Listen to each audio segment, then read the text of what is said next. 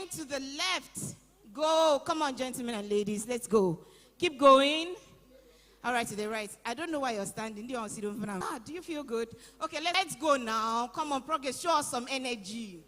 All right, let's do that song again. Now, give me your energy this time. Woman of vex. I beg, at the quick vex. 1, 2, go.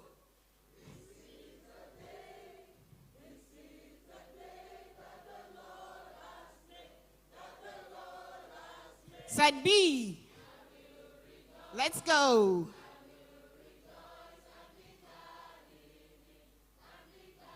Now, everybody, let's go. This is the day that the Lord has made.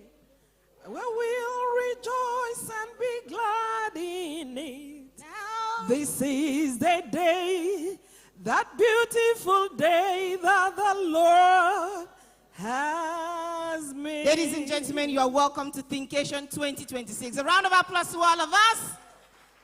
Put your hands together for yourself. Now, DJ Rizzi has been here. She's my friend and she's been blessing this. Put your hands together for her. Please do so. To the organizers and everyone who's lost sleep for this event, put your hands together for them.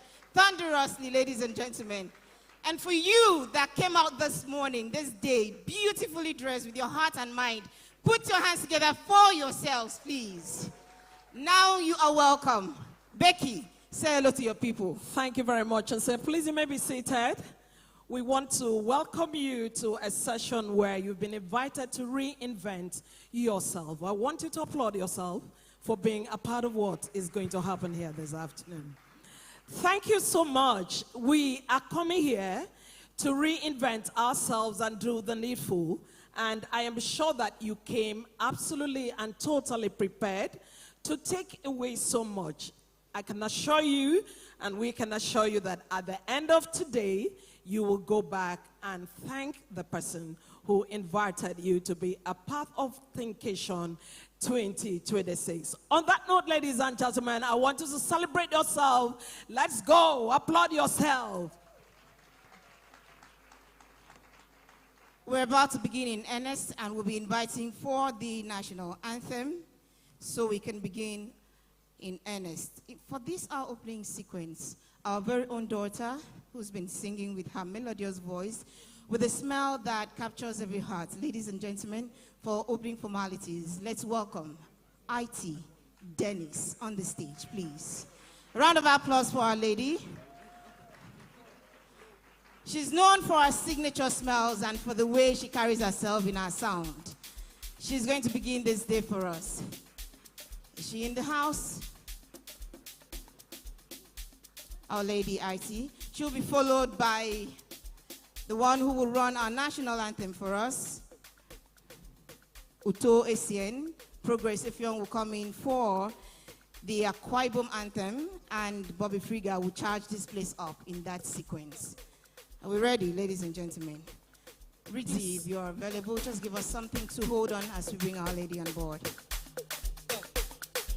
Ladies and gentlemen, we are all seated here because someone decided to run with this vision. And we will not be here if she had allowed this vision to die.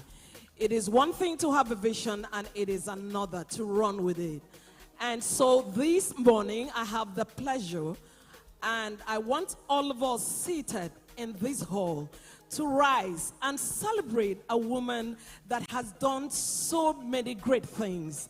And she has been able to carry this vision to this 9th edition. I'd like all of us to rise as we celebrate no other person but this great Amazon, Dr. Unyime Ivy King, the convener of the Ubong King Foundation, and of course, Thinkation 2026. We can do better than that.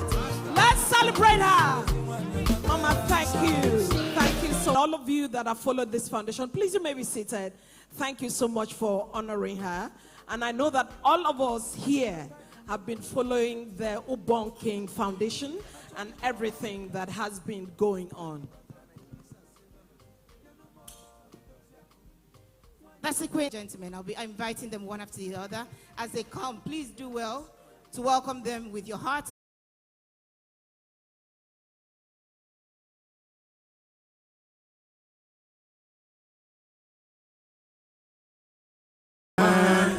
is oppressed, and so may be blessed. For him, because when you read the Bible, him, Ubong King lives on. He lives on in the lives of every single person that he impacted, and he impacted a lot of people. Before I continue, I forgot someone really dear to me. He's not just my business consultant, he's my cousin-in-law. He's a guiding voice in my life. And after my husband passed, God moved him into my space and into the business. And things have just been from one point of glory to the other. Pastor John Ekwike, I honor you, sir. Thank you. And I have my team from Protection Plus Services Limited, the business Ubong King and I started. The team is here, my COO is here, and the rest of the team. Please just stand up for acknowledgement. And of course, whether you are in the room, whether you are outside, God bless you for me. God bless you. So, Ubong King planted a simple but stubborn idea that if we marry thinking with education, we can fight unemployment and poverty. Practically, he called it Thinkation, which is a fusion of thinking and education. I've heard a lot of pronunciations. People have called it Thinkanation. People have called it Think a Nation. People have called it Thinkathon, all sorts. But today, I will correct that. It's a creative fusion of thinking and education. It is Thinkation. So from now on, we don't want to hear people saying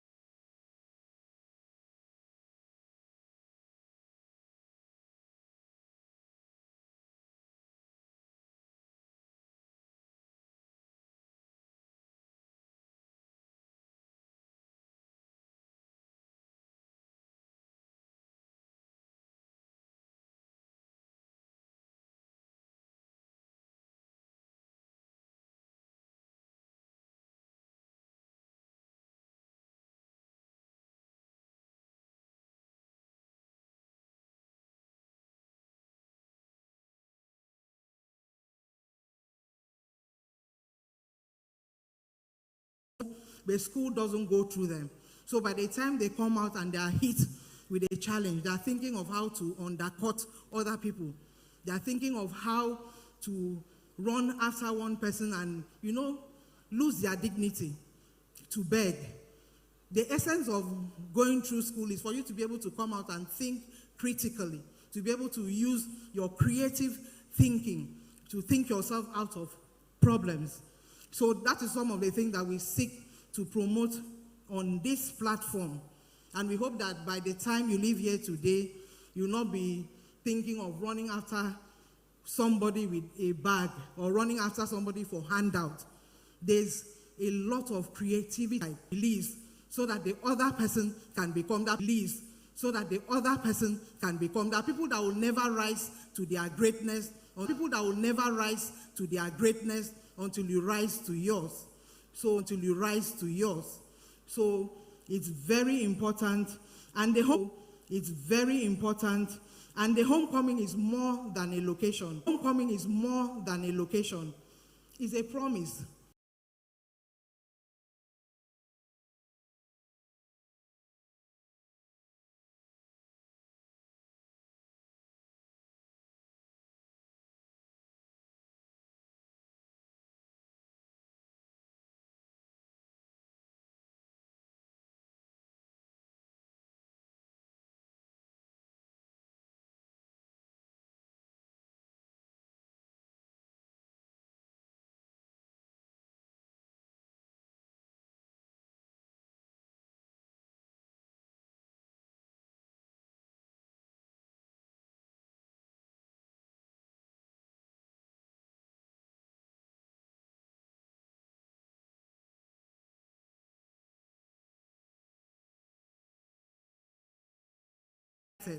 Akwa Ibom, we are home.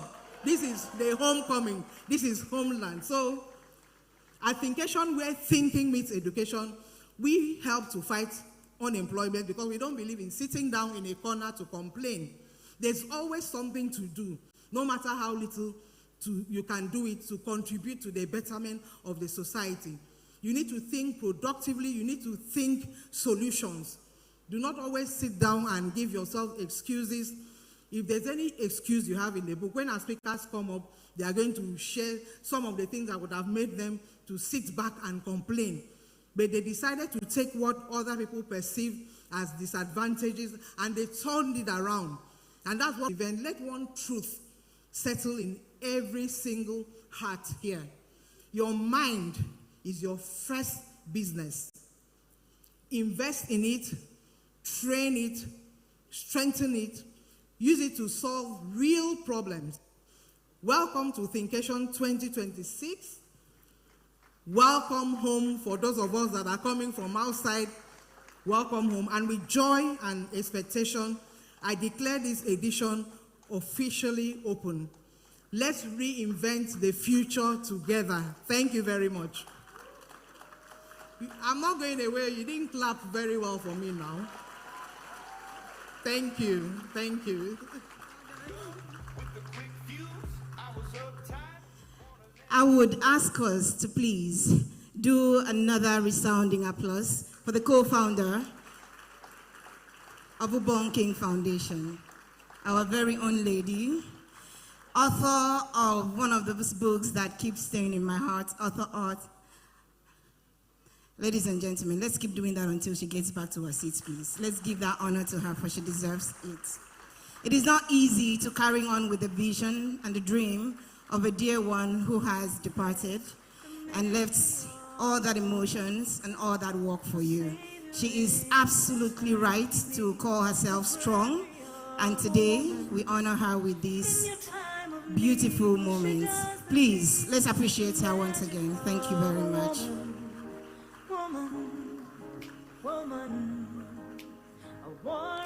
Distinguished ladies and gentlemen, it is Thinkation 2026, and the theme is Reinvent the Future, and it is the homecoming edition. The past 8 editions happened in other states in Nigeria, but this is where the dreamers, the visionaries of this masterpiece that we're witnessing today come from. This is where their dream was birthed. And it is beautiful to see the 9th edition come here. And so, before we continue with the rest of the program, we would like you to know, I'll be reminded of this place where we come from. Be reminded of Akwa Ibom, the place, the culture, the history, and the people. And who best would do this work than a man who has been in Akwa Ibom, who I could say probably grew up here, and has been involved with the people of this state. He has the power of voice, presence, and perception. An exceptional master of ceremonies and an excellent protocol person in the Akwa Ibom government, in the Udom's government. Different administrations have seen him deliver so much on so many platforms. Today, he will come and speak to us about Akwa Ibom. Now, when I said master of ceremonies, I'm thinking that your man already drifts to a person who speaks with depth and knowledge, with clarity and simplicity. Ladies and gentlemen, he is also the Senior Special Assistant to the Governor of Akwa Ibom State on Brand Management and Marketing. Let's welcome Mr. Raphael Edem.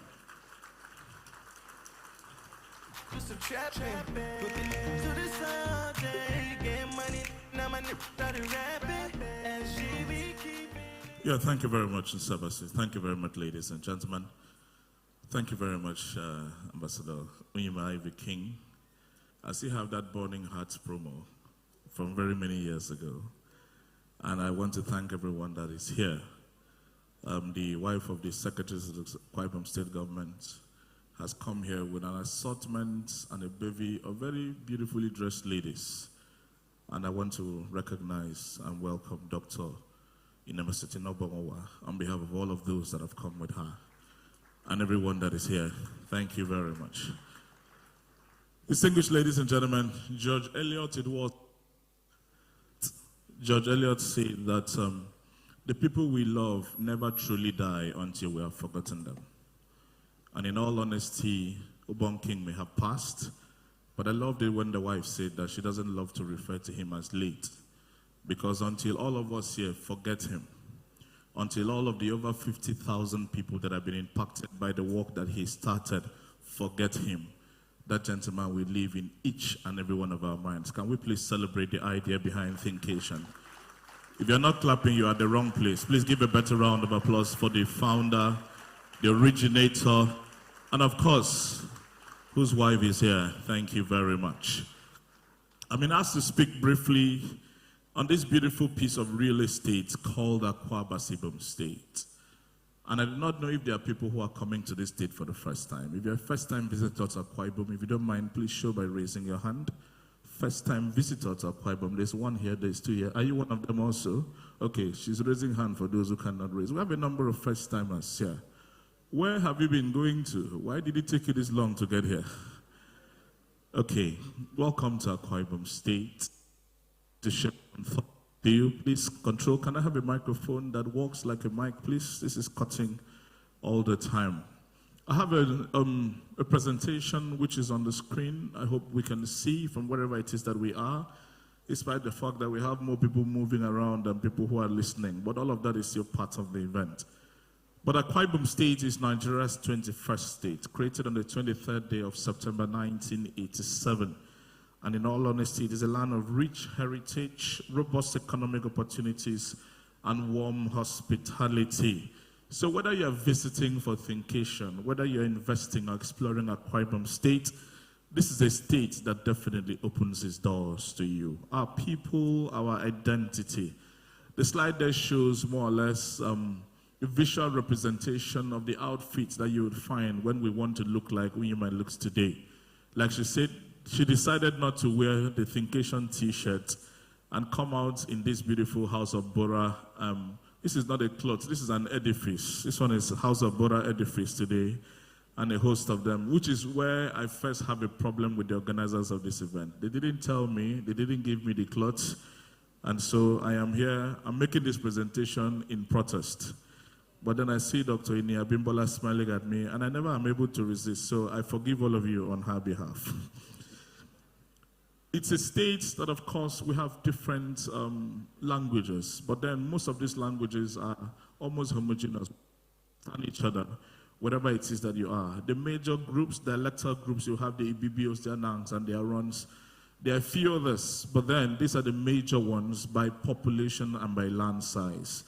But the good thing is that English language is a language of official business and communication, but our indigenous languages deeply echo our heritage. Akwa Ibom is located in the south side of Nigeria with a landmass of about 7,249 square kilometers. It is one of the largest states in this part of the country.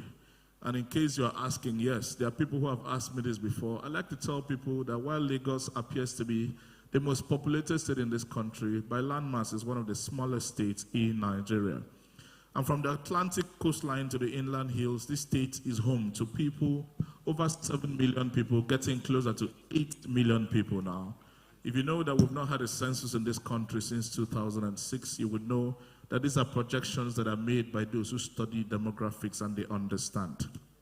There are major cities in the state. Uyo, where we sit, is the capital local government area, but then there is a delineation known as Uyo Capital City. And the Uyo Capital City consists parts of Uyo, parts of Ibesikwa, Sultan, Itu, Ibiono, Nsribum local government areas, and Uran. So you would find places like Itam Junction being called Uyo, when in truth, geographically it is in Itu local government area. Or you just drive a little bit past Mwaniba, past the University of Uyo permanent site, and you are in Uran, but people there will still tell you Uyo. Or more or less, the most enduring example is the Victor Atta International Airport, which is located between Uran and Seretai local government areas. But of course, when people are flying down here, they say they are going to Uyo. There are a few other cities. Eket's well known. The city center here is Ubong Plaza, newly remodeled and, of course, given a new, fresh breath of life by His Excellency the Governor. And then there are also some beautiful highbrow residential areas. It's a town that you can go around in about an hour. And Akwa Ibom is one of the very few states in this country that have the best network of roads. There are 31 local government areas in Akwa Ibom State. You can get to every single one of those local government areas on very well-tarred and accessible roads within 1 hour. That is not something we can say for a lot of states in this country. And those who are proud to come from Akwa Ibom, I would expect that the applause will be a whole lot more resounding than that. Thank you very much. You can drive some 25 or 30 minutes and you will be in Eket. Eket, of course, known as the Oil City, is a city that actually is headquarters of Akwa Ibom South District. And Akwa Ibom South Senatorial District, also known as Eket Senatorial District. Have I not gone from good to, okay. It's the headquarters of that senatorial district, and of course it is where we have a concentration of a good number of multinational oil companies who have businesses related to or ancillary to Eket and its environs. You can also move from Eket to Ikot Ekpene. Ikot Ekpene is where the headquarters of the Akwa Ibom Northwest Senatorial District. Ikot Ekpene was the first experimental local government system in Nigeria. In 1951, this country experimented the local government system, and that is actually where it started. It is commonly called the Raffia City. And for those who do not know, before the advent of too much technology and our overdependence on goods that come from outside the country, most of the lawyer wigs that were made in this country were actually made in Ikot Ekpene. In fact, as I speak, there is a particular location in Ikot Ekpene that have been making wigs for lawyers for over 35 to 40 years, and they are still in the business. Unfortunately, a good number of our young wigs or lawyers would prefer the ones that come from outside, but there are people in that place who can do that business. Ikot Ekpene is also home currently to one of the finest hospitality outfits in this country, the 4 Points by Sheraton Hotel in Ikot Ekpene. The graphic on the screen there shows more or less an outlay of the Ikot Ekpene Plaza, including parts of the 11-story Ikot Ekpene 4 Points by Sheraton Hotel in Ikot Ekpene. And that is it. There are a few other towns. There's Ikot Abasi local government area. If you drive an hour, 10 minutes from where we are, you'll get to Ikot Abasi local government area. The last local government area before you get into Oroganam and then you get into Port Harcourt through what we popularly call Ogoni Road. It borders some part of the river through Eastern Obolo, through the former Opobo region. And that is where in the year 1929, the women of the then Aba province resisted against the oppression of the people who were trying to basically put them down, the colonialists at that time. And that is where we had the Women Riot of 1929, which was led by the mother of a gentleman who was one of the sons of the merchants of light. I'll be speaking about that. And who became not just the first Akwa Ibomite to sit on the Supreme Court, but also became Chief Justice of Uganda at some point, referring here to the late Honorable Justice Sir Ebert Udoma. The mother and several other women led the Women Riot in 1929. Our history text used to tell us it is about women riot. That riot took place in Ikot Abasi. It's just because at that time Ikot Abasi was in the then Aba province. Of course, there's a run also where it's the headquarters of the 5 local government areas that make up Oro Nation. And this is where you would have some of the finest and some of the best aquatic resources, some of the best seafood anywhere you find in this country comes from that particular region.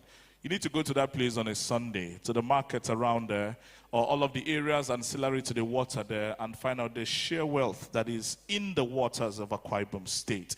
And then, of course, we also have got Abak. I was told I have more than 5 minutes, so please, can the control get in touch with the people who are organizing? I learned the 5 minutes was for a video presentation. When I learned that this was going to be longer than that, I was given up to 15 minutes. Kindly update that. Thank you very much. If you move about 10 minutes from this particular location, you'll get to the Ibibio Union Museum, which pays tribute to the merchants of light. The people of Akwa Ibom State in the year 1928, at that time there was no Akwa Ibom State. There was something called the Ibibio State Union, which was the very first ethnic group to organize themselves into a union and send 5 of their sons abroad to go and study law, to go and study medicine, to go and study commerce, to go and study agriculture, and to go and study other areas. And they came back to contribute to the development of the state. Now, that building, which has become a tourist attraction and a museum, is here at the Unity Park, where we usually have the Christmas village celebrations, and it pays tribute to the Merchants of Light, of course, through the Ibibio Union at the time. The first President General was a man called Ubong Samson Odo Etuk, and he laid the foundation for the agitation that eventually led to the creation of Akwa Ibom State in 1987. Nature and the beauty of Akwa Ibom State is evident in the screen that we can see. Can I please request that I can be removed from the video as long as people can see the visuals, please, so that we can appreciate the sheer beauty of the state that has the longest shoreline in this country. 129 kilometers of sheer aquatic beauty. No other state has got it. And then, of course, some of the best and the most pristine beaches you will find are here in Akwa Ibom State. We know, a good number of people know about the Ibon Beach. That is just a microcosm, a very small part of that very beautiful shoreline, with the current administration is working with private sector operators to see how we can develop all of the maritime assets and boost the tourism and economic potentials of our water. Of course, we already know that Akwa Ibom is the largest producer of oil and gas in this particular country. Whether we have benefited from that to the extent of which we produce is not within the purview of this conversation. And I had also spoken about the fact that we have the longest coastline. If you move from here and drive 15 minutes, you're going to get to a place called Ibom Hotel and Golf Resort. Now, it is a 163-room hotel situated on 174 hectares of land space with an 18-hole golf course, which those who play golf say is one of the best and the finest in this country. That hotel by landmass is the largest in Nigeria, and there's a whole lot to do there for those who want to come. All you need to do is visit this state, and you will behold the sheer beauty of that place. Everyone who flew down here would, of course, have come here through Ibom Air. Ibom Air, as at 2019, when Ibom Air started, 24 African countries, including Nigeria, did not have their national carrier. We still do not. Ghana doesn't. Several other countries do not. But what many countries couldn't do, Akwa Ibom as a state became the first subnational in the history of Anglophone West Africa to float its own airline, Ibom Air. And today, that airline flies to 7 destinations within the country and outside the regional destination in Accra. And by April of this year, it's going to start international flights to other locations. If you're not clapping, you either have not flown Ibom Air before or you're simply jealous. Either way, I cannot help you. Now, we have a few other states that have come to copy from us, and we're happy to teach them how to run airlines. We've done so successfully for 7 years. And that airline currently provides direct jobs to over 1,000 families across the 7 destinations where they fly to. That is economic impact, that is legacy, and that is the contribution of Akwa Ibom State to the socio-economic status of Nigeria. This is a state that pioneered air travel at the subnational level, and no matter all of the history that we try to rewrite, that one, we will not be able to rewrite it. As of today, as of this month, Ibom Air has made over 35,000 flights, we here, and have flown over 4.5 million passengers to different destinations. And they have provided an avenue for job creation, for connection, for business, for leisure. And then, of course, it is the pride of Akwa Ibom State. Distinguished ladies and gentlemen, governance and administration has seen us move from the days when, on the 23rd day of September 1987, this state was created. Exactly 5 days after, on the 28th of September, the then Lieutenant Colonel Jonathan Tunde Ubeha arrived in Akwa Ibom State to take over as the first military governor. That has moved, of course, all the way to the current administration. Through the end of the military regime in 1999, with Group Captain E.J. Ibiye being the last military governor, administrator, and leading up to, of course, the current administration of His Excellency, Pastor Umo Eno, who is currently investing in people, investing in young people, creating the largest ever empowerment program for young people in the history of Akwa Ibom State. That is what the current administration is doing. And of course, ensuring that value is added to our educational systems. Over 1,160 primary schools that we have in Akwa Ibom State, 246 secondary schools that we have here, all of them being given a new lease of life because the administration understands the importance of functional education in raising the future of this particular state and this particular country also. There are some slides that tell us about what government is doing, but because I have limited time, I'll just go through, I'll run through that. A good number of us here already know, but then we know that practically every area of human endeavor, from education to sports, to entrepreneurship development, to healthcare, to provision of simple things like ambulances. Recently, the international boxer we know, Anthony Joshua, was involved in a car crash on the Lagos-Ibadan Expressway we hear, lost 2 of his friends, sadly, and of course, instead of us looking for ambulances to rush the gentlemen to hospital when they were injured, we rather pulled out our phones and made content out of people's discontent, sadly. But that is not something that can happen here, because we have in the healthcare system of this state a very functional ambulance system, among several other initiatives in the education sector, in the healthcare sector, of course in the human capacity development sector, and of course in the youth development programs of the current administration. Anyone who is a student here would of course be a witness to the fact that bursaries have been increased not once but twice in the current administration, and more importantly, any youth corper in Akwa Ibom State now earns more money than any other youth corper serving anywhere in this country, courtesy of the government of Akwa Ibom State. These are facts, these are indelible facts, these are things that we know and things that we can deal with. There's quite a lot of movement that seems to indicate that we're going to be joined here by a very important person. So let me round off before I am forced to round off by the presence of that personality who will join us.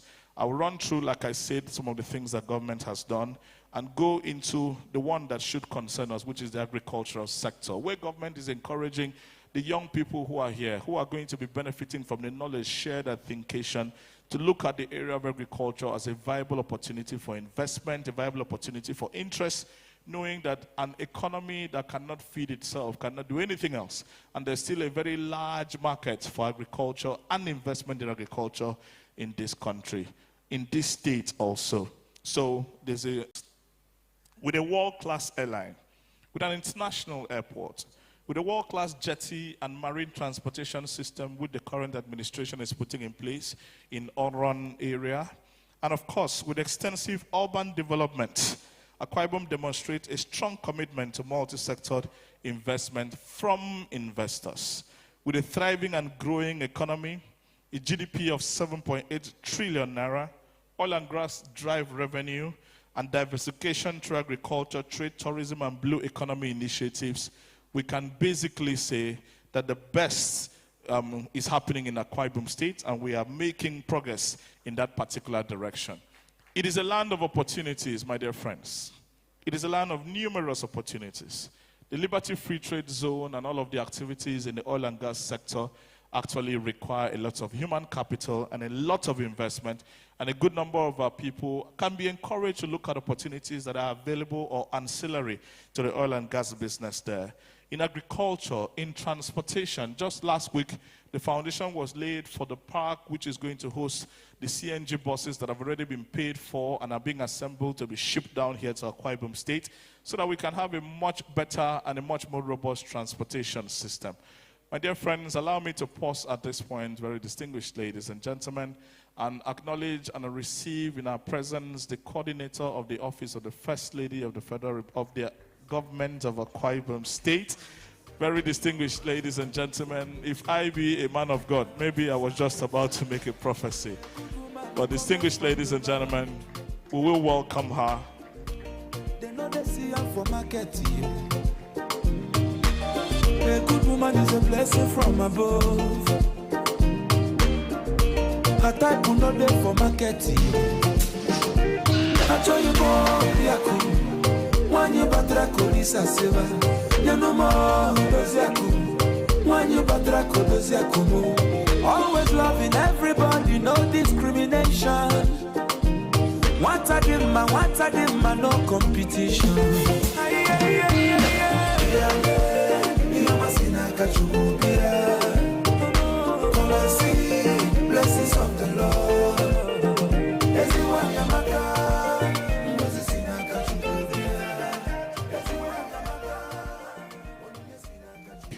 very much one more time that we'll put our hands together for the Lady Helen Obareke, coordinator. One more time that we'll put our hands together for the Lady Helen Obareke, coordinator of the Office of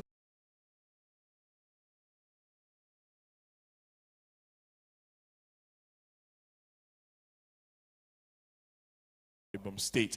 This is the state that hosts the only stadium that is of the Super Eagles of night. Do not clap as if you are not in agreement with that particular fact. So we're not seeing the slides again, gentlemen, please. And there's quite a whole lot for us to see there. The Akwa Ibom Rice Palm Resort, which I spoke about, is actually about 80% complete.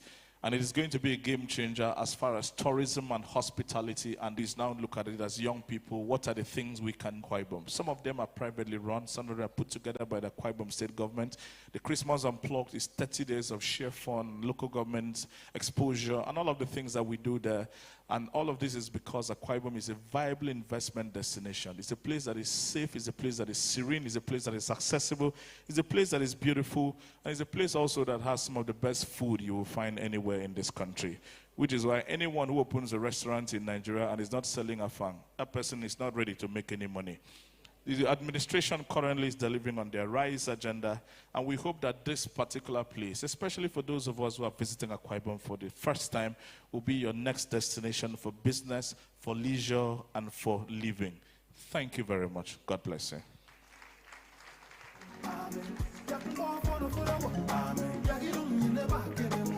Thank you. Please applaud Mr. Raphael Edem. And it's not surprising that he would sell Akwa Ibom to the world, because that is what his job details at this particular time. Another round of applause for him, please. Akwa Ibom youth, are you excited to be at Thinkation 2026? I'm not sure you're excited to be here. This hall is cold. Can I see some excitement in the house? This morning, we are at Thinkation 2026, and it is my pleasure to announce to us that we have in the house the beautiful lady who sits at Government House Uyo, looking out for the best interest of the men, the women, the children, everyone in Akwa Ibom State. And for the benefit of our guests, I would like to introduce to us the affable, amiable, beautiful coordinator of the Office of the First Lady, Noble Lady Helen Eno Obareke.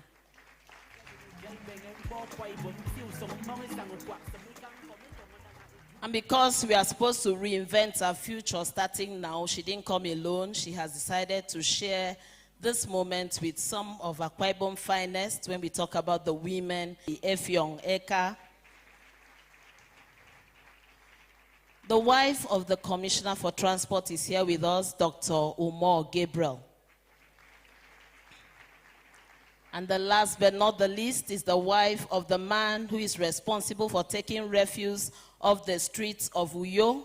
For our guest today has been sanitation, and the wife of the person responsible for waste disposal is here, Mrs. Scholastica Ikam. Thank you very much. When it is time, Her Excellency will address us. I would like to hand over to the MCs at this occasion to please continue. Thank you very much. Thank you very much, Dr. Ekong. We would like one more time to welcome the coordinator of the Office of the First Lady, Akwa Ibom State. We love you, ma'am, and thank you for finding time to be here this afternoon. Our very distinguished ladies and gentlemen, it's Thinkation 2026, and I'm sure that all of us are here to reinvent ourselves. If you're here to reinvent yourself, say yeah! Thank you so much. That's so warm to hear from us. And because this is the homecoming edition this great morning, we have an ensemble of the traditional dances of Akwa Ibom State. I was here when Raf asked those who've never been here to raise their hands.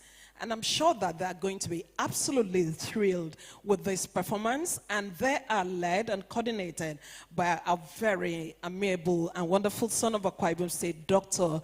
Thomas Etu. Please, can we have the cultural display? Please, let's celebrate them as they come to the stage.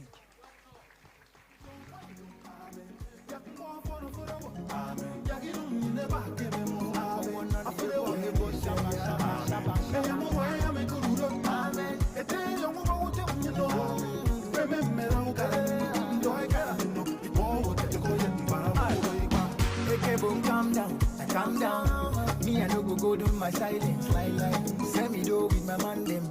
Don't fun with it, but on the anthem. The baby that initiative, it's a bad them boy have fun. But wait to road you boy pa plaza, take them inside. It's our boy bongo sweet to you when you show.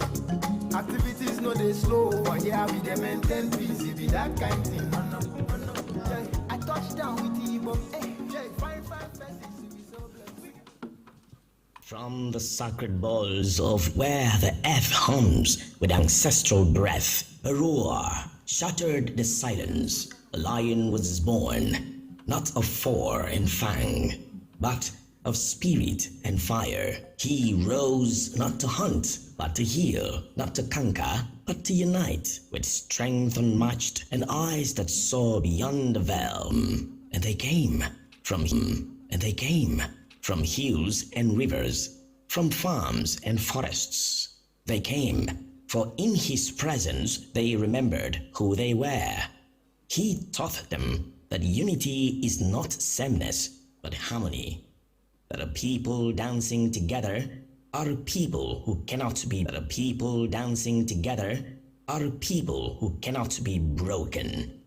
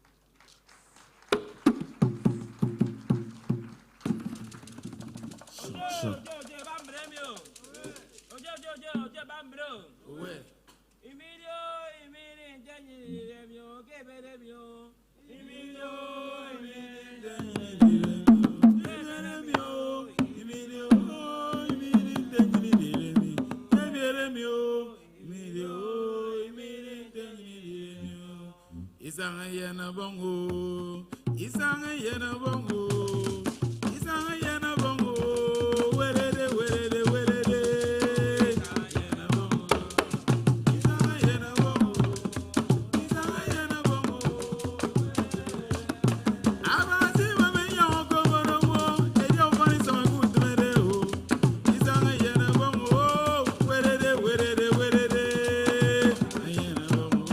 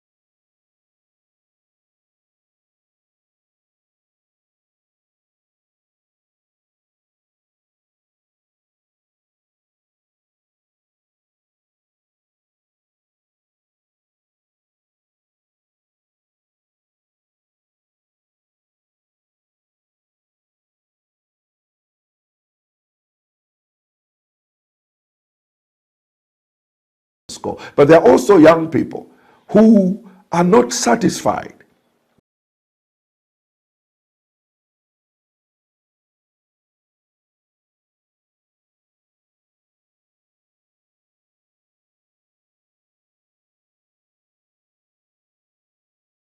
Say it. It's just that's why when we speak English or French in Africa and speak our hours looks inferior to those that if you don't change that social problem, we can never rise and be innovative until we accept the fact that we are second thing. The third thing in which we have been poisoned is that the political system in Africa does not take into account our cultural and spiritual values.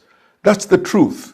The democracy we have today does not help interpret our cultural values. I'll give you an example. We are told are not educated. Our people do not vote on the basis of quality of leader or because we are poor. The money to vote for them, although they don't have the good, actually use democracy effectively, is with full so that it's not easy for you to be bought. These are radical decisions that you, the next generation of Africans, have to make. But we are not imitators of others. We are not carbon copies. We are not saying democracy is a bad thing, but we're saying we must tweak it, just like America has tweaked it. America does not have one man, one vote, and yet they're the ones who perpetuate democracy. They vote based on the college voting, which is the blocks and the size of the states determine how many votes that every state can contribute in order to choose a president. How come they're able to do that and we can't do that? The same way they change the democratic issue of one man, one vote, we can also take into consideration our own factors, cultural, spiritual, and even emotional as Africans, and traditional as Africans, and say we are going to choose our leaders to make sure we choose the best amongst us. But these are the foundational stones we're going to use to get there. Feel free to do that, because that's the only way you can. That when is going out now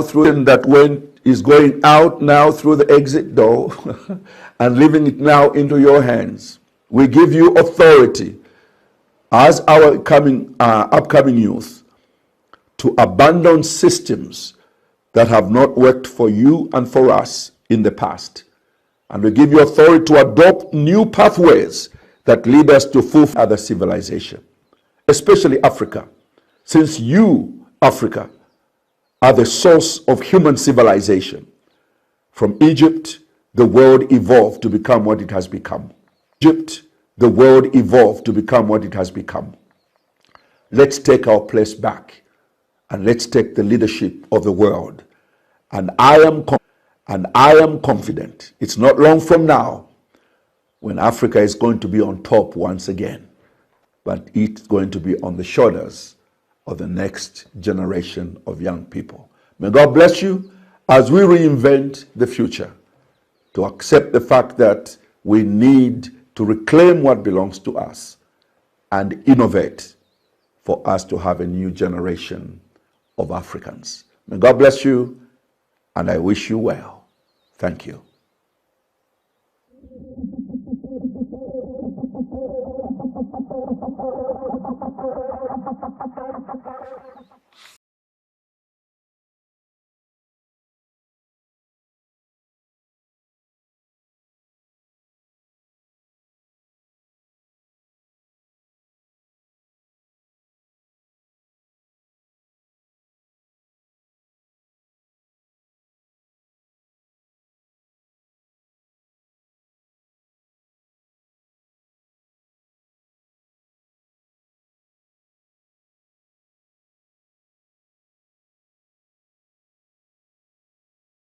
Young lady that God has given to Akwa Ibom State, because God loves us so much, and He carefully brought her to coordinate the office of the First Lady of Akwa Ibom State.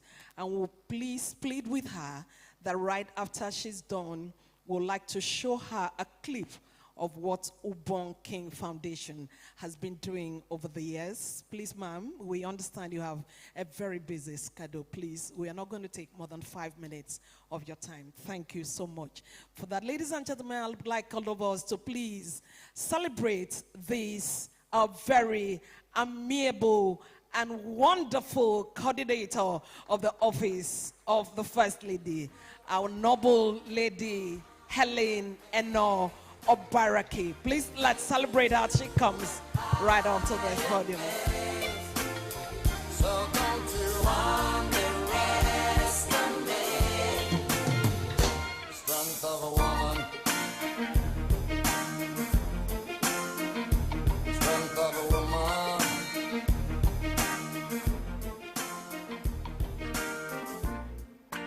Woke up this morning. Thank you so much. Thank you, DJ Ritzy, for that powerful song. We may be seated, please. I'm so delighted to be here. It's such an honor. Thank you so much for having me.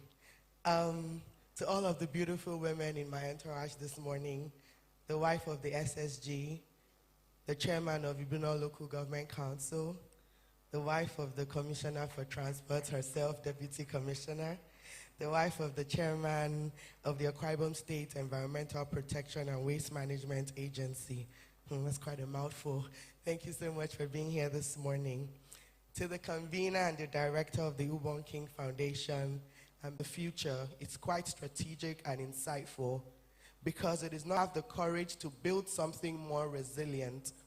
I am certain that reinvention is not about discarding our past, but about taking the best of our heritage and refining it with the tools of modern innovation.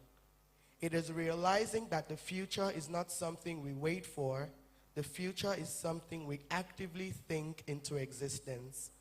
In Akwa Ibom, we are currently witnessing a masterclass in purposeful reinvention through the Arise agenda of His Excellency, Pastor Umo Basi Eno.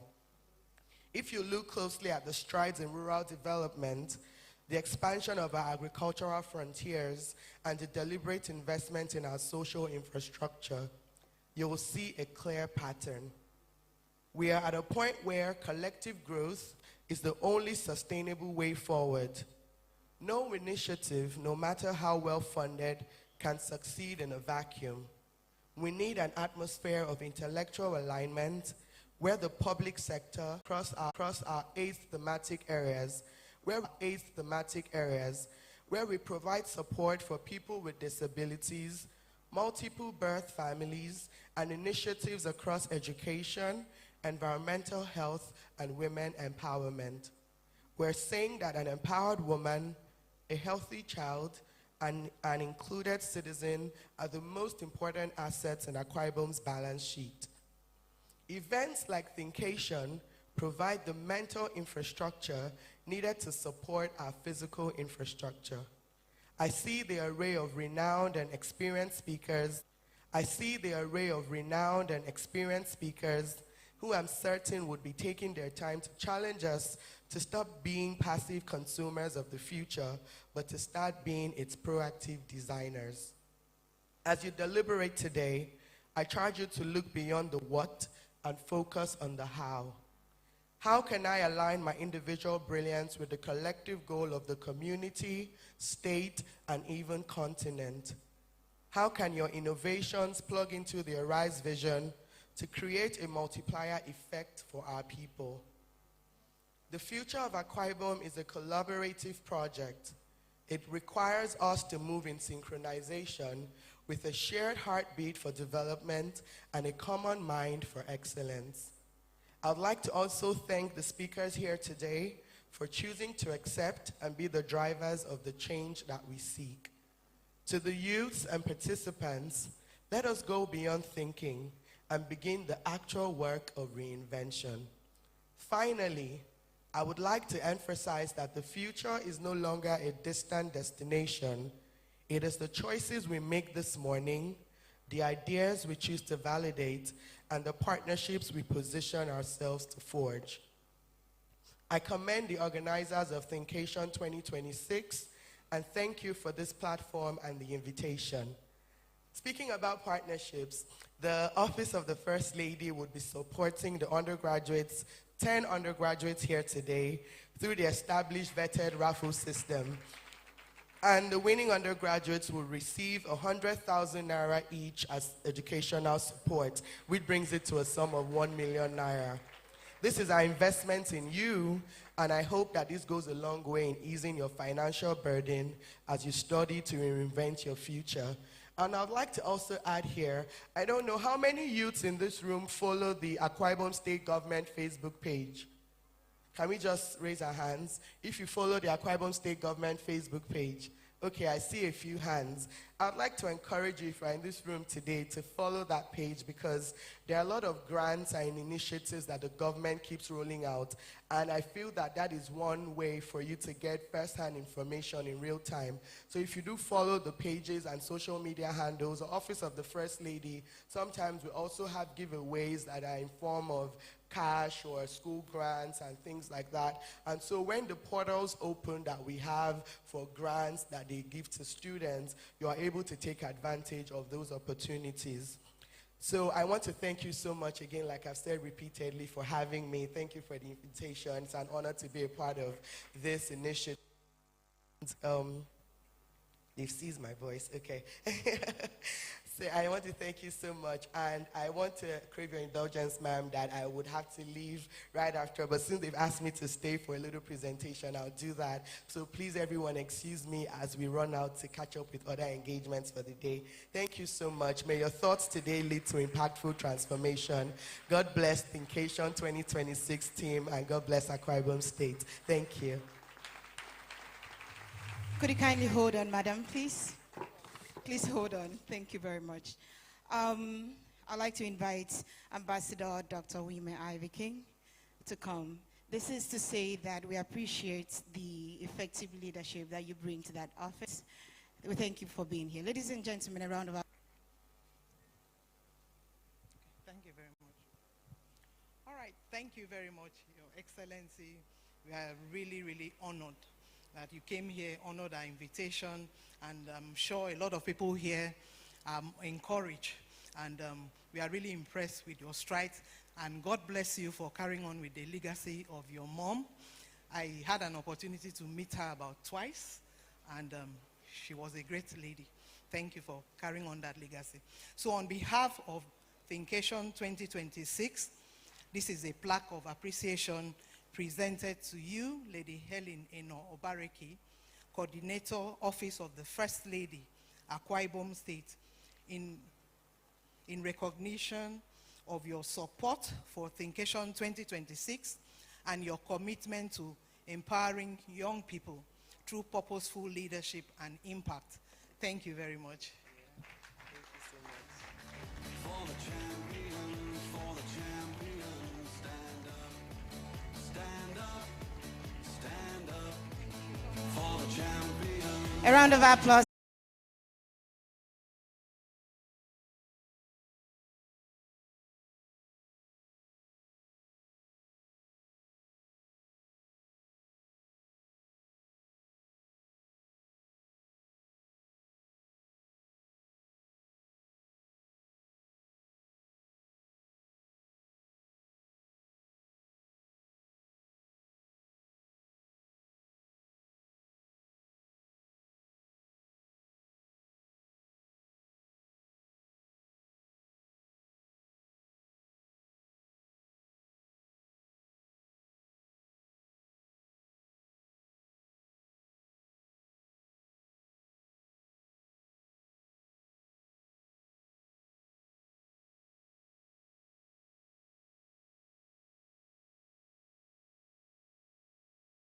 People go say, ah, Ode, people go say, ah, Ode, who is your father?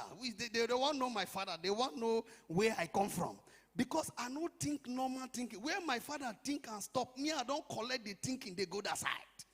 So you must not think like, I remember one day, at the Waka for road.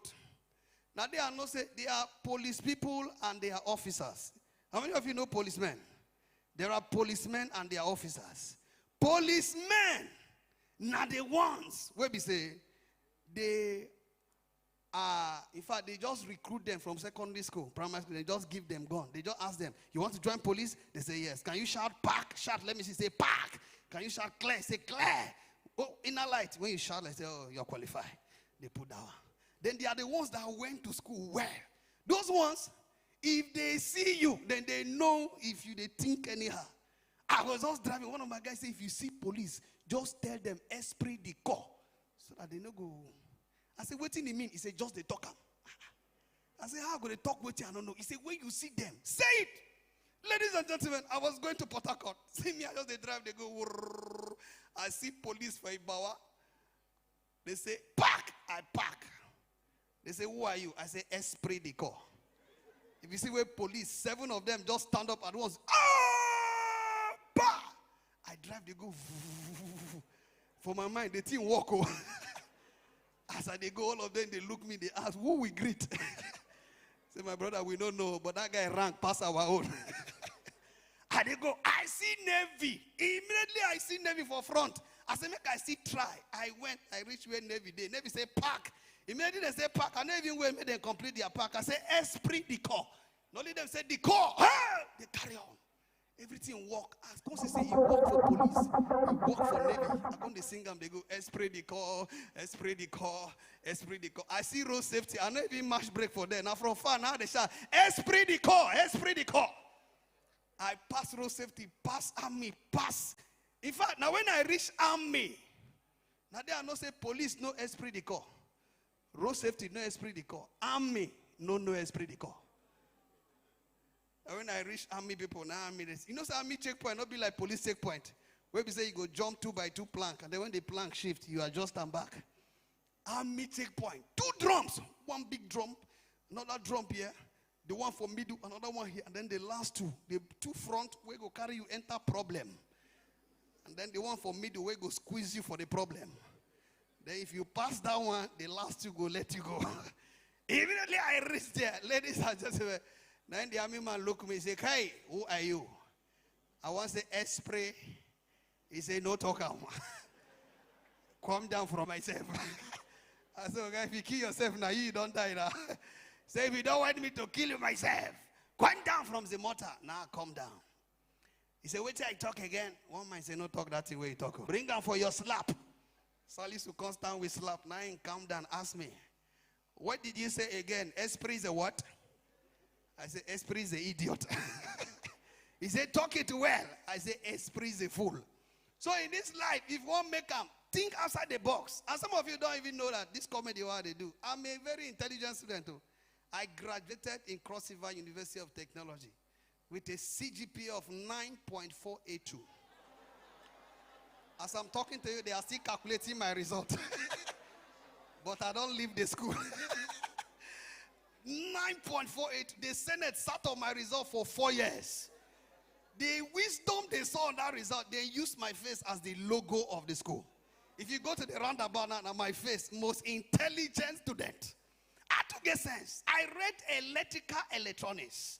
I can wire things. All this light, I know how to wire all these things. But I did not practice. Because I know I will not practice from year 1. When light shocked our professor. Our professor of elect was electrocuted during practical. The rest of us moved to social science. We say, make we go survive. I'm telling you the truth. Now, year 1, where I just enter. After I use what they call pre-degree, take enter year 1. We just day hard, they think about our life. Then one professor just enter. My name is Professor Ikpi Ojong Ikpi.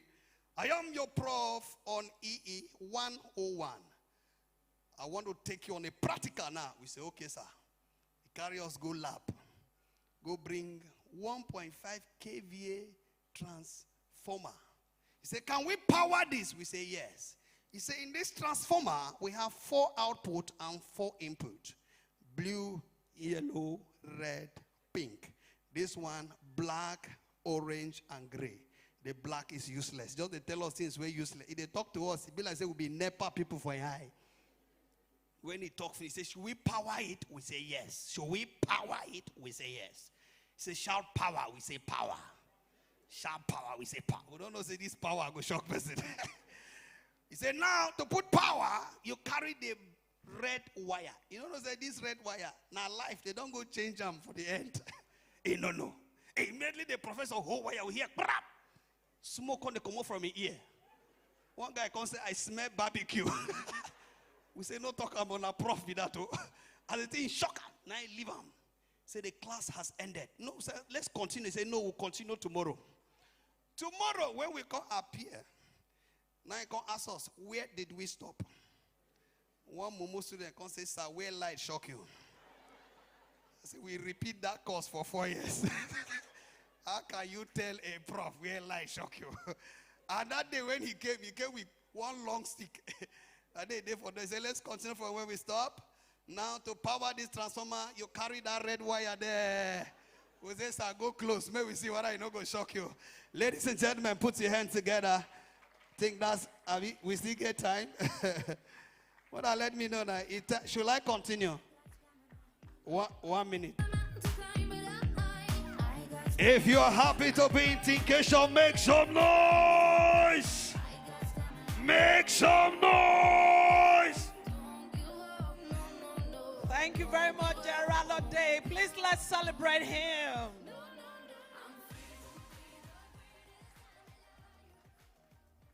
Please, I would like Sabasi to come up. How would we not recognize our designers? You can see us looking absolutely beautiful.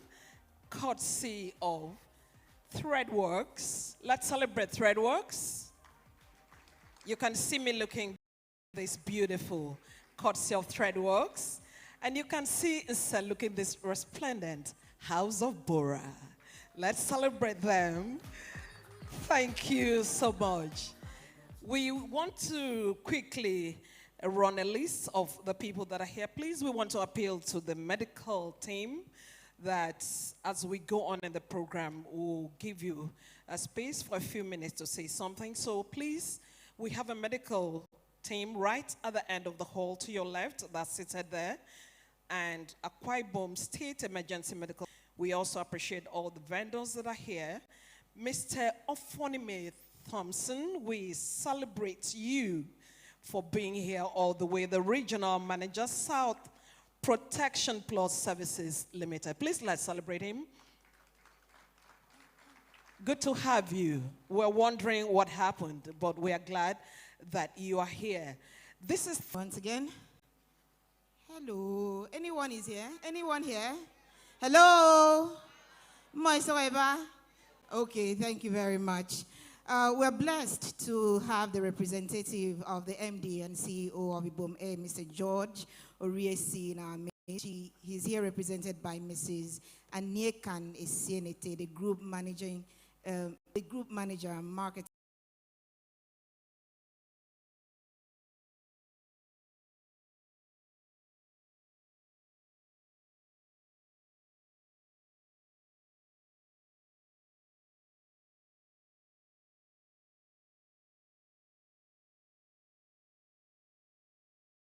And Communications Ibom Air.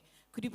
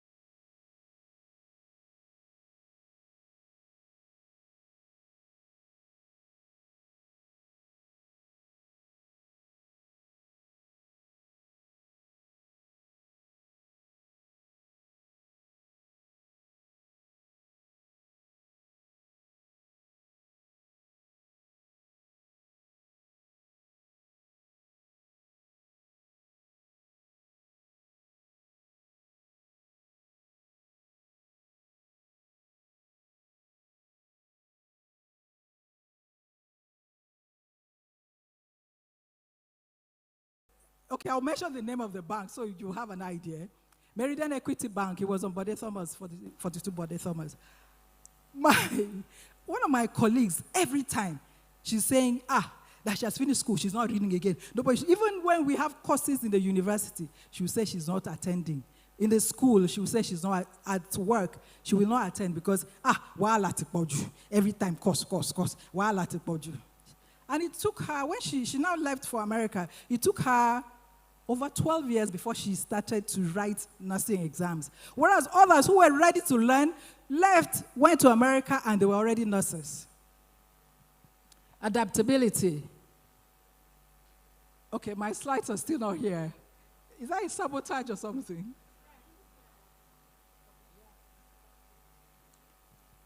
Okay. So adaptability, honesty, and doings. Okay, so what makes a leader future ready? Mindset, capability, and character. All right, so I have like less than 6 minutes to go. And there's an exercise I want to do. So I'll just quickly round up on these ones and then go to that exercise because for me, that's the wrap up for my session. Okay, so the leaders you see here, these are examples, in my opinion, of leaders who are values-driven and future-ready. And I want to give you an assignment. I know that when my profile was read, you were not told that I trained as a chemistry education teacher. Yes, I was supposed to be a chemistry teacher. Yes, because I wanted to be going on excursions. Back then, when I was in school, National Geographic was a magazine. So I used to read those magazines and think that I would go on excursions. But when I finished school, life showed me otherwise that that wasn't, the kind of money I wanted. So I entered banking. But I want you to look up this. So why I'm saying that is because I want you to look up this gentleman and lady. There's a Nigerian lady there, and there are others. And if you can get their books and read, it will change your life. I know how much these books have impacted my lives, the books by these authors. These are people who took a sector and made an impact, took a country and made. How many of you have been to, okay. Some of you have heard of Dubai. You have heard of Singapore. Those people that made those places happen are on this list. Please, my assignment to you as the teacher that I was trained to be, take a screenshot of this and find out what these people did. Read their books if you can, because it will help you. Okay? Next slide. I have a question for you. If you continue the way you are going today, where will you be on 31st January 2027?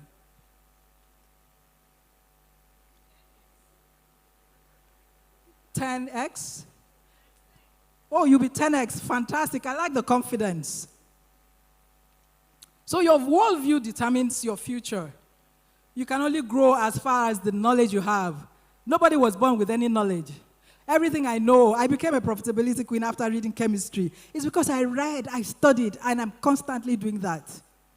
You have to do that if you want to be relevant, you want to be a leader. Nobody will come and force you to become a leader.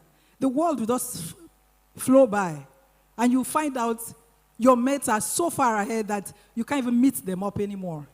So the time is now. Knowledge has been democratized. All of us have phones. You have data. You can just use your data to go on YouTube and other apps to learn. There's some skills I learned using the internet. And there's some I'm still learning. I'm involved in 3 programs at this moment. Because I know that if I stop learning, I begin to deteriorate. There's some conversations I will not make contributions. There's some committees that will not involve me. There's some boards that will not involve me. But now, because I'm always constantly expanding my mind and updating myself, I'm invited to places that ordinarily I shouldn't be there. But because of the skills I have, I am there. The future belongs to the most prepared. If you're not prepared, sorry. For the future you desire, marry right. I always say that to people whenever I have opportunity to speak because I know the effect and impact your husband or your wife will have on your life. And if you marry the wrong person, Unyime will not be sitting here if she and Ubong were not the right couple. If you marry the wrong person, you will not have a fantastic life. And marriage relationship is the next best thing after your relationship with your maker. If you marry the wrong person, your life is a misery every day. And maybe okay, so I said I have an assignment. I'm sure you noticed that I've been rushing through. But please, that marry right. If you need to asterisk it, please do, because I don't want to say I'm tired, because I will never be tired of supporting. But I have seen so many young couples that had going in different directions, and then they got married, and they couldn't harmonize their position. And they would just continue to paddle in separate directions, opposite directions, one going south, one going north, and before you knew it, it was over. And their major ambitions and goals were thwarted by those decisions that they made. Okay, so to wrap up, I want us to make a commitment. All of us are here. I don't think Unyime drove anybody from their house and came to your house and said, you must come. We advertised and everything, and you came by yourself. Did everybody come willingly? Hello, you came willingly. Okay, so we're going to do an exercise, because leadership begins where excuses end. So your assignment today, I hope that you already have your goals for 2026. This conference is coming at the perfect time. Design a daily timetable that aligns with your goals. Remember when you were in secondary school? That was the most productive time, because you had a timetable you were following. And that's why you could pass from JS1 to JS2, 3, and 4, and all the other ones. Okay? So design a daily timetable, follow it consistently, keep a leadership journal. But very importantly, what the exercise is, I need us to form accountability partners. So please rise on your feet. Everyone rise.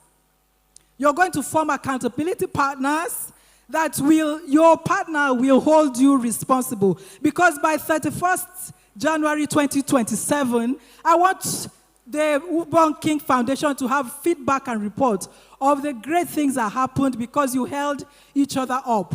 I have mentors. I have accountability partners. One of my accountability partners is sitting somewhere over there. So everyone, you have your accountability. You're going to have 3 to 5 people in a group. We're going to do this in 30 seconds. In 30 seconds. Hey, I don't want you to do your friends. It cannot be friends only. Do with somebody that when the person calls you, you feel guilty.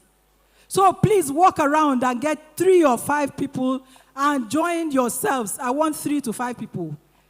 3 to 5 people. You have 20 seconds more. 3 to 5 people.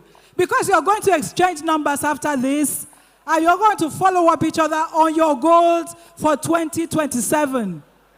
Which group is ready? 3 to 5. 3.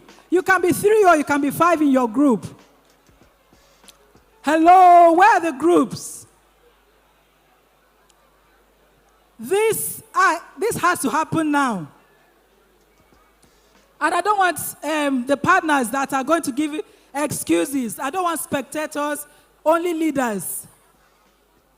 If you have been eyeing somebody, this is a partner.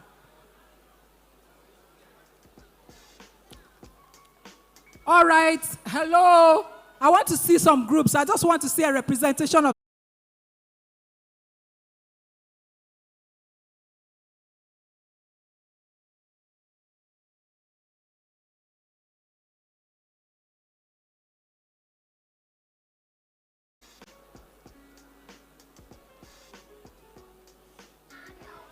All right, please write your names, and Ubong King Foundation will like to know what you have done amongst yourselves and how you have held up each other. I hope you understand what I have said for you to do. Hello? You don't have to have a male. You don't have to have a male. If you're comfortable with yourselves, that's fine. Okay.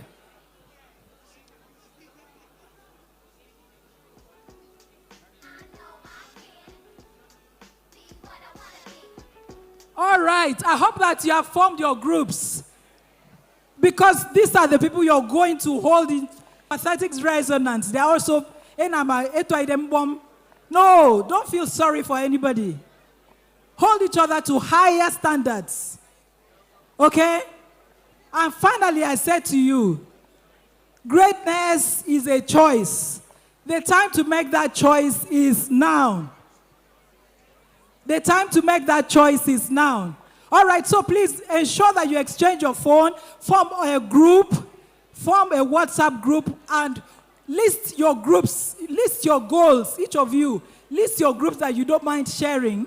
List the groups list your goals in your group, and hold each other accountable to achieve those goals. And then ensure that you have that daily journal where you are listing all the things you are doing towards the attainment of your goal. Have I communicated? Yes, absolutely. Hello. Hi, ma'am. On that note, thank you very much for having me. I look forward to 2027, January 31st, where I'll see great men and women who are from Akwa Ibom State or in Akwa Ibom State doing massive businesses. Thank you. Thank you very much. Shall we please put our hands together for Mrs. Ekaite Umo? Shall we please do so? From wherever you are, could you applaud her, please? Ma'am, I have just one question for you. Did you eventually grow to love the name Ekaite? Oh, yes, fantastic. That's why I don't want to change it. Congratulations. Thank you very much. Thank you so much. Thank you. Distinguished ladies and gentlemen, your accountability partners, please, shall we please get back to our seats, please?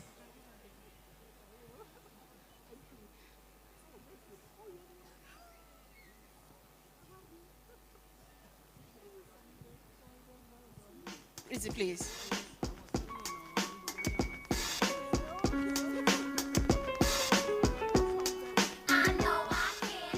Just before we finish that, Mrs. Ekaite, please kindly come back up, please.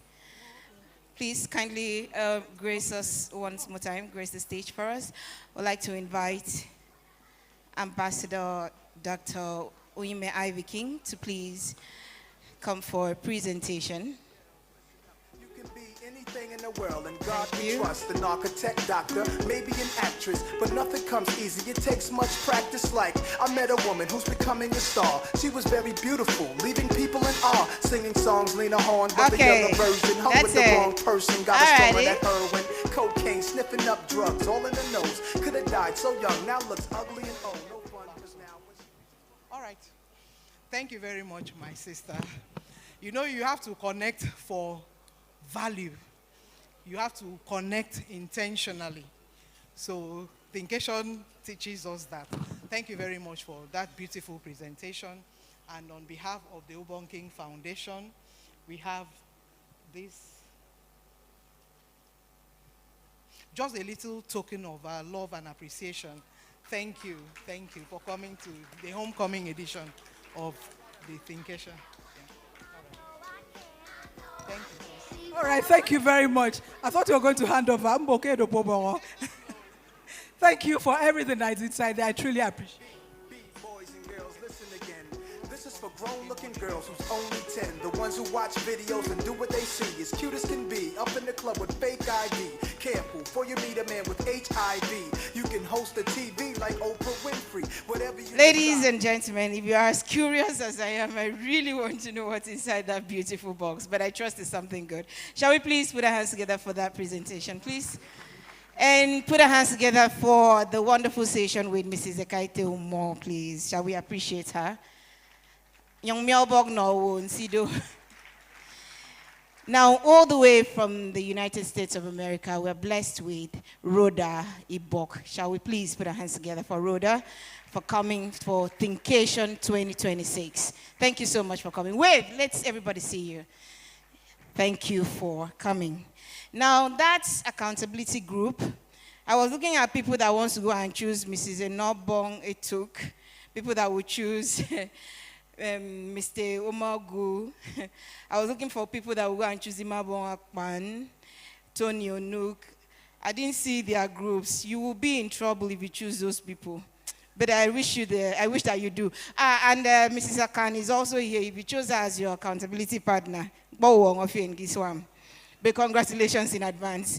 Distinguished ladies and gentlemen, before we go into the poetry, please, there is a missing item belonging to Uso Ubong Basi. Kindly go to the registration unit and get that item that belongs to you. Uso Ubong Basi, please. And we are blessed to have the Akwa Ibom State Association of Deaf in our midst. Shall we please put our hands together for them, please? Let's recognize them. Also in our midst, distinguished ladies and gentlemen, the international president, the Pan-African Dialogue Institute, International Headquarters, University of Uyo, in the person of Professor Effiong J. Udo, is here. A round of applause, please. Prof, we are glad to have you. If you're here, please could you just rise and wave to the house, please. Professor Effiong Udo, please. A round of applause as we bring on the stage Leah Claus. She is a spoken word artist, and for just a few minutes, she would like to charge your mind and get you ready for the next session. Shall we please appreciate Leah Claus? A round of applause as she comes up. It's still Thinkation 2026. We're reinventing the future, and we're hoping that your minds are open and ready for all the presentations that will be happening here. Leah, please. Thank you.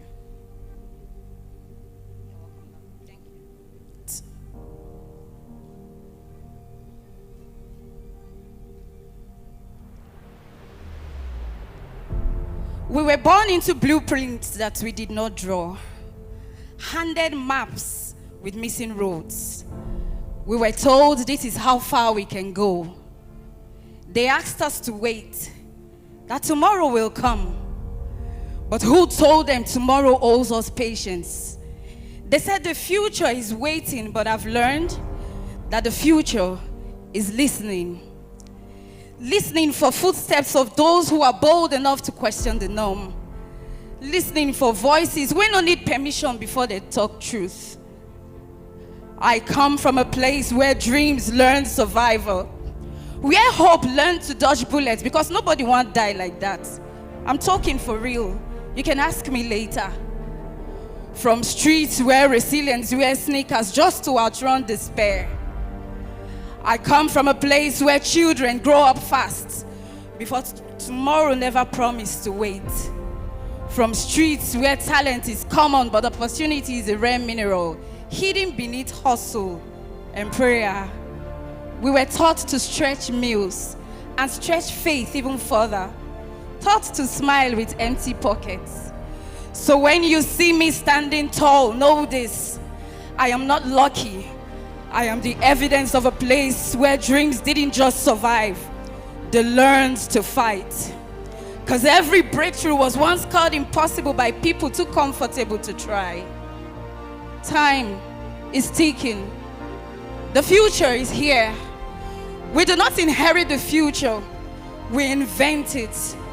With minds bold enough to question the norm, with hearts that refuse to go numb, with hands ready to build what eyes have not seen. They gave us a future without us in it, forgetting they told us we were the leaders of this future. But this future kept getting postponed, deferred like broken promises, wrapped in slogans and sealed with silence. They said be patient, as if hunger understands calendars, as if stomach ache they check dates before it starts, as if injustice expires on its own. We studied hard, obeyed the rules, queued for hope like it was a visa, only to be told come back later, and later became never. They built systems where our names are only useful during elections, where our voices are hashtags and our lives are statistics. They praised our energy but feared our questions. They inherited our future before we even arrived. But hear this: a future without us is a future built on borrowed time. We are not the footnotes of history, not the afterthought in a story they told already. We are the paragraphs still being written with ink in our veins and fire in our throats. They tried to summarize us too early. Put a period where God placed a comma. Close the book while the author was still speaking, but listen, we are the pause before the breakthrough. The margin where miracles scribble themselves. The rough draft learning how to draw. We are sentences stitched together with struggle and hope. Metaphors carved for midnight prayers. Run on faith that refuse to stop believing. We are not waiting to lead tomorrow. And if they won't make space for us, we will become the space. If they won't listen, we will speak louder. Not in violence, but in vision. Not in bitterness, but with boldness. So don't archive us. Don't number us as references.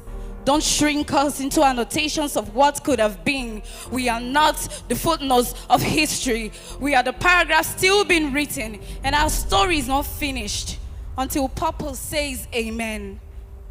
And when history asks for a conclusion, it won't find a full stop, because we are still being written. We're reinventing our future, and this is the homecoming.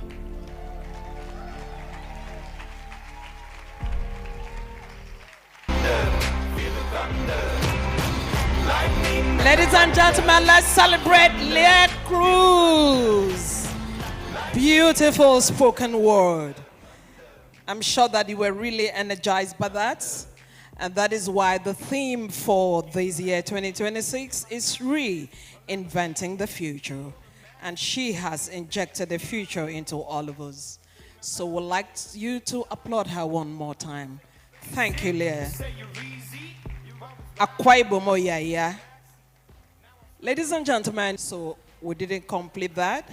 So we just want to say that we recognize Villa Marina, Saba Plus Group. We welcome you. Smiden Akwa Ibom State, you are welcome. The lead partner for Justice Forts, we recognize you. Founder, the Knowledge House, thank you for showing up. The Peruda Group, we recognize that you are here.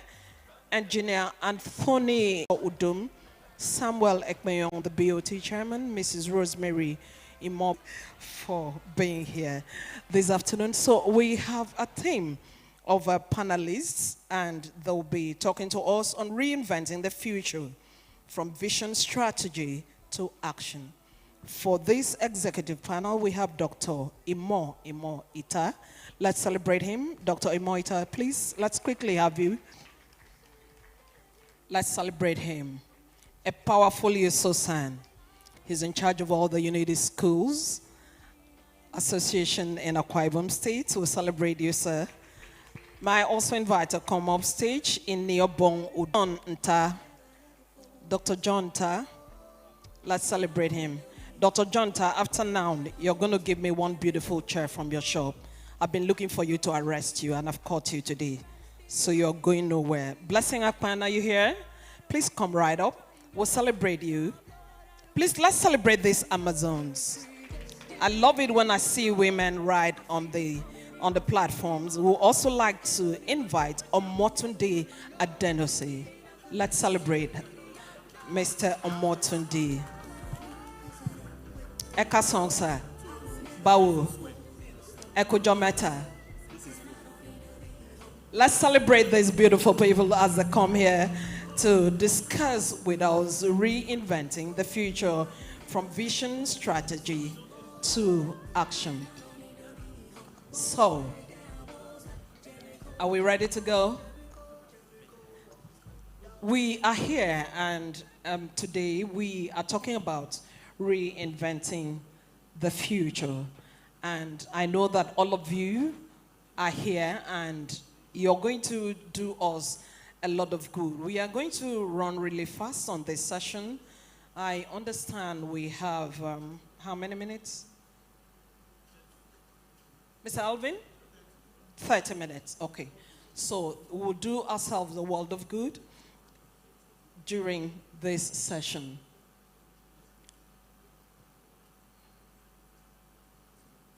May I please have the moderator come? Good afternoon, ladies and gentlemen. Come on, can you put your hands together? Let's have some energy in the room. I mean, when Ubong King enters a hall, everybody knows that somebody has walked in. I've not felt the energy in this room yet. Can we make some noise in this house? Let them hear your voice at Waniba. Make some noise. Thinkation 2026. When I say Thinkation 2026, you say reinvent the future, the homecoming. Can we do that once again? Thinkation 2026. Now, before we get into the panel session, I want to show you something. How many of you can see what is in my hand? How many of you can see this? Camera, please capture. Echo it if you know what this is. A bottle of perfume. That is what you see, but I see a memorial. This was the very first gift that Dr. Ubong King gave to me when I met him face to face 10 years ago. Put your hands together. When he passed on, this bottle now meant a whole lot more to me. I said I will never discard this bottle. Because when I met him, as I was about leaving his office, I said, Baba, I like the grace of God upon your life. So I brought out an envelope and I said, this is a seed. I want you to pray for me. He laid hands on me. He prayed for me. Then he opened his box and he said, TK, the aura that a man carries determines the doors that open before him. And by aura, he meant both your physical fragrance and your spiritual fragrance. And he said, this gift is symbolic and I give it to you. And he prayed for me. And let me tell you the truth. After meeting Ubong King, this is 10 years after, the guy who met Ubong King 10 years ago is not the guy standing before you right now. As at 10 years ago, I have never left Nigeria. But right now, I have traveled at least 8 countries of the world. Can you put your hands together? So this means a lot to me. And someday, maybe I'm going to auction it at a very high price. And I'll give it back to the foundation. Thank you, gentlemen, ladies and gentlemen. Welcome to the panel session. Thank you, thank you. You're welcome very specially to this panel session.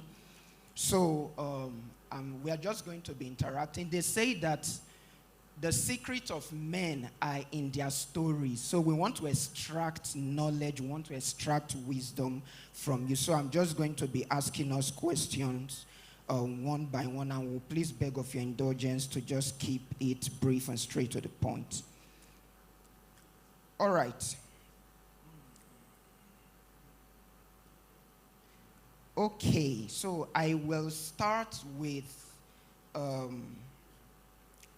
Mrs. Ini Abin Udo. Oh, sorry, Miss Ini Abin Udo. You are a tech entrepreneur. Anyway, I'm speaking prophetically, calling those things that be not as though they were. Can somebody say amen? All right, so I want to ask you, was there a moment in your life that you had to reinvent yourself? Was there a moment that you had to transition? If there was, what triggered it and what changed thereafter? Okay, this is a very, I think this is the right question for me because I graduated as an from insurance, but I've never practiced insurance. Instead, I'm in the tech ecosystem. So after I graduated from insurance, I knew I wasn't going to do anything insurance. So thank God for the people who I had in my life. So I'm going to use this stage to mention Hanson Johnson. So Hanson Johnson is the founder of Start Innovation Hub. So without Hanson Johnson, I don't think I'll be here today. I don't think I'll have all the achievements I've had so far. I remember talking to Hanson after I came back from my service. That was 2016. And I told Hanson, okay, I'm back home. I'm good with content writing and the rest. Can I just come and intern in your hub? I don't want you to pay me anything. Let me just come and intern. So he was like, come. Then when I went to the hub, Hanson was like, Ini, I've been seeing what you've been doing online. I know you're a very smart lady. We have a scholarship. We're going to give you a scholarship in Android application development. And then I was like, I didn't read anything STEM. That's science, technology, engineering, mathematics. I did insurance, and I didn't even own a computer. So there was this plug-and-play computer that they had in the office. So what we call plug-and-play is like there was no battery. You only have to use electricity to on it or to get it to function. So they give me that, and anytime I'm at the hub, I'll use that. So that's how my journey started, because somebody believed in me. And when he told me, okay, we're going to give you a scholarship, the next thing I told myself, if someone could believe in me, so why don't I believe in myself? If someone could tell me, Ini, I know you're smart, even though you didn't do anything computer related, and this is like a core tech field where you have to code Java, you have to work with XML, but for someone to believe in me, that's how the reinvention started. Beautiful. And after I got started, I now had a scholarship from Google, and I was like one of the first Android certified software developer in sub-Saharan Africa, because someone believed in me. Wow. And after that period, at 2019, I was like, so how do I give back to people? And that's how Tech Skills Hack started. And it started as a Facebook community, because I studied and I realized that a whole lot of Akwa Ibomites and Nigerians were on Facebook. And so why don't I use that feature to start a community? And thanks to God, that community has blessed a whole lot of life. We have like almost 50,000 plus members right now in that community. Wow. And I've traveled to UK, US, a whole lot of countries. And in April, I'll be doing a West African tour, doing trainings, and because one person believed in me. And so if you're here, there's a whole lot of speakers and we'll be speaking. So if we believe in you, you also need to believe in yourself, because we might pour out everything to you, and if you don't believe in yourself, nothing is going to change. So thank you very much. Can we celebrate her? Beautiful, beautiful. That in itself is a master class. Now let's turn to Dr. Imo. Sir, I want to ask you, if you were to speak to your younger self, what would you say and why? Thank you so very much. Thank you, the organizers and the panelists. I'll put so many questions in one, what you just said and what's taken off what you asked her. So if I were to speak to my younger self, I'll tell myself first to listen to your parents, first and foremost, because my takeoff point or the mishap in my life happened when I didn't listen to my parents. So at a young age, I have a father who was very, very meticulous, very serious about academics, and he wanted the best for all of us. And the man had wanted me to be a lawyer. I got into school studying law, but for some youthful exuberance or some associations, well, not cultism, not into any kind of drugs, but because I felt the society was not up to my standard, because I schooled in Jos, and that reminds me of my sister Peggy. She's one of us from federal government colleges. I went to federal government college Jos, and coming to Uyo from Lagos was an off for me, if you know what I'm saying. I grew up in Lagos all my life. I schooled in Jos, and I came to Uyo for the first time. The first time I came here, that was in the 90s, it was like you're in a bush, bikes everywhere. I'm like, where is this? So I got into the Faculty of Law, and I also want to thank Helen Nusanekon for having me here in this panel. So I said, I can't stay here. My dad was like, stay here and learn here. I left voluntarily after a year. I wrote JAM again, and I went with my friends, University of Jos. I went to University of Jos. University of Jos, I couldn't get the law I was studying, so I got another course, sociology, hoping I would change to law. At the point, things got so bad. So I want to take off from the question you asked. I'm sorry to just, The trigger point was When I found that I was no more a student of University of Jos by one kind of admission process I got involved in.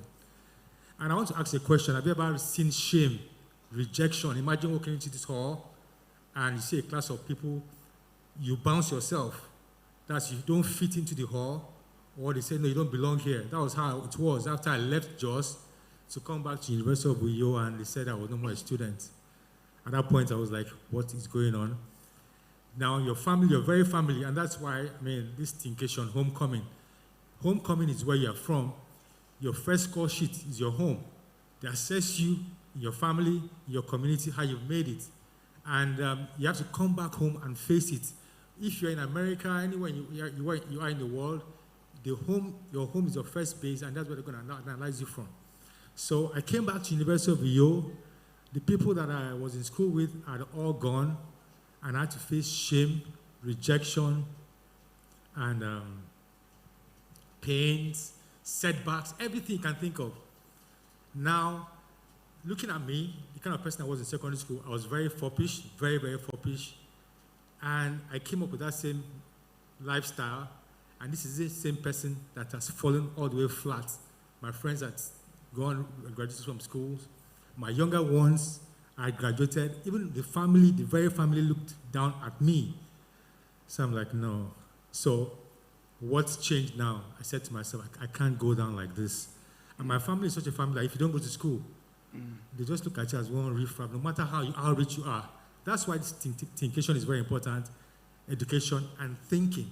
So I took the part of education. I just took off. I didn't want to go into business. I didn't want to do anything because I know the value my family has about education and the dream my father had for me. My father at the point was tired of me. Everybody was just tired. Look. Everybody was like, imagine being rejected by your own family. They may not say it, but every action says it. And therefore, I told myself, look, I'm going back to school. So the story or the beauty of this thing was when I went to buy jam form, when I was in SS3, I met people that were in JS1 in my same school who came to buy jam form with me. That's 6 years, 5 years apart. We bought jam form. And I remember this very instance. I want to mention this particular guy's name in particular. If you know one guy, they call Ifeoma Batinuyo here. So I was in University of Uyo, a library, doing jam ABC. So the guy came into the library and like, Imo, you're here for your masters. And I looked at him. So I remember how I looked at him. I just turned and looked at him like this. And it was like, then he now looked, he saw ABC, and he saw jam questions. Like, it's well. And it was really well. So I faced shame, I faced rejection on all levels. But I said to myself, I won't give up. So I came back, told my mom, she's still alive. She paid for a room for me. And it was that room, church, football, class. I didn't go anywhere. I didn't see anybody for 5 years. I got missed for 5 years. After 5 years, I graduated. I mean, I had a setback. I had a power bike accident. If you want to clap for me, please clap for me, please. Yes. It's a true life story. And to encourage anybody who has suffered a setback, it was a big setback, but I can tell you who I am today. I'm an associate professor in the university. Yeah. I've traveled, like my colleagues here, they've traveled everywhere. I think, I've gone to more than 12 states in America, presenting papers. And you can Google my name. Let's celebrate my name online. Thank you, sir. But I can tell you that all those people that passed me, I overtook them a long while. Thank you. Come on, put your hands together. And I have mates that look up to me and say, how did you do this thing? I have 2 PhDs. I'm well-read. And I'm a director in my school. And I know I influence so many young people. I'm into health and fitness as part of my thinking aspect of life. Now, this is where education means thinking. I realized that as a person, you must have something you are known for, something identified with. Like me, I'm identified academically, but also identified in the world of fitness. I can tell you, I'm a household name in fitness. I practice and I preach healthy living, and I live the lifestyle to be healthy all the time. So I'm combining education and fitness to make Thinkation come to you. Thank you. Let's put our hands together. Let's put our hands together. You know, people in the academia, when they speak, they have the gift of utterance. All right. I want to come to you now, the agropreneur herself. When I mentioned your name in a certain meeting, people were like, is she coming? Is she coming? So I got really curious. Blessing Akpan, you are doing let's put our hands together and celebrate her. You are doing amazingly well in the agropreneur space. I want to ask you a question. I believe you are from the state. Yes. What's one myth about success that you had to unlearn as you grew up? One myth about success that you had to unlearn to become this version of blessing that you are now. And please, I want to appeal to us as we go forward. Please, let's work with time. Thank you. Thank you very much. One myth about success that I had to unlearn is that success is a destination. It's a myth. I got to realize that success evolves. And once you attain that level of success, you must transition to a level of significance. And significance is the ultimate in the Maslow hierarchy of pyramid. Because if you're successful and you look around you and you still have that yearning to be more, then something, your destiny is calling you. And it's like a ticking time bomb. I think that's what the legendary Ubong king also experienced. He had attained success, but he needed to evolve. And that brought him to think about significance, which is thinkation. How to impact and lead other people, show them the path where they should follow. I'm this young girl that always felt out of place.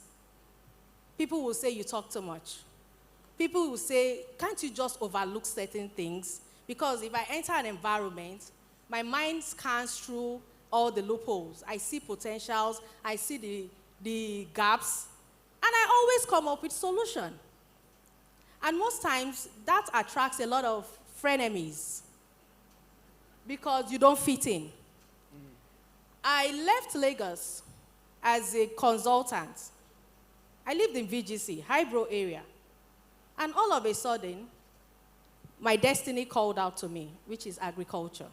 I studied business administration.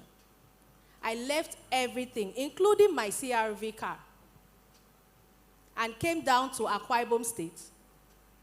Majority of my friends said I'm losing my mind, that I'm going mad. But later on, I was able to define that mad as making a difference. Because those same set of people that said I was losing my mind came back to pay me to be their mentor, over 350,000 naira for just 2 hours. Wow. That is what success means. Because taking a girl from Lagos that always felt out of place, people never understood me, and my journey from childhood, because I'm also speaking to the future leaders. You might feel out of place. You might feel nobody understands you. You might not even be lucky to have someone that sees the potential in you. Because even in the Holy Book, if you want to check Genesis 17:17, when God was talking to Abraham, Abraham argued with God. You cannot be telling me I am the father of many nations, because you cannot see yourself. Even when God spoke with Gideon, Gideon also argued when the angel called him mighty hero. He said, how can you call me a mighty hero when people are dying? But God saw the potential in them. But what does it take for you as an individual when no one sees the potential in you to actually understand your identity, to discover who you are? That is the starting point. Because when you say you are, you are. Moving from nobody and standing in a global space, selling Gary wey go Harvard. People thought I was crazy. How can I live a well-promising career in Lagos? I registered that company when I was 25, in case you are 25 here. When I was 25, I registered World of Marketing. But when I was 32, I came down to Akwa Ibom. I had a boardroom meeting with Akwa Ibom State Government alone. Someone even asked me, where are your entourage? I said, now only me follow come. Because people will assume that you should come with entourage, paparazzi, you are talking to Akwa Ibom State Government. But I went alone. It was I, me, and my God. And I laid out the plan to them. I said, this is what I want to do. Because I'm coming to change the narrative. You cannot keep doing the same thing over and over and expect a different result. Something must shift, and I was the shift. And from that moment, it didn't come rosy. Because I thought, oh, now I'm in the agri space because someone needed 30 million naira worth of cassava chips. And that attracted me. That was the call. Because as a young person, I'm looking for money. And that attracted me to come into the agricultural space. But did I get the $30 million contract? No, because of the bottlenecks that were in there. Just like when God told Abraham, come out from your father's house to a land I will show you. Did he tell him the destination? He didn't tell him he was going to be hiding his wife from the king, calling his wife my sister, just to survive. Now I've sat in international space. I've been sought after by the government of France. I was in France twice last year as an international advisory group member for the United Nations. I talk about World Food System. And that can only be God. That's the level of significance. And we are replicating it. We've empowered in Nasarawa. We've had a project of over 250 million naira. Who would have thought that from 14,000 to 250 million, and we are still going up? So that's significant. Thank you, thank you, thank you, thank you. Let's celebrate Blessing Akpan. Thank you.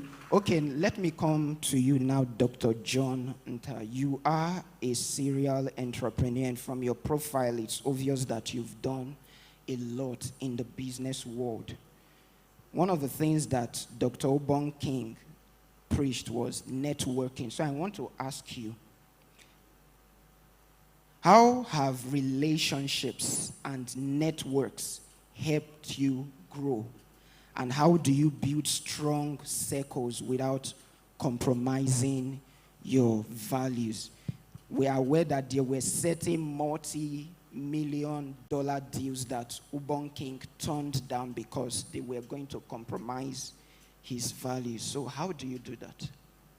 Well, let's keep to time, please. I'm begging. You won't limit me. Yes. Everybody, sorry about that. Thank you very much. I'm going to wrap it up, and I will fast as I can.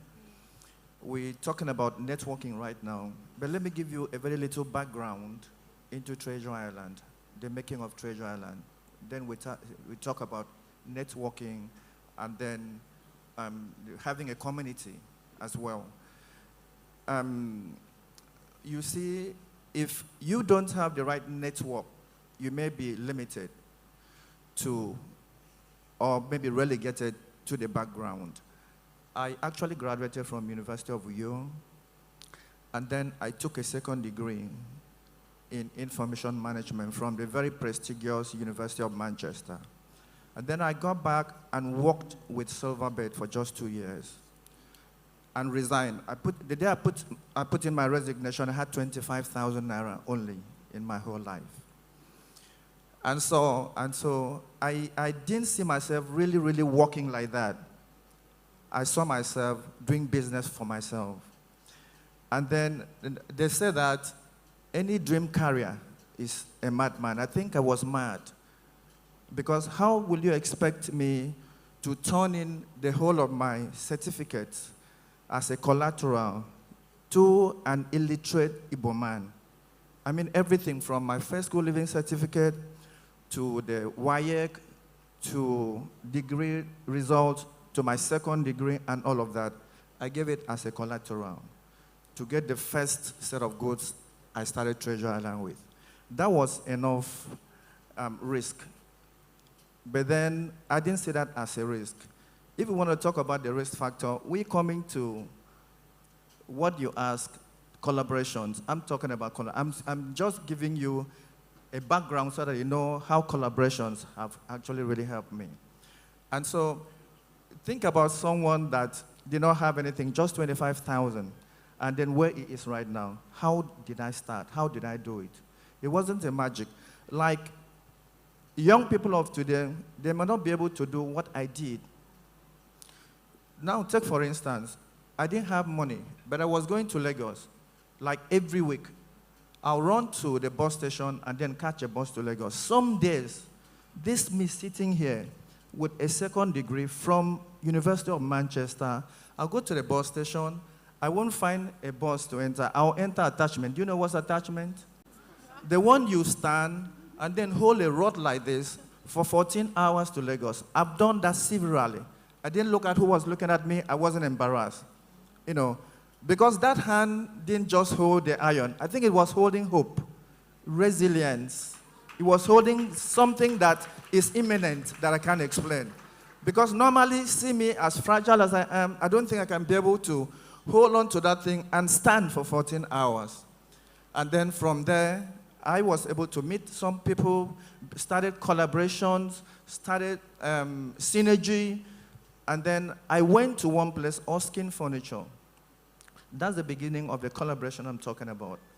And then I had to stoop down like I was coming from the university with a logbook. You know what that thing that Igbos do? That they get attached and then work for like 3 years or something? I went there to understudy them and then to know how they managed to get to where they are.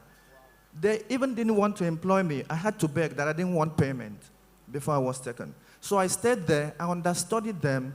Where they import from, I import from day to day. The person that clears their goods clears for me because I had stooped down, making collaborations, and then looking at things that would be able to move me to the next level. Wow. So collaborations and networking has actually really helped me. And you can't believe me that in 2 years running, we have been part of the making of Big Brother Africa, the interior decoration. Oh, wow. We've been doing it. And so all is because of collaborations, because of exposure Networking. and networking. Thank you very much. Thank you, thank you. Let's put our hands together. I will quickly drop this. On a certain day, I went visiting a family with Dr. Ubong King. Then he told me something as we were stepping out. Said, TK, as God blesses you with resources, learn to use resources to invest in goodwill, because you will need goodwill. Let me tell you, everything happening here, the crowd, everything you see here is a result of goodwill. Put your hands together. Amazing. Now, let me quickly come to you, Mr. Motunde. You are from the marketing department of course, one of the leading Champions Bureau, to be precise. So I want to ask you something that is related to the industry. How do you stay ahead in a rapidly changing world? I mean, there's so much disruption in the world today. We hear the word, the acronym, VOCA, you know, yeah. How do you stay ahead? And maybe on a personal note, what is your learning system? Because you just have to keep learning at a very fast pace. Inspire us with that. Okay, thank you very much. Thank you to the organizers for this rare opportunity. What makes a company thrives in a VUCA environment, and putting champion bureaus in context. I think the word came from what the keynote speaker said, and my panelists have also touched on it. One key word there is resilience. I present to you champion breweries. Your company, a 51-year-old company that has lived that word, resilience. That's a company that has continued to reinvent itself at every point in time. And I'll craft it simply. Yes, in a world where we have so much noise and a lot of distractions, what you need to focus on is usefulness. What value are you bringing to the table? And that usefulness will set you apart. And when you are able to set yourself apart, you become like a purple cow. And who doesn't notice a purple cow in the market? That is what distinction does for you. So let the noise go around. Stand for something and be known for that. So a regional company has pioneered a lot of grounds. So you go to places where people don't want to go. Despite the different storms, Champion Breweries has evolved at every point in time. When people thought the company would go down, they transform, they innovate, they show up every time. I'll give you a typical example. When the industry was packaging the products in cartons, this small company pioneered plastic. Today, everybody packs in plastic. There are brands you can't find in Lagos. You have it here. Champion Breweries did it. So that is you finding a place and redefining yourself. So bringing it personal, how do you then survive in such an environment? You need to first be what I call myself an unrepentant optimist. You need to be sure that tomorrow is going to be better, and you keep action-oriented. Yeah. She said it all. Yeah. Action-oriented thinking. If I do it, I'm going to get a result, and you go after it. If you combine those two things, you are resilient, you are forward-thinking, you are always positive. I think significance is just there for you to grab. Thank you so much. Direct, straight to the point. Thank you so much. Our time is up, so this is what we're going to do. I know we have a lot to share. I know we have Rema is burning like fire in our bones. But this is what we're going to do because the journey is still far. I'm going to give each of you 1 minute, that is 60 seconds, to give your final words to the audience. Make it something that the audience will find hard to forget. If I stand up whilst you're talking, it means your 1 minute is up. So let's start with you, Blessing. Okay, in my parting shot, I will say that whatever you do in life, education is important. Because in order for you to see where you're going to, you must understand how to read the maps. You must understand how to identify the challenge so that you can now put things together. You cannot be blind and be moving forward. You must know, because in and formation, get the information. You fight fear with information. You ask questions, the right questions, and then you will be formidable.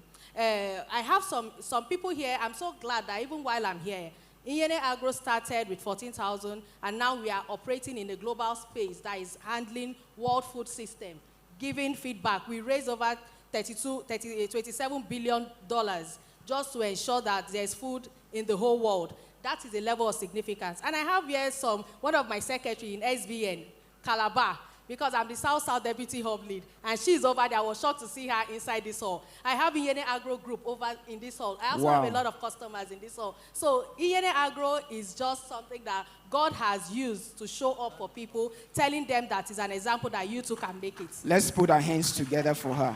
All right, over to you, Dr. Nta. Your final words in a minute. Thank you very much. To my friends here, I want to tell you that hard work still pays. But please, don't ever work hard again. Work smart. Because smart work pays better. Like, we actually stopped working hard and then started strategic work. Strategic work means you just look at, in marketing we call victim. You look at someone and then you try to say how to market that person, and then you get your target. Most importantly, please, to you very young people in Akwa Ibom State, fasting and prayer does not bring money to your account. Please get it right. So let's do it right. If you want to make money, go to the marketplace. Fasting and prayer makes you have a good relationship with God. I'm a born-again Christian. But please, let's stop that. Don't go for prayer to expect money in your account. It will not give you money. Thank you very much. Thank you, man of God. All right, over to you, Miss Ini Ubong. Your final words in a minute. Okay, so I just want to share. So I had this conversation with my sister-in-law. So I've been like a nanny to her, or for her since I came. So we had this conversation of I think we have this excuse of everybody, we've mentioned all the things we've done, and it looks very glossy and easy. We've not talked about, some of us have not mentioned how many times we had to apply, the work we had to do behind the scene, So I've noticed one thing with some of us. We just believe, oh, once you do it once and it doesn't work, okay, oh, it's the people from the village disturbing you. Oh, so I'm not going to do it again. When I applied for the Mandela Fellowship that the US government had to ask me to come over to the US, I applied 4 times before I got accepted. Wow. It didn't mean I wasn't doing anything. I was working every time, reinventing myself. So if you apply for a proposal 1 and nobody accepts you, apply. Keep working on yourself. Don't just relax. Okay, so that's my final word. Thank you. Failure is an event, is not a person. Mr. Omotunde, your final words in a minute. Okay. My thought would be that I think the word is ownership. I want to believe if you own your journey and you keep showing up, you keep doing the things you need to do, and you keep believing in what is possible, I think those are the guys that will own the future. Thank you. Thank you very much. Let's celebrate him. All right, over to you, Dr. Imo, your final words. Thank you so much. So, your today was your yesterday, and your tomorrow is today. In the academic parlance, thesis, antithesis, and synthesis. In all this, there are always contradictions that will push you forward. And what will push you forward and what will keep you is resilience, the never giving up spirit. You fall down, you go down looking up, you don't go down looking down. At all times, know that there will be setbacks, at all times, obstacles. As TJ said, he said, at every level, there's a new devil. They will always be there. So you keep fighting. You fight till the day you die. And I say something, fight till you die. What you didn't do yesterday is what you're paying for today. And learn to reinvent yourself at all times. At every point in time, learn to take the turn. Learn new skills. Be adaptable to new technologies. These days, AI has come. Learn an AI skill. Learn new things. And upgrade yourself at all times. Thank you. Let's celebrate Dr. Imo once again. I hope you found this panel session very insightful. Thank you for listening. I will leave us with the words of the legendary Ubong King. The only way to get out of trouble is to what? The only way to get out of trouble is to what? Get into trouble. Don't be scared. All right? The sky will not only be your limit, but it will be your starting point. Thank you, gentlemen and ladies. Let's celebrate them as they go back to their seats. It's been an insightful panel session. God bless you all real good. And please stay tuned because there is a lot more to come at Thinkation 2026, the homecoming. I wanna be a billionaire so fucking bad. Buy all of the things I never had. I wanna be on the cover of Forbes magazine, smiling next to Oprah and the Queen. Oh, every time I close my eyes, I see my name in shiny lights. Yeah, a different city every night. Oh, I swear the world better prepare for when I'm a billionaire. Yeah, I would have a show like Oprah. I would be the host of... Thank you very much. Jesus Christ, DJ Rizzi. You want us to just start dancing right away. Ladies and gentlemen, a round of applause for that particular session, that very inspiring session. Please, if you derived some pleasure, some knowledge, some juice from that session, shall we give a thunderous applause to everyone in there? A round of applause to Dr. Jonta Blessing Akpan, Ini Abin Udo, Dr. Motunde Adenusi, and Dr. Imo Itai. And definitely a round of applause to TK, who anchored it expertly. Shall we please give them that resounding applause?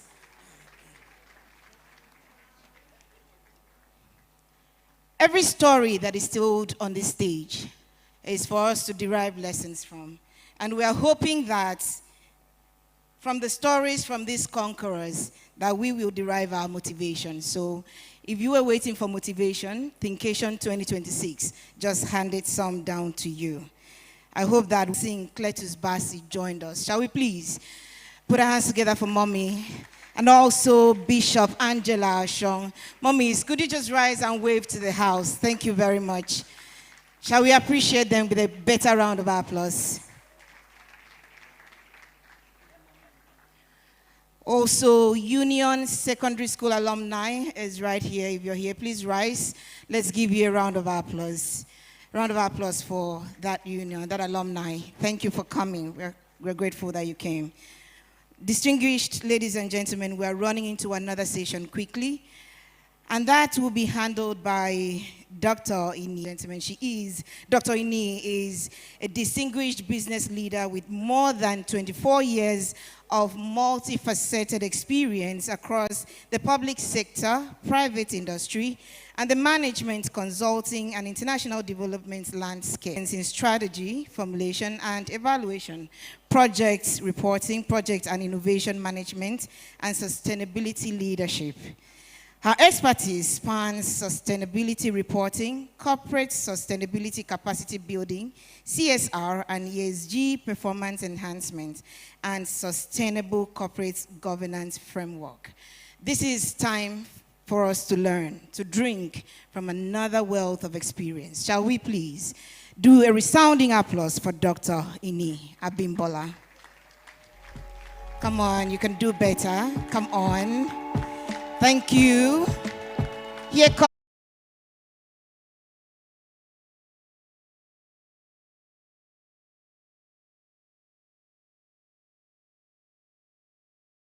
for C-suite executives, top C-suite executives. I say to them, when we get into store, daddy, mommy, auntie, write everything in a piece of paper, and I take baskets and I collect it. Then I ask them, without all these titles, who are you?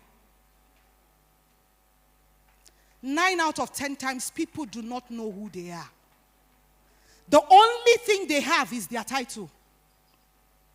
Some of you young people in this room, the only thing you have is that, don't talk to me like that, I'm a graduate. That's all you have. What value do you bring? You know this conversation they say people have when you want to marry, the young men of these days that don't want to work. They will see a young girl that is struggling, they will tell her, what do you bring to the table? Now I learned the young girls, I've started answering them to say, I am the table.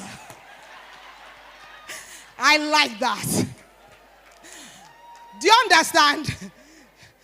Because it is about value. People won't remember you because you are a graduate. Graduation is 1 for 10 kobo. Even tailoring school now, they wear graduation gown. So graduation is 2 for 10 kobo. What is the value that you bring? I was born to a family, like I said, my father was a roadside watch repairer. And poor people, they like plenty children. They say that is wealth. I don't know what kind of wealth. We're living in 1-room apartment, 6 children. 6 children. And we were hungry all the time. Listen, I understand what hunger does to people. Sometimes people steal to eat, not because they are thieves. Not because you know more. Kill them. Hunger is not a good thing. Except that hunger, as Ubong would say, is redirected. As Ubong said, when he was staying in the uncompleted building and was hungry, all he could think about, how do I change this so that I do not remain hungry? That is the story of my life. I was in Form 4. I went to school when we had forms, not JS. I was in Form 4 when I became the senior prefect girl, Badagry Grammar School. I was born, bred, buttered, garnished in Lagos. Some people that were saying I should not come back to Lagos, that have already seized their return tickets. Dr. Akin, I was born, bred, buttered, garnished, cooked, cleaned, curried, maggied in Lagos. I can claim a full Yoruba woman, and at the same time, I'm a full-blooded Ibibio woman.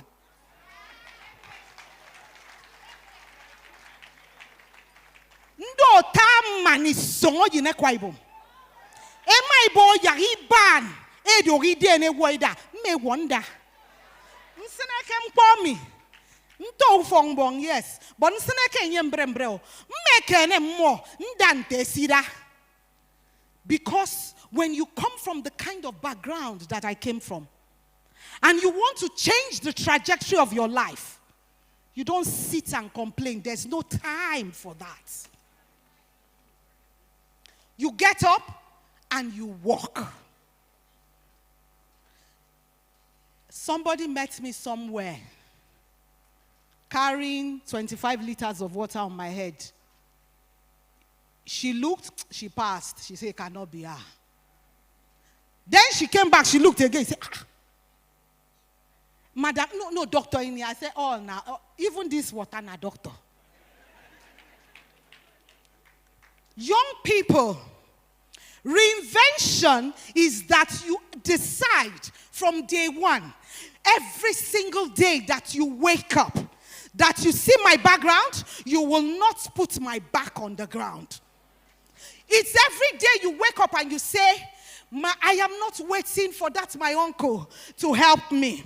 Because most of you, all you do is swear for that your brother, father's brother, that he himself struggled to bring himself out of poverty and managed to cross the border and got to Ghana. And from Ghana, he got to America. After said, for yeah, that's sending a message to Facebook. Brother, for young number I worry about my people in Akwa Ibom State. Excuse me if you do not speak Akwa Ibom, but you see, this is homecoming. And if you are here, you do not speak the language, you better look for one fine girl. We are ready. Thinkation will sponsor. You were not listening when I told you that I was born, bred, buttered, garnished, cooked, curried in Lagos. We own Lagos. Awa gongon lomo ijile. Tomba na when you ton leko. Awa ni atun le atun ko. Awa gongon you don't jebe.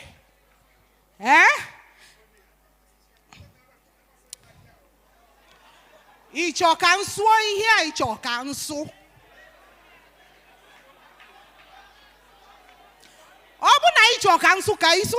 Now. Let me tell you something. When life comes at you, they say when something pursues you and you run, and then there's no way to run again, what happens? That has been the story of my life. I wasn't given a choice. Like I said, my father was the last born of 3 children from a royal home.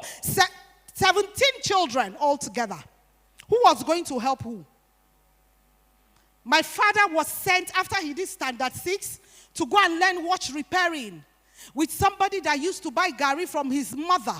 His mother was an Egba princess who used to travel in those days in the 1930-something.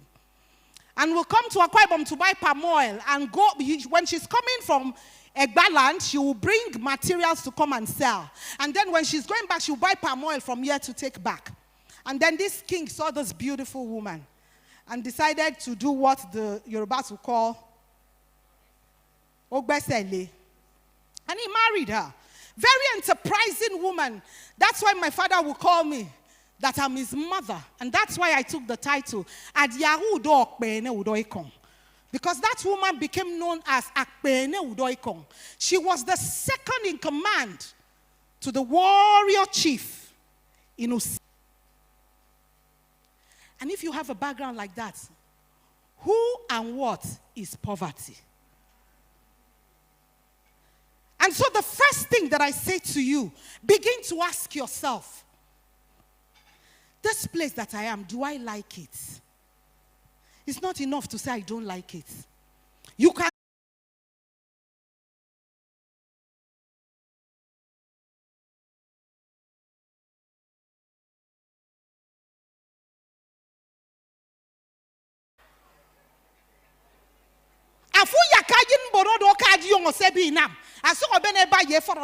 I'm being very nasty because I think that's what we need. There needs to be a change in Akwa Ibom State. You call an artisan to do work. He comes. Afobo nye bi bo ko ifam. Enyenam. Afobo nye obo 4,000. There's no commercialness. There's no entrepreneurial spirit. There's no desire to be better. There's no we need to change.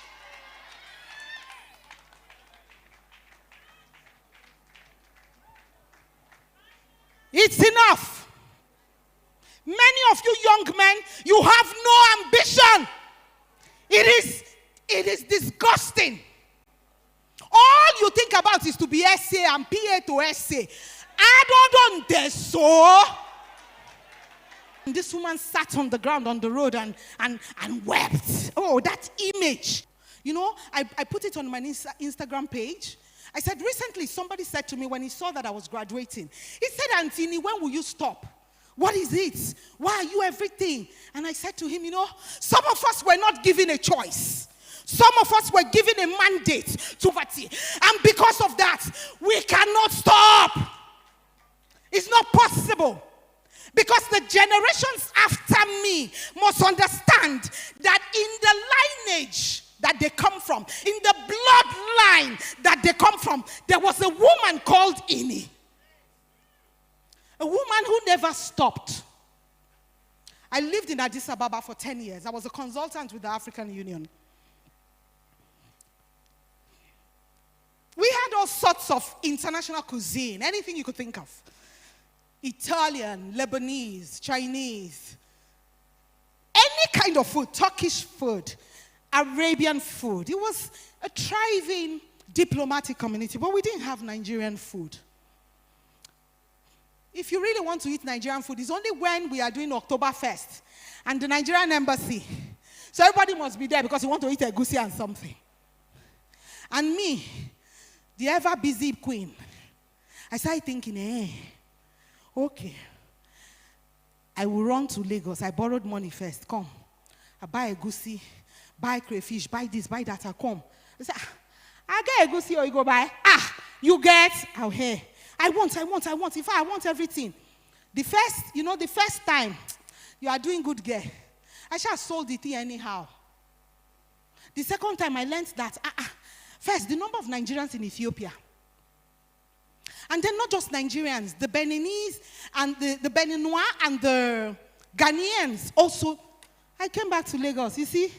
Before you know it, I told them that, you see, you don't even need to buy. I can cook the soup for you. Now, in Ethiopia, meat is very cheap. And they don't eat the skin. They throw the skin away. When I found that out, I came to Lagos, so went to Munshi, stayed there for 2 days. Now, all of this, I was doing it. I had 2 master's degrees, so don't get me wrong. Many of you think you are all that. You are bullshit. You are nothing. The value of a person is in the value that they give. It is not in titles. It's not in certificates. It's not in qualifications. What value do you bring? What is that thing that you have that people must see and people must look? I started cooking egusi. My 1 pot of egusi then was $50. Everything when I take cook, maybe like $10. And like joke, like play, the African embassy started ordering. That's how I became a full-time caterer. For every embassy event, I made the African dish. For the Ghanaian embassy, the Nigerian embassy, the Benin embassy, practically almost all the African embassies. But somebody will say that should be enough now. I started going to sewing school. In Ethiopia, they teach you sewing with paper. You first learn with paper. Then you start cutting with paper. Then you sew the paper before you get onto cloth. And every time someone asks me, so do you intend to open a farm? I say, I don't know. But you know something that I learned? No knowledge is lost. For every single thing that I learned, I was able to use it. What is that thing that you have in your hand? Many of you parents will say, I don't want my children to suffer. Suffer what exactly? Suffer the training that life gave you? Because for every time you go through something, life is training you. Life is just preparing you for the next stage. You will not leave the stage that you are until you have been prepared for the next level. If you are handling 250 million, you will not go to 500 million. No. And if you go to 500 million, you will mismanage it. Then you become former big man. We have plenty of them in Akwa Ibom. Not only in Akwa Ibom, in Nigeria. I remember in 2018, so I'm a Stanford fellow, a 2008 Draper Hill Stanford fellow from the University of Stanford. And after my fellowship in 2008, I used to go back for 5 years. The school invited me for 5 years because I was the governor of my class. For 5 years to come back to do what they call an associate lecturer for the new fellows that were coming. And so they will pay my flight ticket first class. The first day I enter first class. Oh, see, I'm a crier. And that's why I'm so happy they didn't play my brother's. I didn't see Ubong's face today because I will cry. So I started acting drama inside the first class. Oh, Abazio. Oh, I first class. Then I will lie down straight. Then I will cry again. Then when they started bringing the dishes, they said, hello, ma'am. What would you like, please? We had already given don't want you to offend.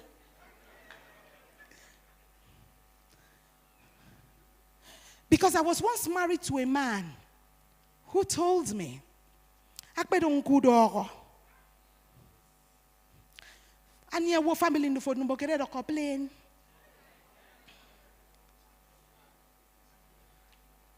Yes, he told me that. He thought he did me a favor by marrying me.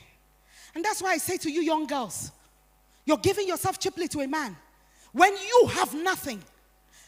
As much as you think men only respect women of value. A woman who can stand on her own. That's why a lot of the young boys now, they don't want to work. They're looking for hard-working girls. You think then they craze? It is only when you have been able to hold yourself and to pull value that there are certain men you used to like when you were in year 1. By the time you get to year 5, you are like,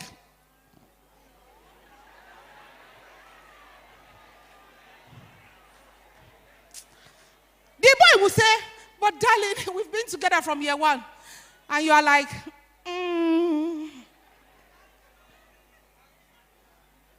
You know, because actually, in fact, you are not in my class. And you are not saying it out of pride, or it's because something has changed. It's the same thing for men. Some of you will say, I was there. I suffered with him. Why didn't you suffer for yourself? Why are you suffering with a man? I don't understand. Oh, she suffered with me. That's why I will love her. Sweetie, you are in a toxic relationship. God had those days, our mothers did that. Oh, some of us were stupid. We did it one time. I married potential. But sometimes potential is in a key fun. Marry a man with ambition. Marry a man that has hunger. He wakes up every morning is thinking what else to do. It's not the one that said, you know, God, you're my investor business, so it did not work. You know, I'm still trying to see, man, I can get commissioner, market commissioner. We're going to blow.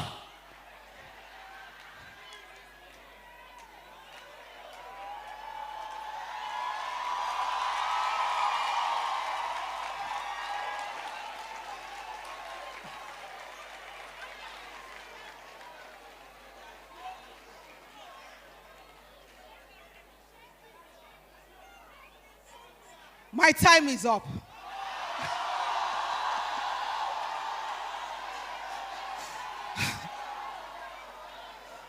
Just quickly take these three things. There's something called the alchemy of pain. The alchemy of pain. And what I wrote here is that you can move from trauma to talent. Pain is often a signal that something is bad, something is broken, something is not right. That's a signal. Now, what you do with that signal is what I call your research and development phase. This thing pains me. I don't like it.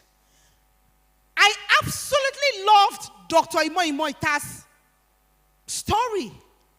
Because immediately I heard the story, I was like, that's a good example to use for my first point. How do you use a time when many of you would have stepped down? I can't be going to school with these young boys. I've seen all of them. Because some of you in this life, the only thing you have is age. You senior everybody. And once you see nobody can talk to you anyhow. Talk to me. Talk to me. Talk to me. My name is Ini.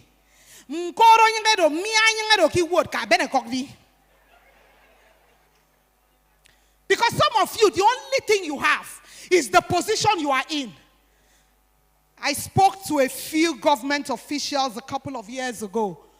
Some of them still don't. When I see them, Your Excellency, they don't like my greeting. I said to them, I had a class. Now, then call me, Najaja idea. Then call me, say, you know, one of us heard you speak. He would like you to come and talk to us. You know, how we are behaving, what we will do after politics. After politics. Sir, after politics. I don't know, dear. I said, okay, no problem. Everybody collect paper. I want you to write your obituary. Hey! Why should I write my obituary? I said, no, you know, sometimes if you are not here, people will come and be writing, some people, because all of us respect dead people. By the way, if somebody is bad, when he dies, please tell everybody he's bad. Let us stop this thing, because that's why we continue to have evil people in this world.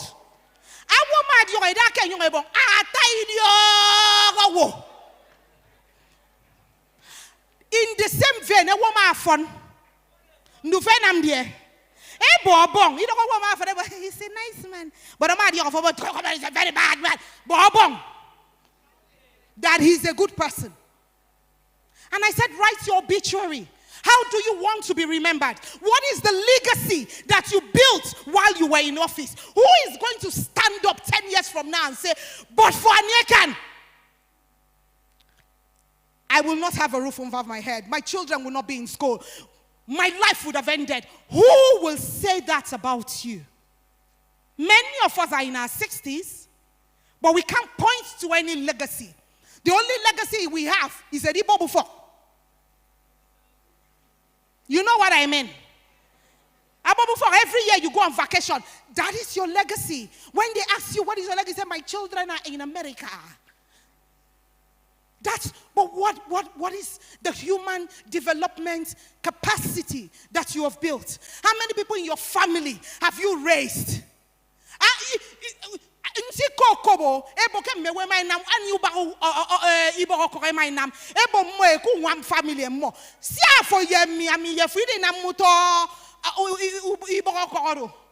you not helping family?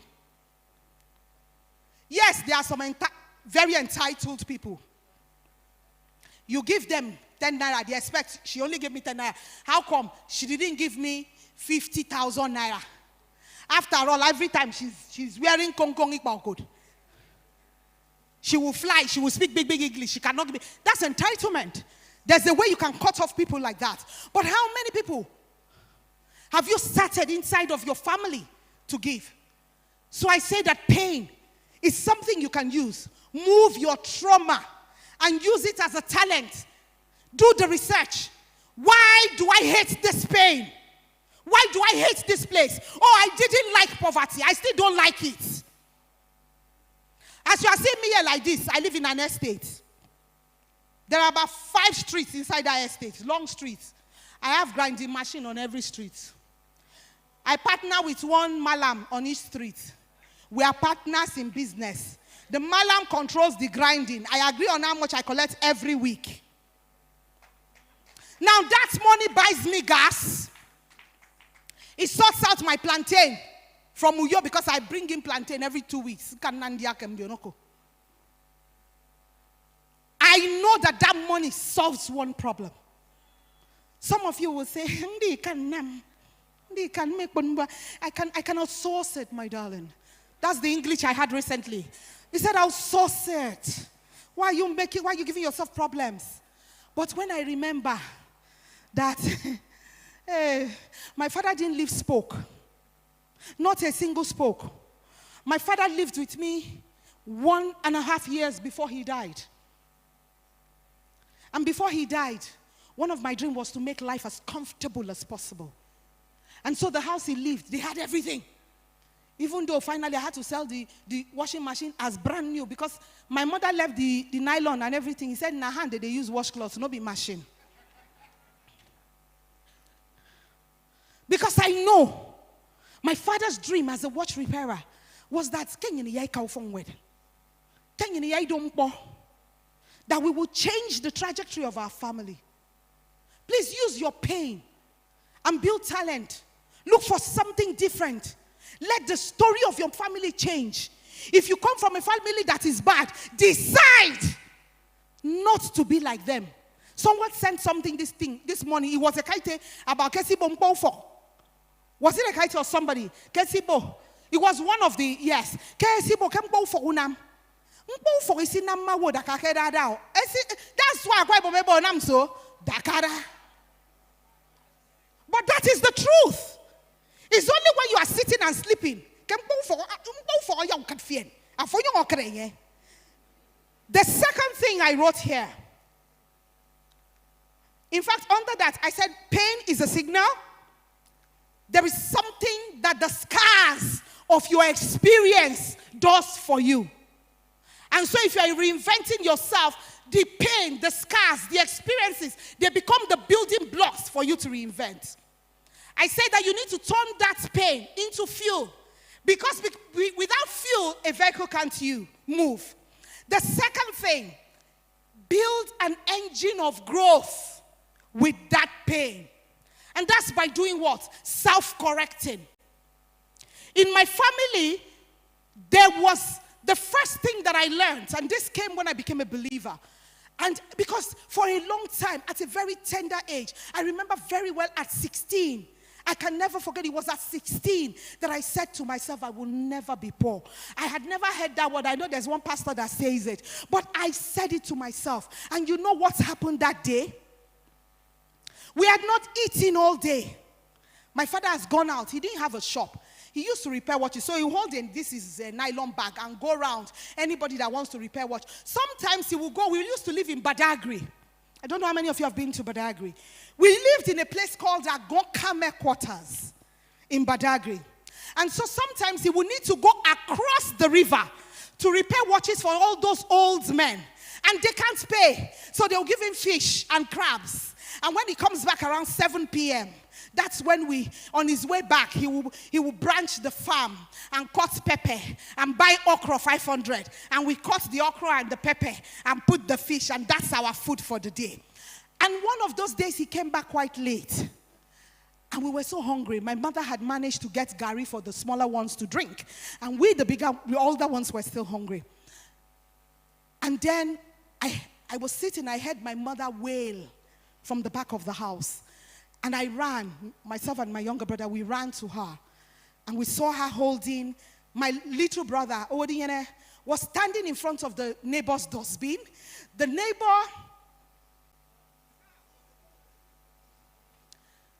had just finished cleaning Titus fish and put the skin in the dustbin. And the boy went there, was eating from the dustbin. So when my mother saw him, she wailed. She wept.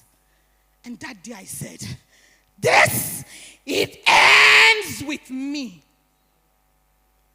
This ends with me. No one in my lineage will have to go through that. I'm going to stop here.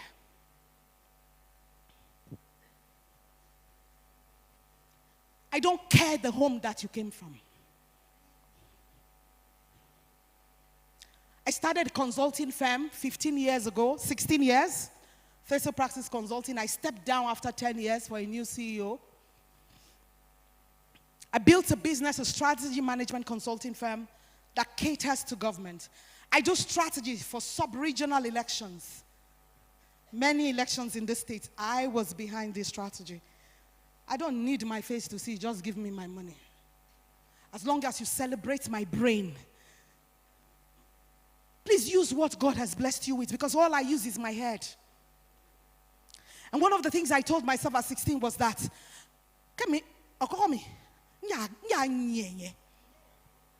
but I will not sleep around, and I will not steal. I've been offered commissionership positions, and I turned them down because I know you will not respect my idea. I'm a change manager. I want to change lives.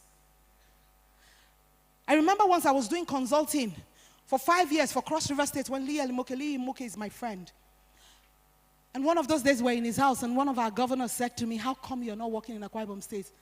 And I said it very openly, and I came to Akwa Ibom for Inoyo Toro Foundation, and I said it openly because the deputy governor was there. I said, I, Ini. Anyang miedo Ini Abasi. No money song in Akwa Ibom. I will not beg to serve my state. The promise I made to God is that from the ends of the earth, men will look for me. I will not beg. And so I cannot beg to serve. When you people are ready, you will come. Can you say that for yourself? You need to change your mindset. If you need to reinvent the future that is tomorrow, because the future, in fact, is not tomorrow. The future is the next 3 minutes. What is going to change when you leave this hall today? I want to come back to Akwa Ibom. I want you to see my face on any billboard in Uyo and look for me and say, Ma, on the 31st of January 2026, you made me change my life. And now this is where I am. Because I do this for Ubong King. I do this for Ubong King. Ubong knew how to honor people. Oh my goodness. Every December, my big sis, he used to say that I behave like a cat, a Persian cat. He would send me big goats. And you know what this woman did this last December? She made me cry. She's always sending goats to my house just because my brother used to do it. Today, as I leave you, there are 2 people here I want you to sit and listen to. Dr. Akin, and this man that is wearing glasses looking at me, Dr. Omego. If you have never listened to these people, Akin's story will remind you that, you see, you never know where people are coming from. Don't think that everybody that looks good, that drives big car, that all that. My children still think that I'm an Ijebu woman. I'm still squeezing money. But one of the things about wealth that I also learned is that wealthy people don't waste money, especially if they didn't steal the money. Do you understand what I mean? So I'm very, very smart about my money. And God help you, I put my money into something and it don't yield result. because I'm not a politician. I want you to leave this place. I want you to make a commitment. Put your hands on your chest. And I want you to just talk to yourself. Make a commitment to yourself. That today I call your name. Say it to yourself. Don't say it out. Just say it to yourself. That this is the last day in January 2026. Today marks a defining day in my life. I choose to evolve. I choose to reinvent. I choose a future that is better than what I have this minute. And I am putting my hands on my chest as a commitment to myself. That whatever it takes, as long as I will not steal, as long as I will not shed blood, as long as I will not do what God will not bless the works of my hands with, let doors open for me. Let the heavens over me be blessings every single morning. Let this year, from the moment I walk out of this Flame Center, let there be an acceleration of ideas, acceleration of opportunities. Every opportunity I see, I will take it. I will no longer farm opportunities. Every opportunity that I see, I will take it. And as I make this commitment, I ask that the earth and the heavens will agree with me. With these few words of mine, I hope that I've been able to convince you and not confuse you. That you see, from now on, we do what? We reinvent our what? Jesus again, I'm in the world. I'm in the world. Jesus again, I'm in the world. Wow, that was powerful. That was reinventing of our future. That was live. I would like to invite Ambassador Dr. Oyime Akin as she comes up to do a presentation.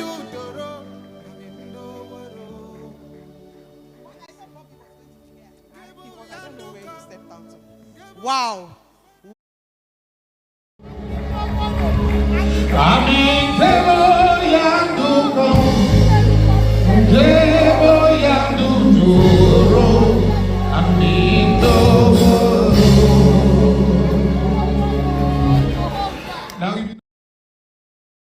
Round of applause for my sister, my big sister. And today we said you were going to cry. Then I think we lost the bet today. But we need to check your heart. Thank you very, very much. And on behalf of the legacy planning team of the Ubong King Foundation, we have this token from our heart with love to present to you. Thank you for being a blessing. Talk to me. Thank you very much. Thank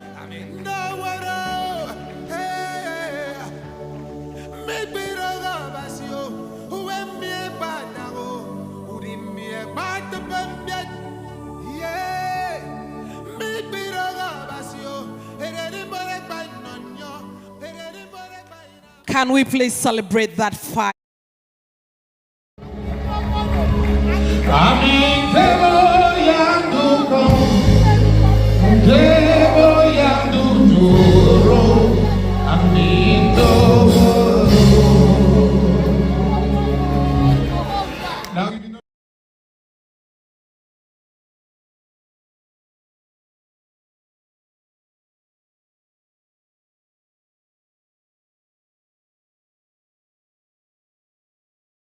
In that pain, do the needful. Build an engine of growth so that you can reinvent your future. Ladies and gentlemen, let's celebrate Dr. Ini Abin one more time. Thank you so much, ma'am. That was a beautiful fire. Distinguished ladies and gentlemen, the convener of this assembly,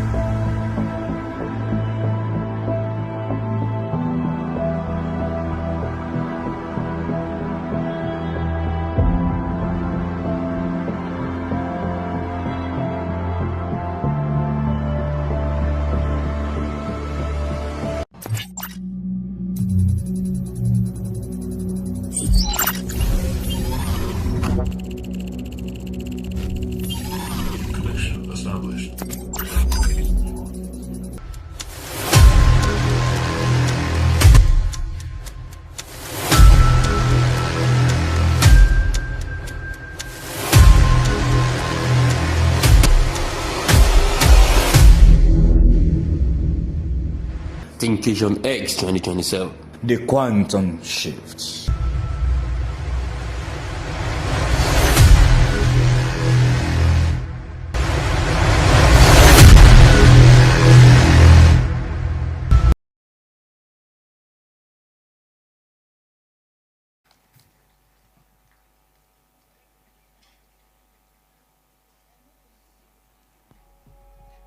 Thank you very much. Please let's celebrate the unveiling of Thinkation 2027.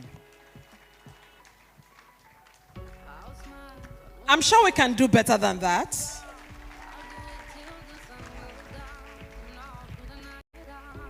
Are we glad to be here? You must reinvent yourself. The convener of this assembly are very distinguished guests. This afternoon, we are going to have yet another fire session. And we are talking about a man that will cause you to reinvent yourself from the inside out. This afternoon, I have the pleasure to bring to the stage Professor Akin Pelu. Professor Akin Pelu is a well-seasoned and car speaker. He is an official member of Ford Coaches Council, performance coach, development consultant, author of several books, and keynote speaker. His purpose is to discover, develop, and deploy people and systems to their full potential. He is the CEO of Akin Pelu Learning and Development, an innovative consulting, training, and research-driven company demonstrating expertise in the service industry per excellence. He has consulted for many organizations and addressed millions of people in talks, training, and coaching throughout Nigeria, Ghana, UK, Canada, Finland, Sweden, Estonia, United African Emirates, and the United States of America, and many other countries worldwide. He has helped to facilitate development projects, sister city collaborations, and public-private partnerships and cooperation amongst communities. Ladies and gentlemen, this afternoon, we have this man to speak to us and reinvent our future. Let's celebrate him as he comes to this podium. If you wish to be like him, celebrate him!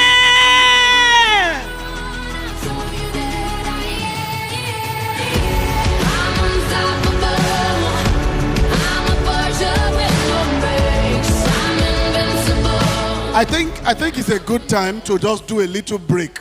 So DJ will give us that song. Everybody just stand and shake your body a bit. Yeah, that's a good one. Unstoppable today. Unstoppable today. Unstoppable today. Unstoppable today.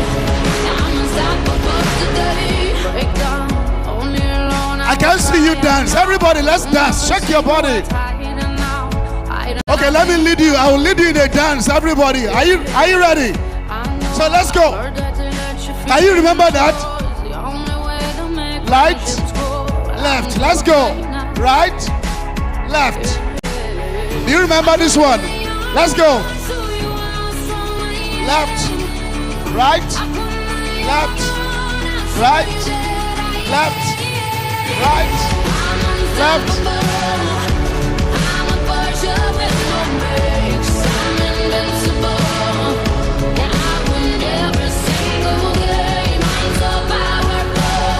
Thank you, DJ Reeds. Wow.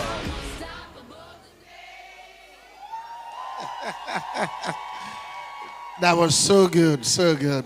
Please let's get seated this afternoon. Wow. I think this is more than a conference. Like they call it, homecalling. Not just homecoming, ancestors calling. So you could see how they called my sister, Dr. Ini Abin. There was something different about her today. It's the spirit of our ancestors. Combining effort. Combining effort. You know, to say this is a root thing. You know, and very specially I want to say that legacy does not die. it actually multiplies. And so, legacy is not what you leave behind. Legacy is who you leave behind. The legacy of Ubong King is not about what he truly left behind. It's about who he left behind. And one of the people he left behind is the phenomenal, amazing, passionate woman who keeps carrying the passion, the fire of Ubong King in her own personal skin and doing it across the business, the foundation. If your hands are not busy, I want you to really, really clap and let's celebrate Ambassador Dr. Oyime Ubong King. Now I'm not feeling the fire. Clap really well for her. Thank you. Thank you. Thank you. We truly honor you and we truly celebrate you. Amazing. And we're all looking forward to next year. You know, next year, you can see she's visionary. The 10th edition next year. We're looking at, and it's so amazing. Let me especially appreciate all the speakers. So I want to buy some time so that we can get over what Dr. Ini, I just said Dr. Ini should close. I'm sure you are feeling for me like, who speaks after her? You see that now. Who speaks after her? I appreciate Dr. Omego. Let's celebrate him. And let me say that he's going to blow your mind today. I'm telling you. So you don't know what you came here for, honestly. Too much of fire here today. Too much of fire. And I especially want to appreciate Mommy. Let's celebrate Mommy here. You know, and all other speakers, CEOs, government officials. I appreciate us. I want to share with you 3 things today that I believe would help you. And trust me, if I say it would help you, it would truly help you. I can't say that immediately it can transform you. I was doing a training yesterday for one of the greatest monarchs in this country. So I was with them for an entire week. And somebody in the team said, "Sir, you have just transformed my life." I said, "What does that mean?" He said, "My life has changed." I said, "What does that mean?" "That my entire life has changed." I said, "Oh, I know what you're saying. You listened to me, then you felt something sparked up." I said, "When you live here, what you do determines whether you have been truly transformed or not. It is too early to say that your life changed." So that's why Dr. Ini said, when she comes back and you see her face on the billboard, you should say, "Wow, these are the things that have happened in my life. Thank you for Thinkation 2026. And these were the things I did with it." So very straight, let's go into these conversations. So I said to you that, you know, Ubong King believed that impact is louder than popularity. And I share in that sentiment. You know, I always ask people, what kind of person do you want to be? Do you want to be popular or you want to be powerful? It's one question you must be able to answer as a person. Do you want to be popular or you want to be powerful? Now, there's nothing wrong in choosing any of those two. You can be popular and you can truly be powerful. But if you are to choose one, so somebody asked me, what would you choose? I said, I want to be powerful. I don't want to be popular. I want to be powerful. I want to be in power rooms. I want to deal with powerful people. I want to be in powerful places. I want to do powerful stuff. Somebody else wants to be popular. And I said, that's why I run my life the way I run it. And these 3 things I believe would help you to be very powerful.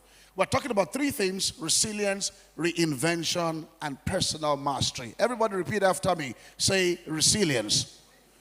Can you say it well? Resilience. Go higher again. Resilience, reinvention, personal mastery. Those are the 3 things I've come to say to you. Those 3 things. Now, the future does not depend on who is the wisest or who is the strongest. The future only belongs to people who are adaptable. people who are self-aware about themselves, and people who are self-intentional. So the future is not because you're wise, it's not because, but it's for those three people, and I want you to really take note of that. So we say resilience. What is resilience? Resilience speaks to your survival mode. That means if you are going to talk about resilience, you're talking about the place of surviving. Surviving. That's the phase of your life where you need a lot of strength. So Dr. Ini was speaking about her pain. And I hope you know that when she was speaking from the place of how she wants your pain to become a strategy and to make you purposeful in life. And not to sit down to say that this is where I came from, this is what has happened in my life. How do you evolve beyond that? In one of my days, I sat down with a group of therapists who help people to come out of their pain. And I said, all these people that you have brought out of their pains, what have you done with them? After they came out of their pain, what happened next? You can't be teaching people to get out of their pain all their lives. So if I get out of my pain today, you have lost me because now I'm not in pain again. So I'm not a patient for your therapy again. How do you rise?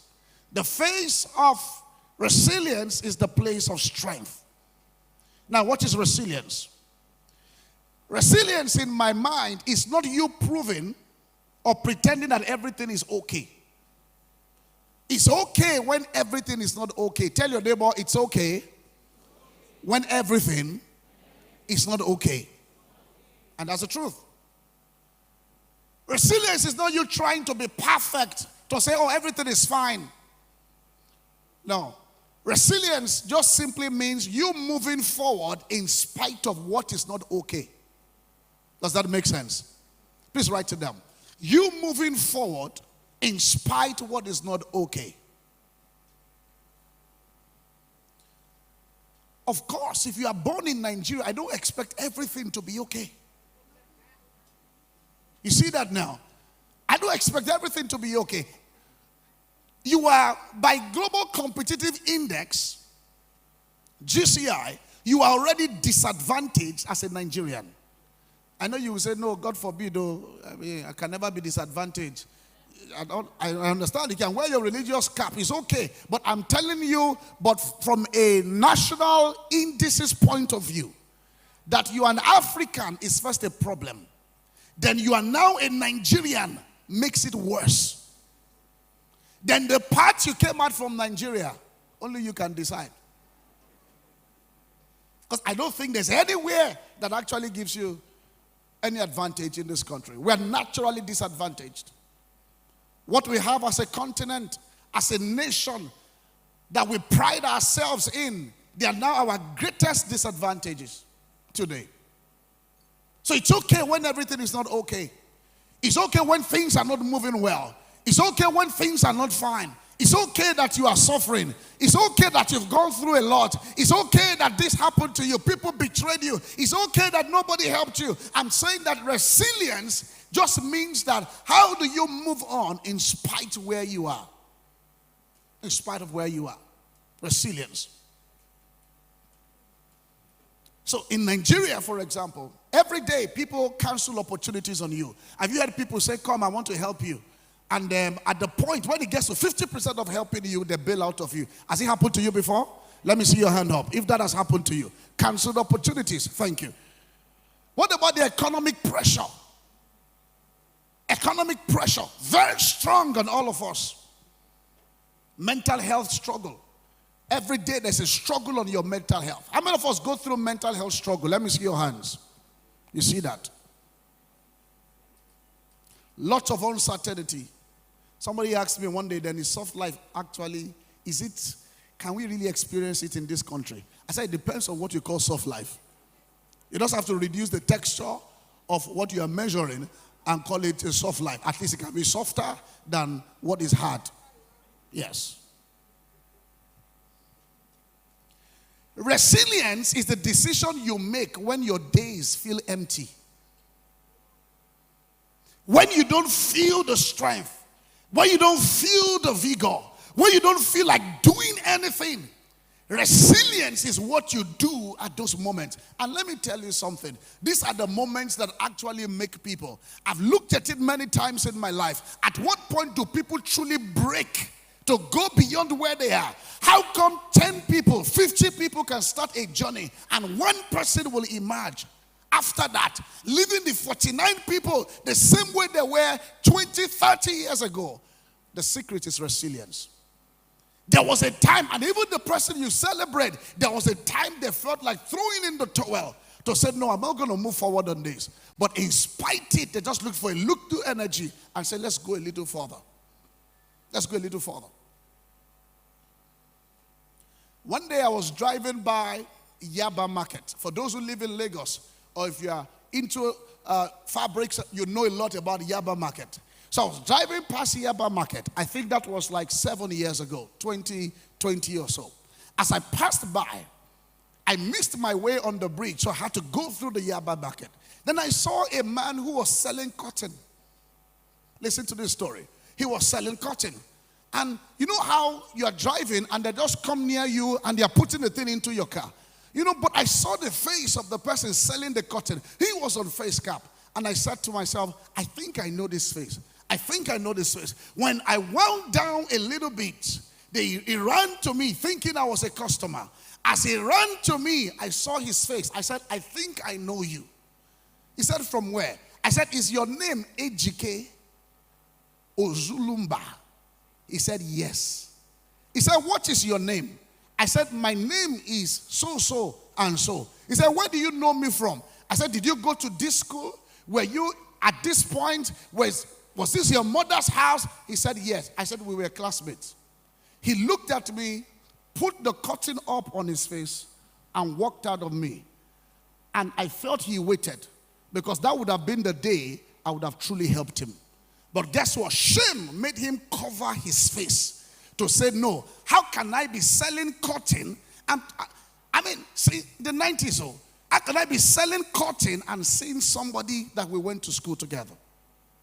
I'm begging you, friends, the point where you don't feel like doing anything is the time that you need to find strength to just move forward a little bit. It will make a difference in your life. So maybe some people had it so good, some people had it so great.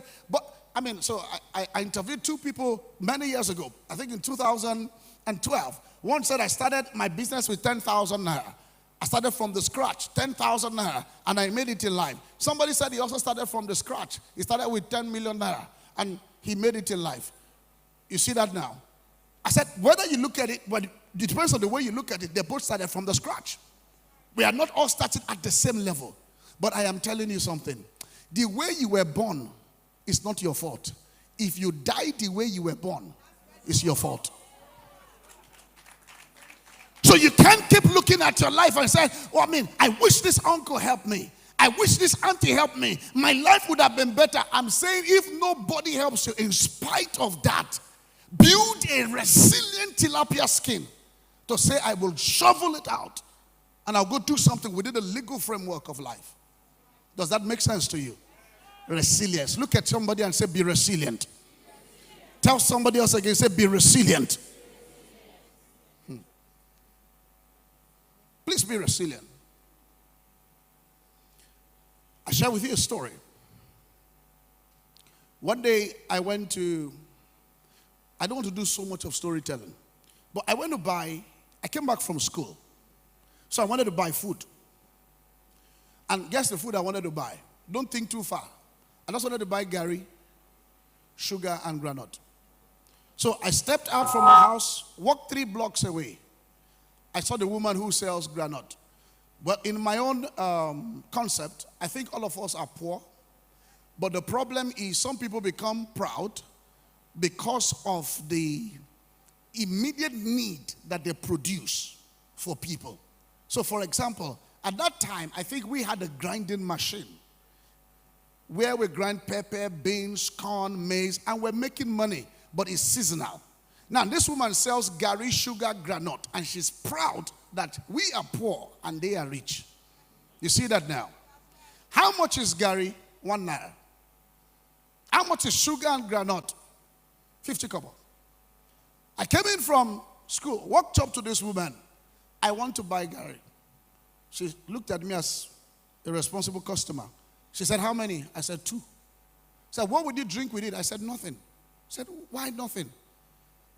I hope you know that to afford sugar is luxury. Did you know that? You have to be creative in Gary. I don't know if you understand how Gary works. But so there's one thing you will never find in my life, bag of Gary. You will not see it in my house. And it's not because of anything. I can afford it, but it's traumatic for me. So there can never be bag of Gary in my house. Because if a human being is to take 2 in a lifetime, I think I've taken for 10 people. So let me give you an idea of how it works. The first day you can take Gary alone. When you come back on Tuesday, you have to use Gary and salt. We always have salt. Then third day, you will take Gary, and if you see fried fish, you take it. Now, by the time you get to the 4th day, you have nothing to mix with the Gary. Please don't put water in that Gary. Don't put water. Put that dry Gary in a frying pan. Warm it a little bit. Put some palm oil. Cut some pepper and onions. You don't know what they call barium sulfate. You mix it together. But how many of you have eaten that before? Can you see? Can you see? So you don't think it's just my poverty is unique? No. That we are all Nigerians, we are all at the same level. And I hope you know when you eat that Gary, it's sweet. Try it. You will love it. Somebody did like this. It's called Gary Jollof.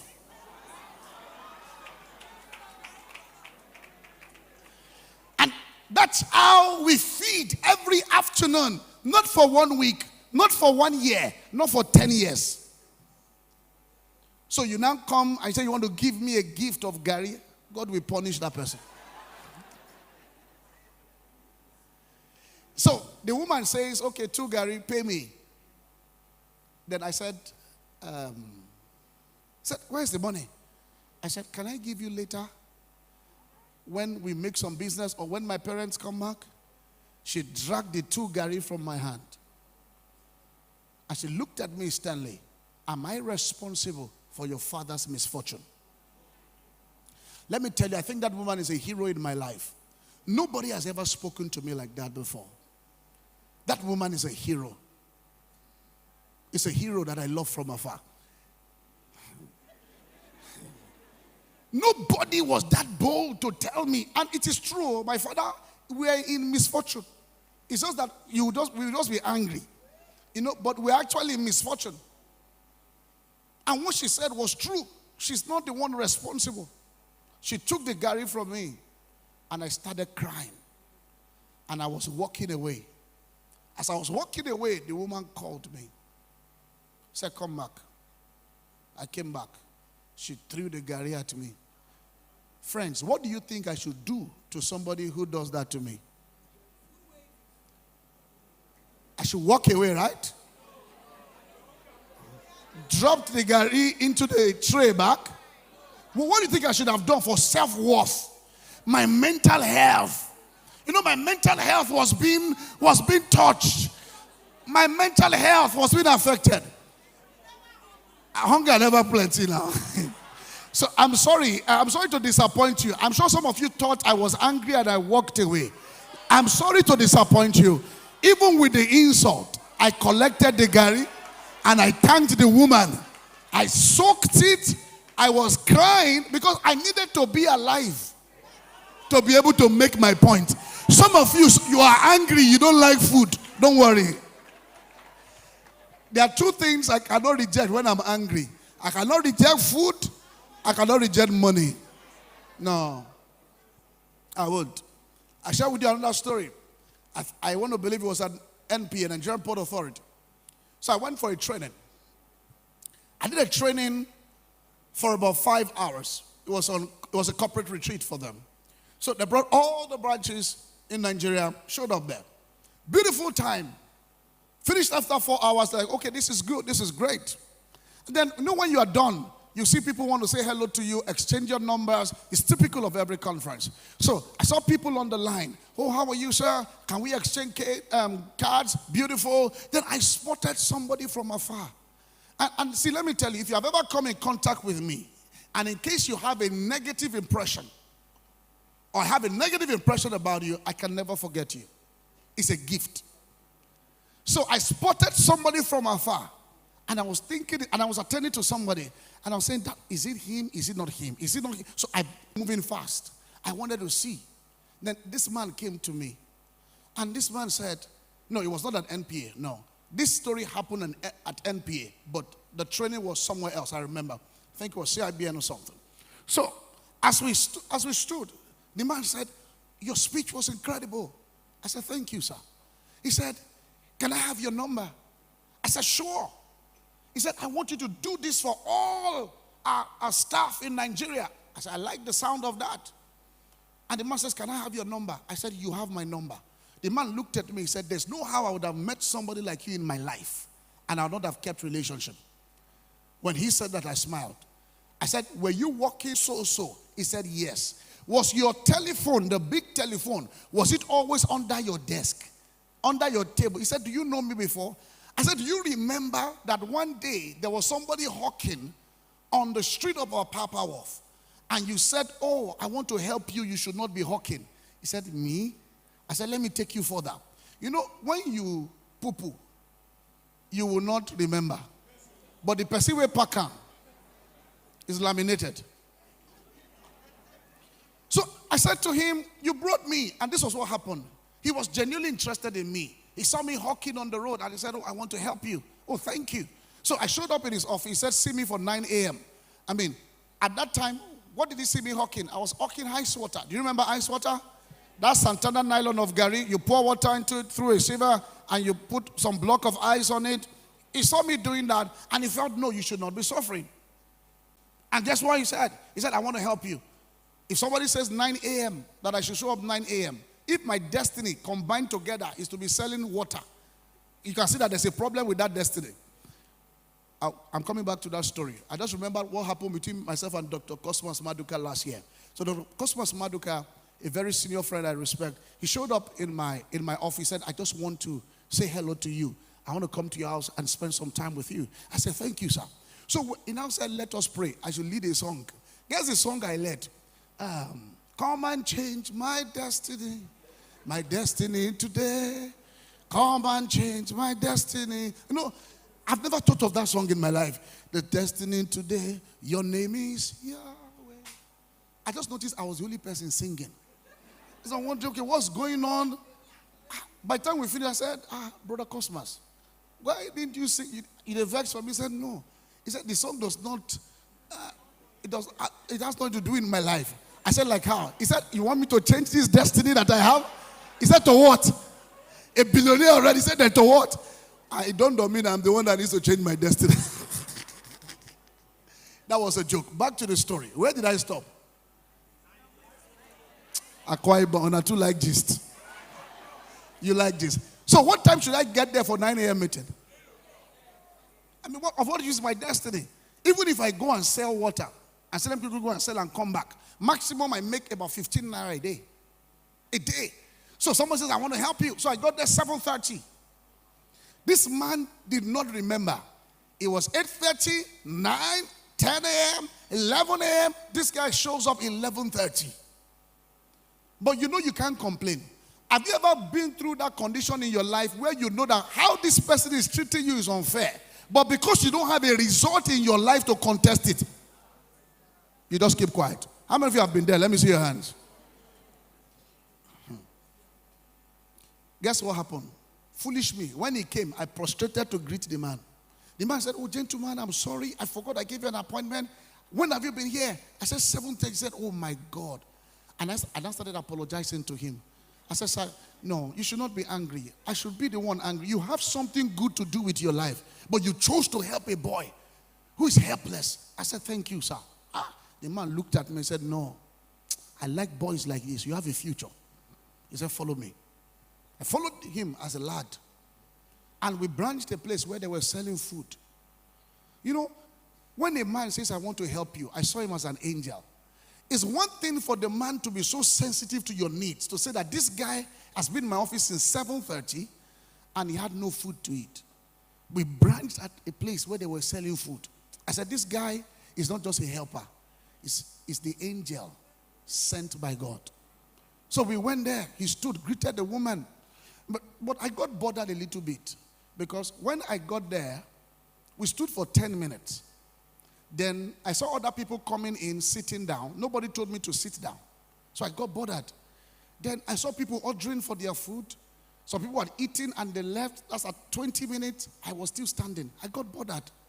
I was just wanting to hear, please sit down. What do you want to eat? In my head, I know what I want to eat. We used to mix rice, beans, and spaghetti. I don't know if you eat those things. There's a way we run it together. You know, so, yeah. I knew what I was going to eat. Then the next thing I heard was a colloquial English. He said, Naim be that? He said, Naim. He don't come. He don't come. This one goes, Sabi walk, so. He said, Sabi where? He dey walk out where? So as I was hearing that, I was like, do you know Isaac? That Abraham was in front of him and they had wood. They have matches or stones that will bring out fire. One thing was missing, sacrifice.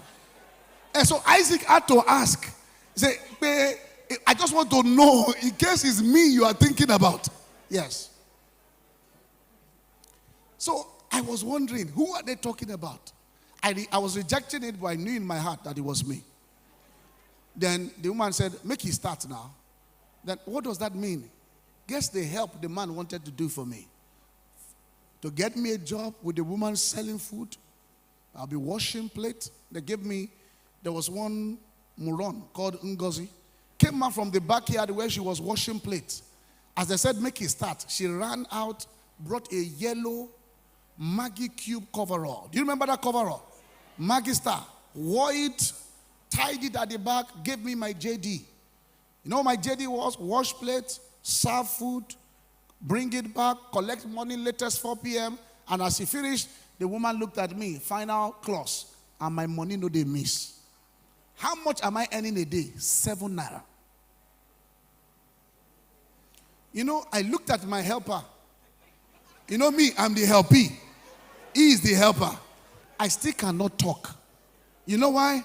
He that is on the ground cannot be afraid of a fall. Your life doesn't make sense. Go back to the story. So we met at that event. And I said, were you that man? He said, I can't remember this experience. But everything you have said about me, my office, my telephone, he said, that was me. And I said, that was you? I said, I was that lad that you did that to. You know what he said to me? That there's no how I would have met you and I would not have kept in touch with you. What's the difference? Resilience. Everybody shout resilience. I don't like the energy. Shout it to us, say resilience. Because as you are saying that, you are communicating with yourself and you know the area you need to move in spite of what has happened to you.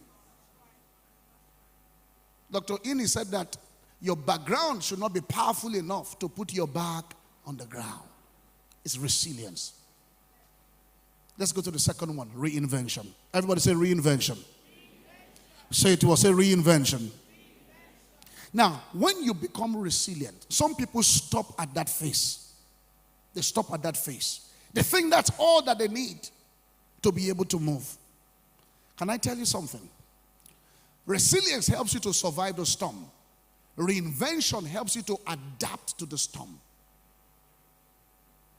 You see that now? There's a difference. Surviving a storm does not mean your life is truly transformed. There's something called adaptation. In leadership, there's something called adaptive leadership.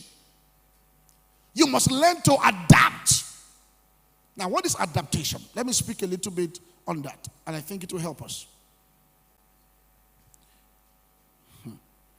In fact, let me say it this way. If you don't reinvent yourself, life will help you do it. If you are not consciously reinventing yourself, life will design you the way he sees fit. Yes. And when life is making you, it won't do it nicely. It won't be nice. This is at the point where some people will return back to the point they were in before they became resilient. And they will say, I've done all that I could. You won't say, I don't try. See all these things I've attempted. See what I've done. What has come out of it? Something is missing. It's reinvention. Reinvention. I've seen people who have a degree, small degree, they are proud. Now, if somebody says, I have GCE today, how does that sound to you? But you know those days, when someone says, I have BSc, how does it sound? Like something massive, big. Your standards are small. So so one day I was doing a paper in Accra. Was it at Chelsea University or where? So I was doing a paper and I was asking professors. Because for you to be a professor, you must be professing something. And I found out that these professors have not read anything in 10 years. You know what they're working with? The old knowledge. The old paper. And when I tell you that in Nigeria we're not okay, every school you went to, we are about 15 to 20 years backward in our curriculum. I have a bias for education and I can tell you that from the place of research. So you are hustling and reading to go and read something that is a cake, that does not have capacity to produce a great future. So if you now look at the educational system of this country, the fact that it does not have capacity to be able to produce great people in the future, it means you have to reinvent yourself. You have to look beyond what you are learning, who is teaching you, and all that you are getting there to say, I need to reinvent myself. So you go to school, really? Then you go to school for yourself. There are things that school cannot teach you. There are things that school cannot teach you. Reinvent yourself. There are trainings you need to get. See, one day I bought a book worth $1,000. At a point in my life where $1,000 makes me think I've made it in life. It was a lot. $1,000 on a book. But guess what? I tell myself, if I know everything that is inside that book, I'll be able to buy anything I need in my life. It's reinvention.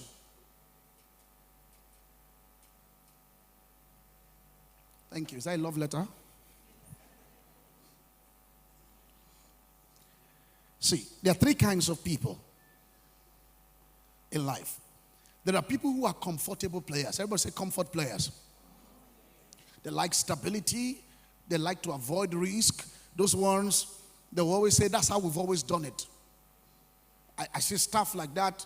What I do makes me see a lot of people like, that's how we've always done it. When I was in MTN, now I'm in Etisalat. That's how we've always done it. That's how it should be done. That's a comfortable player. Those kind of people don't reinvent themselves. There are some people that are called chaos players. Chaos players. They are very chaotic people. No focus, no mastery. Know nothing about anything. They're just floating. They are really dangerous people. But there are people that are creators. Creators, they learn fast. They adapt. Somebody asked me one day, can you help me with so tons of diesel? Do you know somebody who can do it? I say, I do it. There's no business you ask me that I don't do. Abi, you don't do it? If I ask you now that I need so tons now, you say, no, I don't do it. Let me guess. No, I do every business. Every business. There are many businesses I've done that I didn't do directly. I'll just supervise to ensure the quality of what they are doing. So you can see outsourcing is good. Those ones learn fast, they experiment in life, but they build skills, they build systems. So you ask yourself, which one are you? Comfortable player, a chaotic player, or a creator? And I move to the last one. What's number one? Resilience. Say it out. What's number one? What is number two? Reinvention. So number three, let's get to the last one and we go. Personal word, mastery. Remember I told you that if I say resilience is surviving the storm, it means that reinvention is what? Adapting to the storm. Now, personal mastery is you now becoming the storm controller. You know what that means?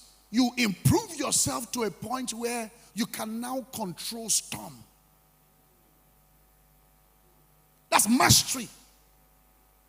It's mastery. You see, if the same thing that happened to you 10 years ago happened to you 5 years ago and it's happening to you now and breaking you down, you have not learned anything all through the process.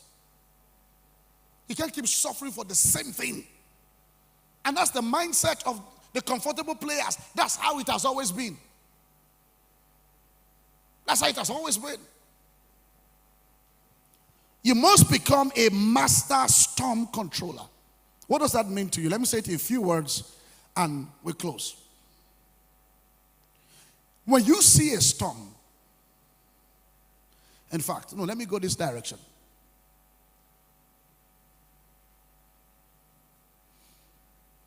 Before you can master money, I'm building a foundation for Dr. Omegu now. Before you can master money, you will first master you. He will tell you a lot about that. Before you say, oh, I want to make money, I want to become wealthy, or I want to have influence. Now, before you master influence, before you master money, you must master you. There's something called self-leadership or mastery of self. And this has to do with three things. Number one, your mind. Everybody say mind. You know, sometimes when people talk, you see, when you open your mouth, and so I don't really talk so much. And only God can open people's eyes to know what I think when I'm quiet. Because sometimes when people open their mouth to talk for 10 minutes, what's going on in my mind is, how can somebody, no, forget about what the person said. There's something wrong with the content inside this person. How does he think? How does she think? There are people I love to go with in life because I love the way they think. I love the content in their mind. You've not mastered you. When they shake you, what comes out of your mind? Shakira dance. How many of you have truthfully done the Shakira? I know you won't raise your hand. You won't answer me. Listen. What's your content? What's the content of your mind? You can love an idea about people, but you ask yourself, you see, they are not building outside in, they are building inside out. In transformational leadership or in systems thinking appropriately, we start from the place of inside before we build out. So you start from behavior. Then from behavior, you move to systems and structure. Then from systems and structure, you move to mental model. The mind. Check the mind of an average Nigerian.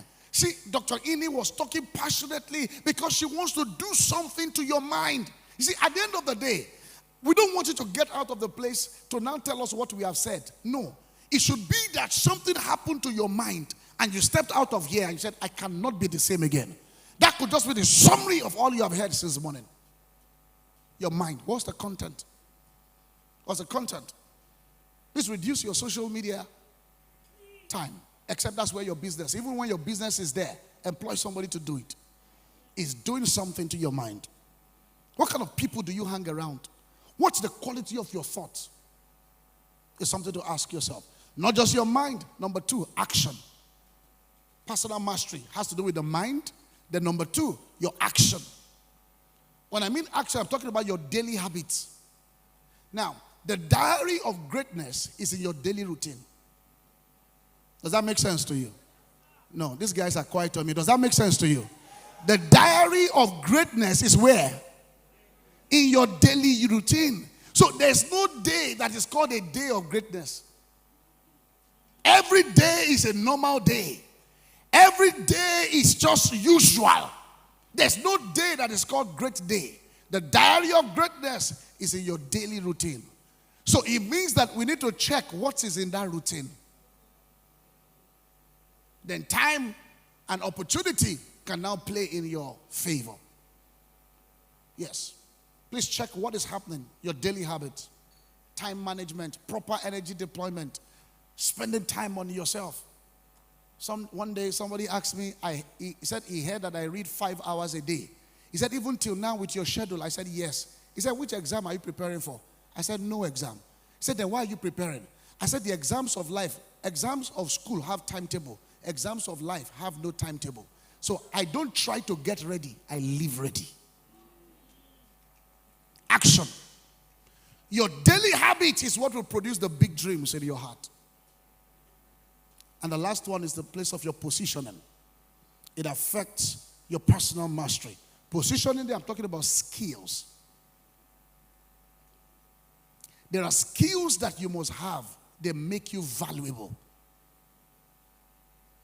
So sometimes you begin to ask yourself, oh, I just want to meet this person. I just want to know this person. I ask you, what skill do you have to exchange for value? And let me tell you something, how mentorship works.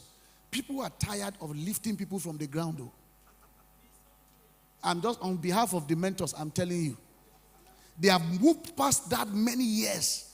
They can't afford to start again with somebody who is on the bare floor. If you carry it a bit like this, they can help you. If you move it a bit, they will push you. If you just say, no, it's only me, Nigeria happened there too. Sit down there. Sit down there. Go for skills. Some people, when I share some things that happen to me, they will say it's a miracle. It's not a miracle, it's skill. Some things you call miracle, it's not miracle, it's skill. Proper positioning. There are skills that make you valuable. There are skills that make you visible. So it's not the vibes, vibes. This generation has vibes, it's value. You must bring value, even in mentorship, value. In the organization, value. To people, value. You see, some people come to ask me, please, can you mentor me? I say, honestly, you'll be disappointed by what I'm saying. Why? I don't have capacity to mentor you. They said, what do you mean? So I said that you hate me. I said, no. You see, do you know what it means to truly mentor somebody? You can't do many. You can't do too many. So in a year, I'll pick 20 people. So I have like 3 sets of people in my mentorship scheme. I have like a 10 CEO that I sit with. And I pour fully into them all that I know. I have 20 mid-tier people that I spend time with. No matter the number, you stay on the waiting list. 20. Then I have a general list where people can just go and be watching every other thing I say. And I'm not committed to them. Because I don't think that I can truly mentor. I can inspire a lot of people. But mentorship is a very strong word. There's no time for me to tell you the meaning of the word mentor. It was actually the name of somebody. It's not an English word. It was the name of the one who was going to the battle, took his son to the other person and said, I'm going for battle. I'm not sure I will return. Please take my son, mentor, and keep him. Treat him as though you are his father. So how many people can I really treat as though I'm their father? Let me say this to you, and let's close. What will happen in the next 12 months of your life is how you have reinvented yourself. And it will show if you have truly reinvented yourself. We are here today because of Ubong King. Ubong King did not just build success, he built people. Today we talk about his legacy. His legacy is living on because he chose to be resilient. He chose to reinvent himself. And he got mastery over his life. If Ambassador Dr. Uyime did not reinvent herself and map out her life, she may have been stuck by now. And all she'll be doing is to be crying. My husband died. If not that my husband was alive. My husband. If my husband were to be alive now, I would have sent these children to school. That's not her story. That's not her story. And you say, assuming my husband was here now, you would not have dropped out of school. Our children didn't drop out of school. The business is moving forward. The foundation is moving forward. That's what they call reinvention.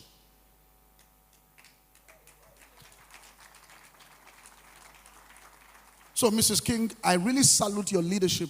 I salute your courage. I salute your consistency.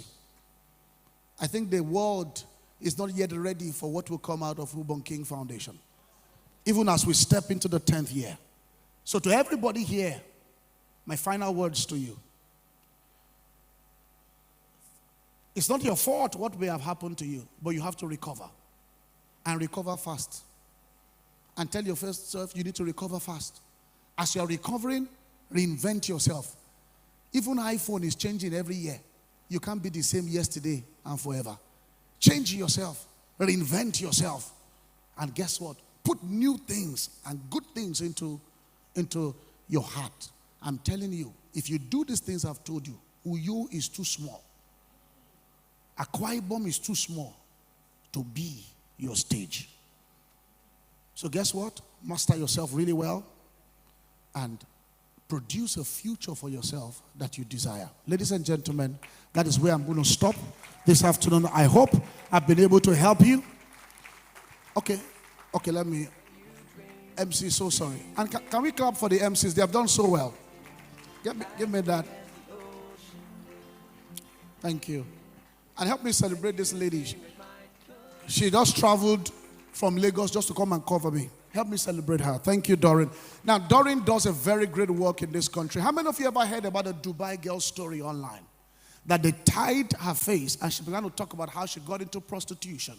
You know, and her father led her into it. That was online. How many of you saw that story online?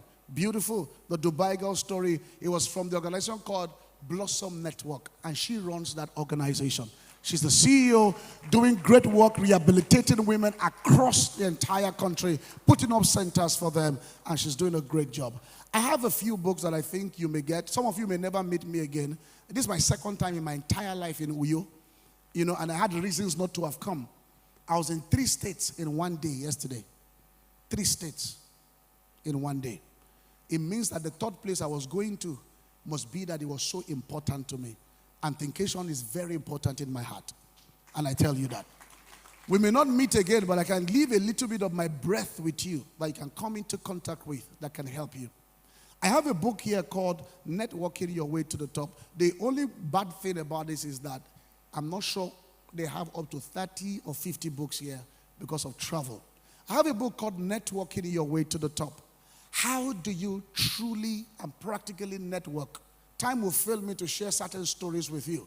But every greatness you've seen around me, you know, the blessing, the second greatest blessing in my life is the blessing of networking. Networking. Very powerful thing. I shared how I have served as a personal and private advisor to about 16 governors, over about 3 presidents of different nations, and about 12 mayors across the world. I think it will help you very strong. Networking your way to the top. I have one here called Stay in Your Process. In 2005, I lost all I had. Though it was small money at that time, but it was a lot for me. I lost about $150,000. I almost died. Everything in uniform was looking for me, including Boy Scout, that can do nothing to me. Everywhere I see people in uniform, I feel like they have come to arrest me. And one day they truly came to me at the airport. But I'll share that story next year. Stay in your process. You see this book, I wrote it in 2 hours in tears. After writing it, I tore the book and I deleted it on my laptop. And when I deleted it, myself and my senior friend, Brian Tracy, were talking. And Brian Tracy said I should send him quotation for something. He's supposed to do something in Africa. He wanted me to do it. He said, send me the quotation. So I sent it to him. When I sent it to him, the next email I saw was, this is good. I love it. I love it. When did you write this? Write what? You asked for invoice. I went to check what he saw. Alas, I didn't send him the invoice. I mistakenly sent him the soft copy I thought I had deleted. And he said, I liked it. I said, you like what? What I had already thrown away. He said, let's produce it. Brian Tracy said, I will forward this book. Let's put it out to the world. And truthfully, I was just looking at him and said, this guy does not know. Then he wrote a forward for the book. We released the book. First week, 10,000 people picked it up as though they were under a spell. Then it dawned on me that people are so much in pain in this country and they need to get better. One read under 30 minutes. It's called Stay in Your Process. Don't look at what you are going through. Look at where you are going to. There are other books that you will find. I have a book called From Street to Forbes. I told you a few of my stories. I actually lived on the street for 10 years of my life. The person talking to you does not look like it. We go through hell, we come out smelling like heaven. One day, I saw my name on Forbes. Who am I? I didn't cry like Dr. Ini, and I didn't stretch my leg. I may not have all the drama, but it was truly an experience for me to say one day I can be on Forbes. How did that happen? I present to you From Street to Forbes. There are other books you will find there, but those 3 books I highly recommend. Ladies and gentlemen, I think it's just been a great, great privilege to be part of you in Akwa Ibom Thinkation 2026, and I hope to see you again. Listen, the next time I will see you, you will be 1,000 times bigger than this. Some of you will be flying together on air. You will be on your own private jet. I will be on mine. Our plane will almost collide. Oh, these guys don't believe it. Let me talk to these guys. Our plane will always collide, and you will say, no, I'm the one. I said, have I met you before? I'll say, I have never met you. You will say, I have met you before. I will say, where? You will say, we met at Thinkation 2026. And from that day, I reinvented my life. Now I have gained mastery, and my life is better. And I will give you thumbs up, because we would always meet at the top. Thank you very much. When you dream, dream big. As big as the ocean blue. When you dream it might come true. When you dream, dream big. And when you laugh, be sure to laugh out loud, 'cause it will carry all your cares away. Wow. Wasn't that powerful? And it's still not over. We still have 2 powerful speakers that are coming on stage. You shouldn't leave. Please. Thank you very much, Prof. Thank you. Thank you for blessing us with the things that God has blessed you with. And every time we reach out, you don't hesitate. You're always there to advise us, and we don't take that for granted. God bless you. God bless you. We look forward to doing more with you. And on behalf of the Ubong King Foundation, the Legacy Planning Team, I present this token of our heart and love to you. Thank you very much. Thank you. They will help you. They will help you carry it down.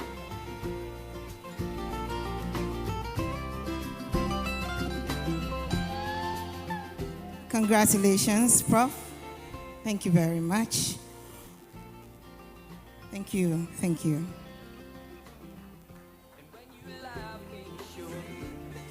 Okay, for those of you asking where you can get the book, it's just outside at the merchandise port. Please don't go out right now. When we're going out, you will see where to get copies for yourself. Thank you. Please sit down for the next session. Ladies and gentlemen, a round of applause for Professor Akin Pelu, please. Come on, Uyo, let's do it better, please. I'd like to just re-echo these few lines from his presentation. Impact is louder than popularity. That was said by Ubong King, but he re-echoed it today. How you move in spite of where you are is what he also re-echoed to all of us. And Professor Akin Pelu and Dr. Ini took time to mention that your background should not be strong enough to put you down. One of the things that I would like us to also go home with is that the future belongs to those who are adaptable, not necessarily to the wise or the fast. And he also added that the way you were born is not your fault. It is how you die that is your fault.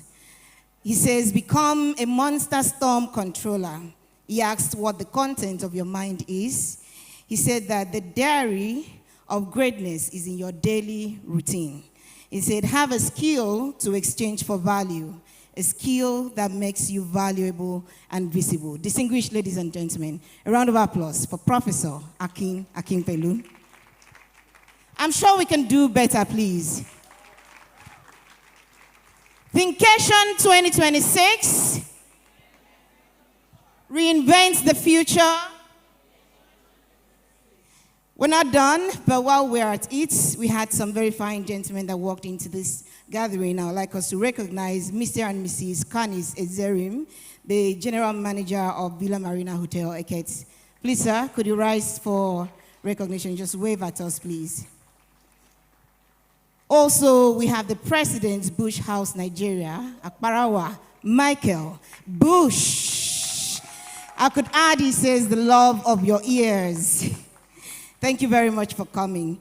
In a few minutes, James Williams will give us music, just to give our minds some tunes to marry on while we adopt and absorb some of the thoughts that's been spread on this podium.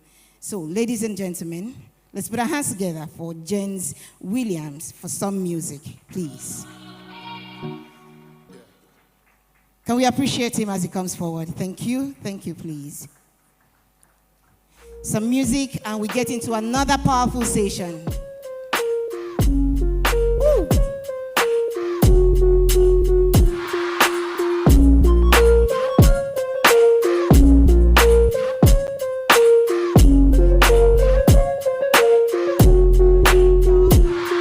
Aye.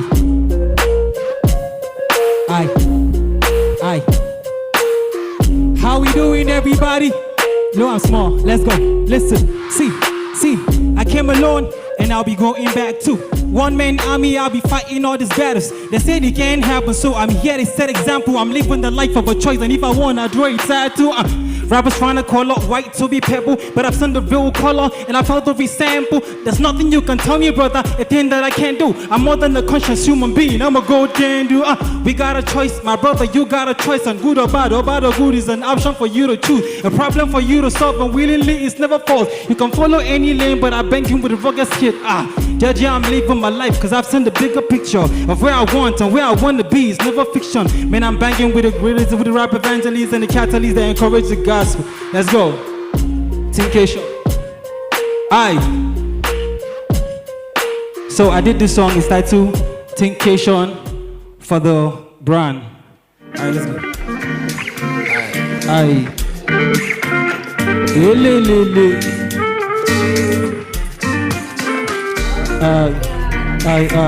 This one's for my cognitive products. Go on small. Listen.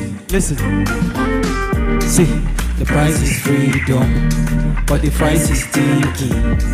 My life's on a mission, igniting my mind with my thought I'm stingy. See, I have a vision, that Africa's a new king. So I be calling my thought and you come all around, this is comfort. Listen. Thinkation, education. When we are gathering, we call it thinkation. Think nation, education. When we are gathered, listen. This is a gathering of masters of thought, breakers of odds. Gathering of bosses, the place where the brain is active, of course. And if you want to be ahead of the game, then here's the forge. The blueprint is crafted round table with the boss, while the rest are talking effect to a breaking the code. When the root is attacked, then the fruit will respond. It's a nation in motion, universally law. Like, hey, thinkation, education. When we are gathering, we call it think. Because it's this. Thinkation, education. Hold on. Let's see. Thinkation, education. When we are gathering, we call it thinkation. Are you listening? Think nation, education. When we are gathering, we call it thinkation. Everybody say education. And when we're gathering, let me hear a voice louder. Let's go. Education. One more time. When we are gathering, we call it think. Put your hands together. My name is James Williams. Thank you very much.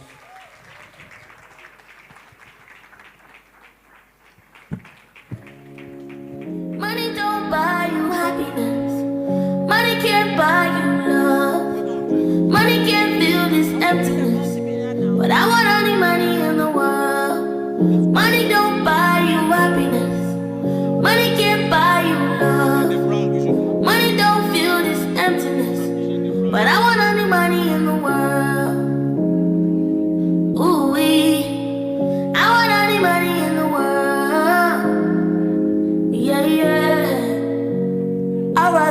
crying in a Bentley, sipping on Hennessy, drying on my tears. Thank you very much, DJ Redzi. Please let's celebrate her. Wonderful DJ with fire. Just before we bring on the next speaker, I would like to recognize our sponsors who have given everything for us to be seated here. First on our list is Nesta. So we'll shoot Ibom Air at the hair. Please let's celebrate them. We just want to celebrate all of you. Nesta Ibom Air, please come up. Champion Breweries. Let's celebrate them. Great sponsors. Mela Waters. The rep for Mela Waters. School Systems. Please let's run this. Nesta Multimedia.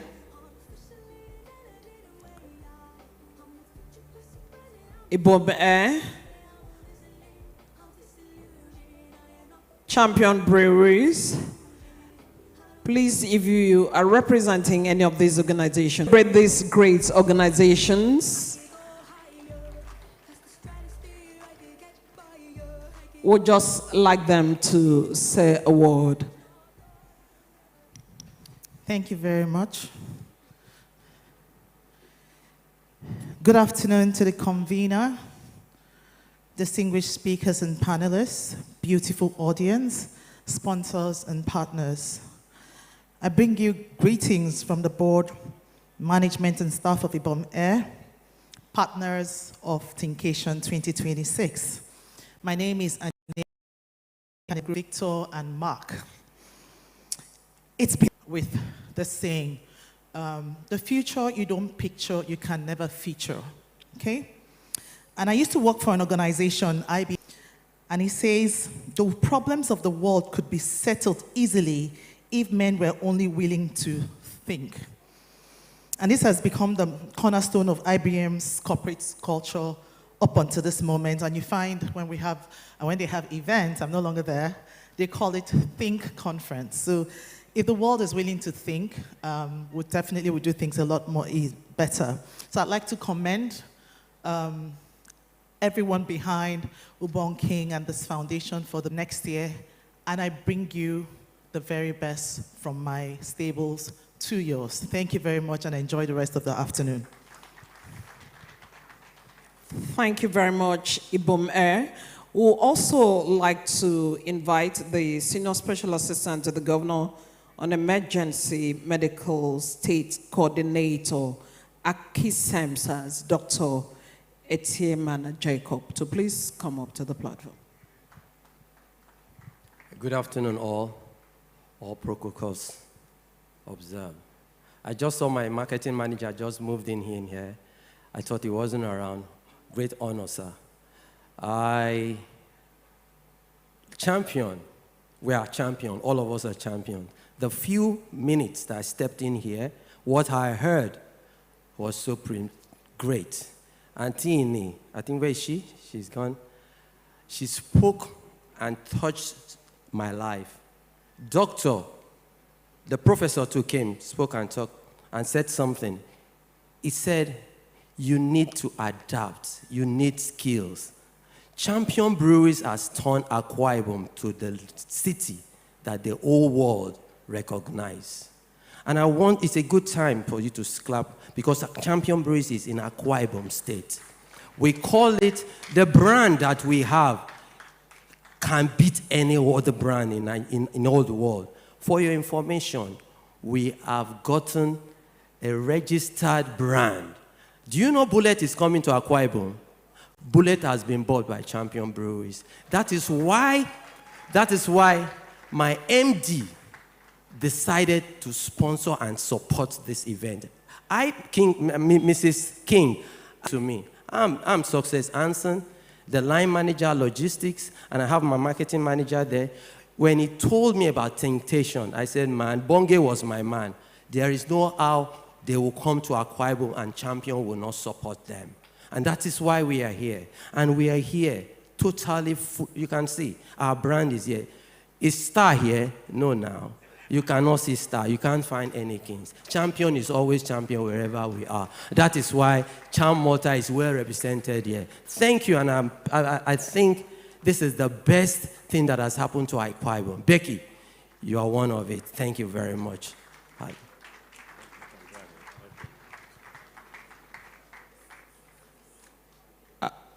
I'm very happy to be in front of you. I'm here to speak about the brainchild of His Excellency, the emergency medical service that is available in the state. Why is that important in this occasion? It's important because a lot of us will be living and then we'll still be receiving calls of emergency medical from the village, from our different homes. You don't need to panic again in Akwa Ibom State. We have a toll-free number which will be projected. All you need to do is to call and the emergency service will respond promptly and the transportation is free of charge. Why I need to also stress is that when His Excellency had the vision of bringing up this emergency medical service, he thought it wise that there should be a call center. And the call center is not just receiving calls to dispatch ambulances. That call center can guide you when you are in a medical dilemma. Before I came here, I received a call of where they briefed me about a patient who needed to transfer a patient who had a neurosurgery to another hospital. But we were able to guide on what should be available in the referred hospital before transportation. That is what we are offering you in Akwa Ibom State. And we want to believe, so that's our toll-free number, please. I want everybody to have it, put it as one of your emergency contacts, so that whenever you have a medical emergency, don't panic.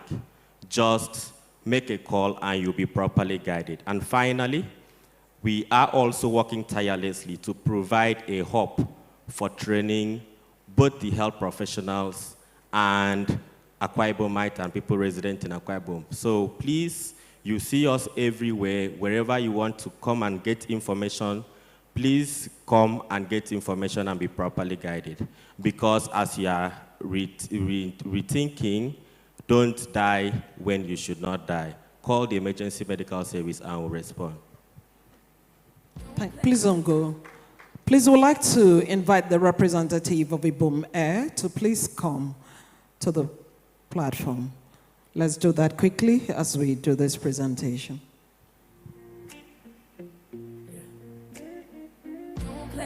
Ambassador, please. Ambassador Dr. Ini Abin, kindly come forward for presentation. Presentations, yes, please. Don't play with me, don't play with me. You kept me alive. Don't play with me, don't play with me. God bless me, devil can't stay with me. Stay with me, no. Don't play with me, don't play with me, don't play with me, don't play with me. Name drop, I don't need. Okay,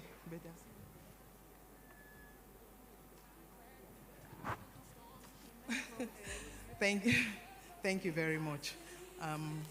Thank you for the support. There are so many things you can go so far alone, but with other people you go even further. So thank you for collaborating with us, partnering with us to ensure that we fly in our speakers and panelists. We don't take your support for granted. So on behalf of the Thinkation Legacy Team, the Ubong Foundation Legacy Team, yeah. I want to say thank you. This is an award of appreciation for your outstanding service as a support at Thinkation 2026, the homecoming edition. Thank you for investing in the future. Yeah.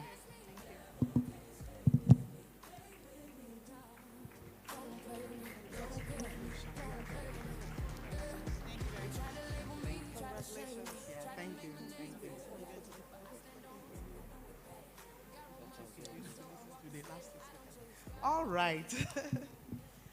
Thank you very much, Champion Breweries PLC. We reached out to you last year, and this year you delivered. We don't take that for granted. Thank you for your partnership and support to ensure that this event is successful. So on behalf of the Ubong King Foundation Legacy Planning Team, I'm presenting this award of appreciation for your outstanding service as a support at Thinkation 2026, the homecoming edition. Thank you for investing in the future.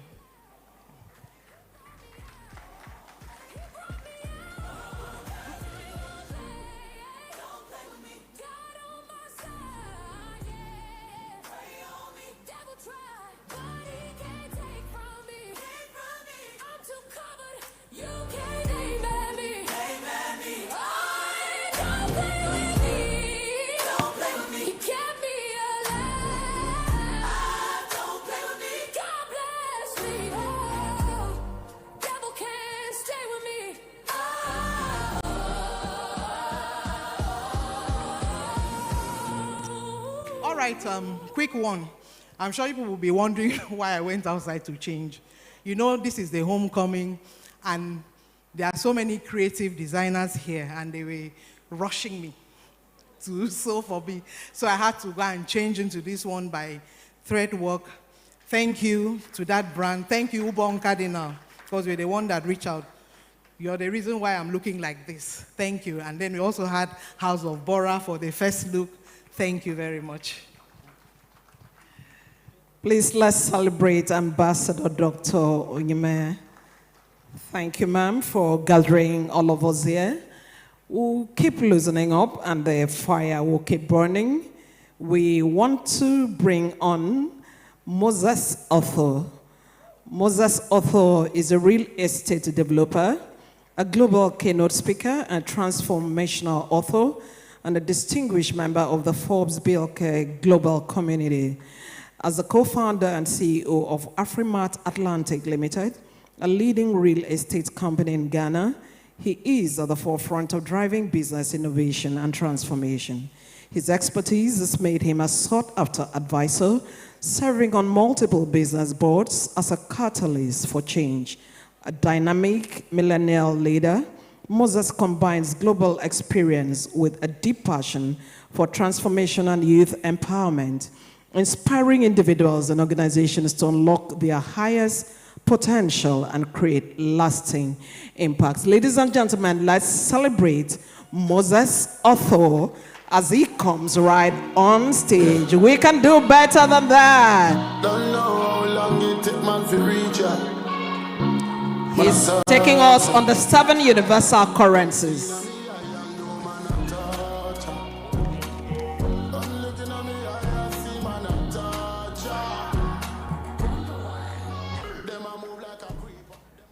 Awesome. I'm excited to be here. Greetings from Ghana, by the way. Awesome. We'll say Akwa Ibom, Medase. Okay. Without discrimination to any religion present, shall we please pray?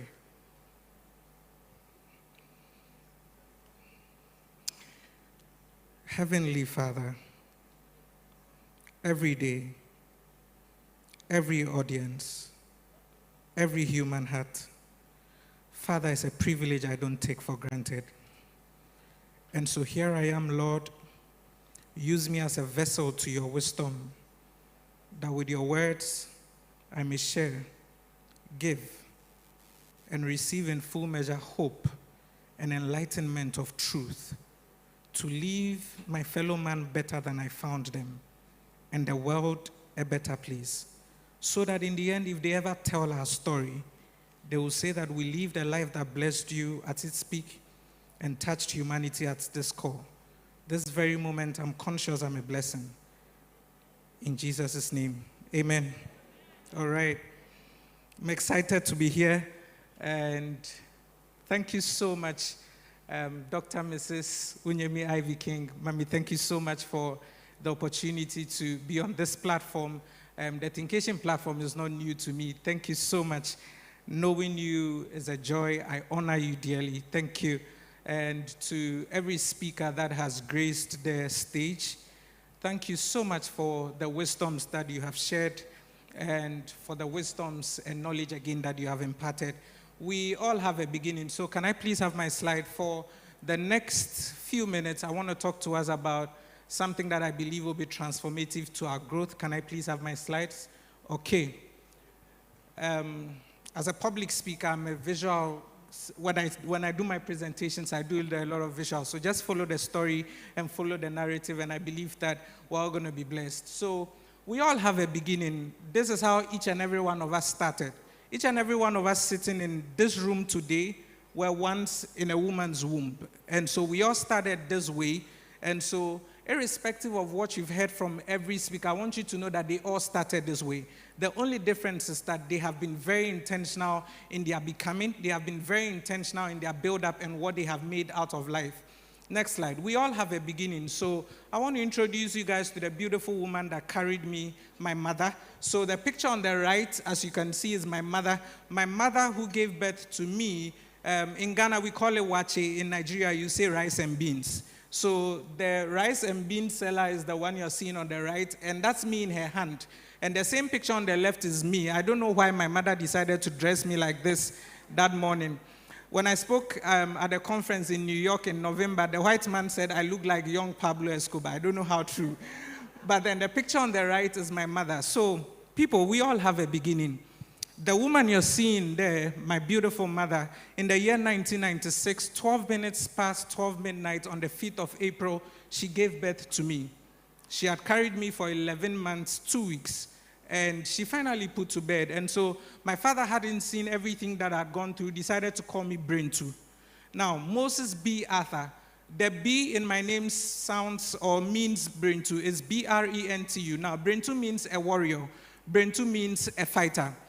I strongly believe that in every generation, in every dispensation, God raises men who show up as the fighters. God raises the men who show up as the warriors, the people who show up in families to break and change the status quo. And so if you believe that you are such a person who has showed up in Thinkation, just like Ubong was somebody who changed the status quo of his family, I want you to turn to the person by you and say to the person, it shall never be war with poverty. It's like you like poverty. Tell the person, it shall never be war with poverty. And tell the person, because it shall never be war with poverty, you better take my number. Or else, in 5 years, you have to go through my PA. So you better take this number. Okay. Please make sure you take the number. The reason being that in life and in business entrepreneurship, your contacts, the quality of contacts you have on your phone determines the quality of contracts that come to you, and it determines the revenue that comes to you. The quality of contacts you have on your phone determines the quality of contracts that come to you, and it determines the quality of revenue that comes to you. Every man you meet in this world is multidimensional. You never know what anybody will become, so make sure you take that contact. I did say we all have a beginning, so this was me with my mother, and life hasn't been rosy, but God has been faithful. The next slide, another beginning point. So in 2018, I just completed KNUST. 2018, I was 22 years because I completed KNUST in 2017 at the age of 21. In 2018, I was 22 years, and I was still in my journey of becoming. And then I came across a video of a man speaking, and he said that productivity starts at night, implementation is in the daytime. And that hit me so much because at that time I was studying, and then I was looking at the scripture that said the evening and the morning was the first day. And then I see a man say productivity starts at night, implementation is in the daytime. Instantly he caught my attention, and that was Dr. Ubong. And so I go on YouTube, and then I see that he has a YouTube channel, and I'm like, which man is this? I pick my diary, and then I go to the very first video the man ever uploaded on YouTube, and as a diligent student, I watched every video of Ubong. Whilst I was watching, I found out that he had a conference called Thinkation. So I decided I would come to Nigeria to come and meet this man. And I didn't know how, but I decided I was going to come from Ghana.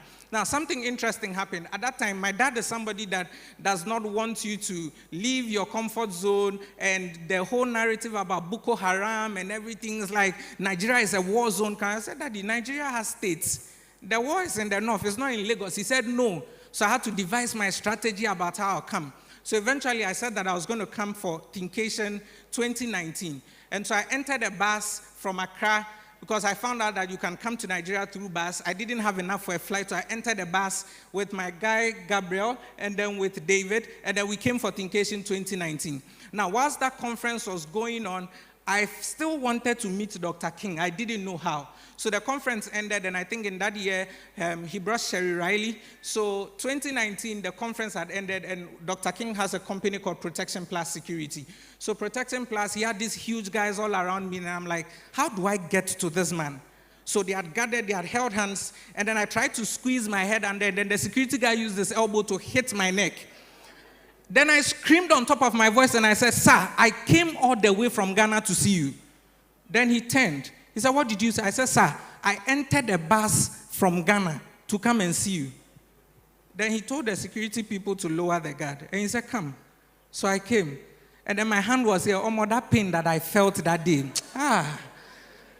He said, sorry, so are you hurt? I said, no. He said, you know, we brought speakers, so we have to be careful. You know, Nigeria. I said, sir, it's okay. I came to see you. He said, you entered the bus for me. I said, sir, I came because of you. I said, sir, this is my diary. Every video I have watched of you on YouTube, these are the lessons I have made. He watched me and he shook his head. He said, you are my special guest. Sit down. Have you eaten? I said, no. He said, he called somebody and said, bring them cake. They are my special guest. I will come back and I'll come and see you. Then he left. So we sat down. They brought us cake. I was sitting down. The pain was entering, but I'm like, I came because of this man. And he later on came. And when he came, he said, how old are you? I said, sir, I'm 23 years. He said, what do you do? I said, for now, I'm into speaking, helping people on human capital development, but I want to do real estate. And he's like, okay. Have you done anything? I said, sir, in fact, after watching all your videos, Ghana needs you. That's why I came. I came so that I'll bring you to my conference this year. And it was in January. And he said, do you have any video? So I showed him a video of some of the works we had done the previous year at the conference. And he said, you did this? I said, sir, yes, I did. He said, you are doing what a 46-year-old man is doing at age 23. I said, yes. He said, I'll come to Ghana to speak for you. And that year, Dr. King came to Ghana, and the rest was history. And he's been a pivotal part of my life. If anybody follows my body of work, I don't go anywhere without mentioning Dr. King's name. From the US to whichever part of the platforms I've stood on, I always mention this man's name because he was, to me, at a particular point in my time, somebody who saw a certain greatness in me and called it out of me that I didn't have in Ghana. And so wherever I stand, I honor this man dearly. And you can see, we've all gone through process. That was me at Thinkation. And I remember in 2020, January, when I came for Thinkation, he put me on the VIP side, and he said something to me. He said, son, if you take your journey of becoming serious, in yet a little while, you'll be on this platform to speak. And I'm sure he's in heaven smiling.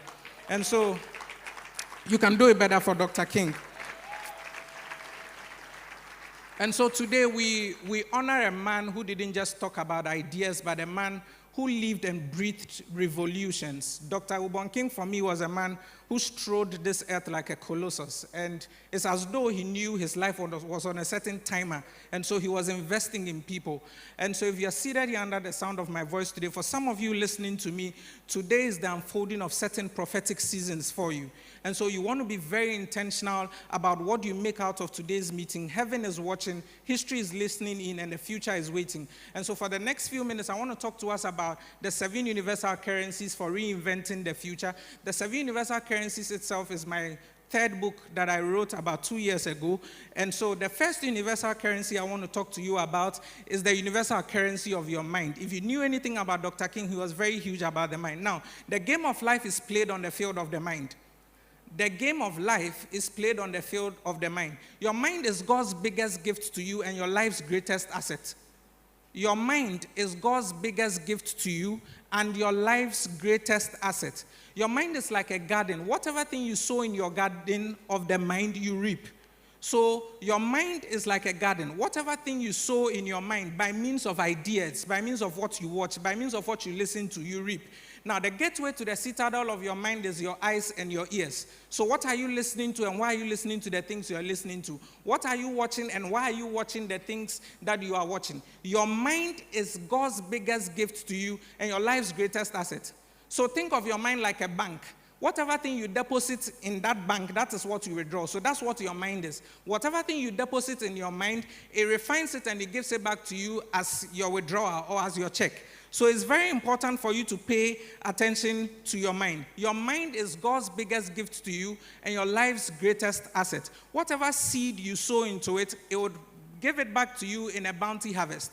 It's very important that we start off the conversation from this way. So if we want to reinvent our future, the very first thing that we have to pay attention to is our mind. It is the citadel of all dreams. It is the citadel of anything future that you have ever thought of. So for God to work on a man called Abraham, he calls him out and then he shows him things to re-engineer his mind and to reinvent his future.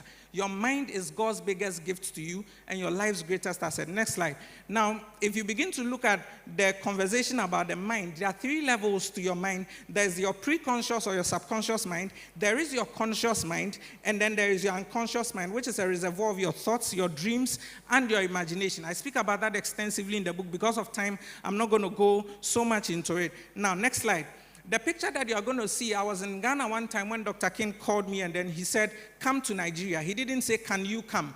At that time, I was still in Kumasi, which is a different region. Kumasi is in the Ashanti region of Ghana, a different region from Accra. So I was still running my business there. He messages me and he's like, son, come to Nigeria tomorrow, Echo Suites and Hotel. He didn't say, can you come? Which is to speak to a lot of young people in the room today.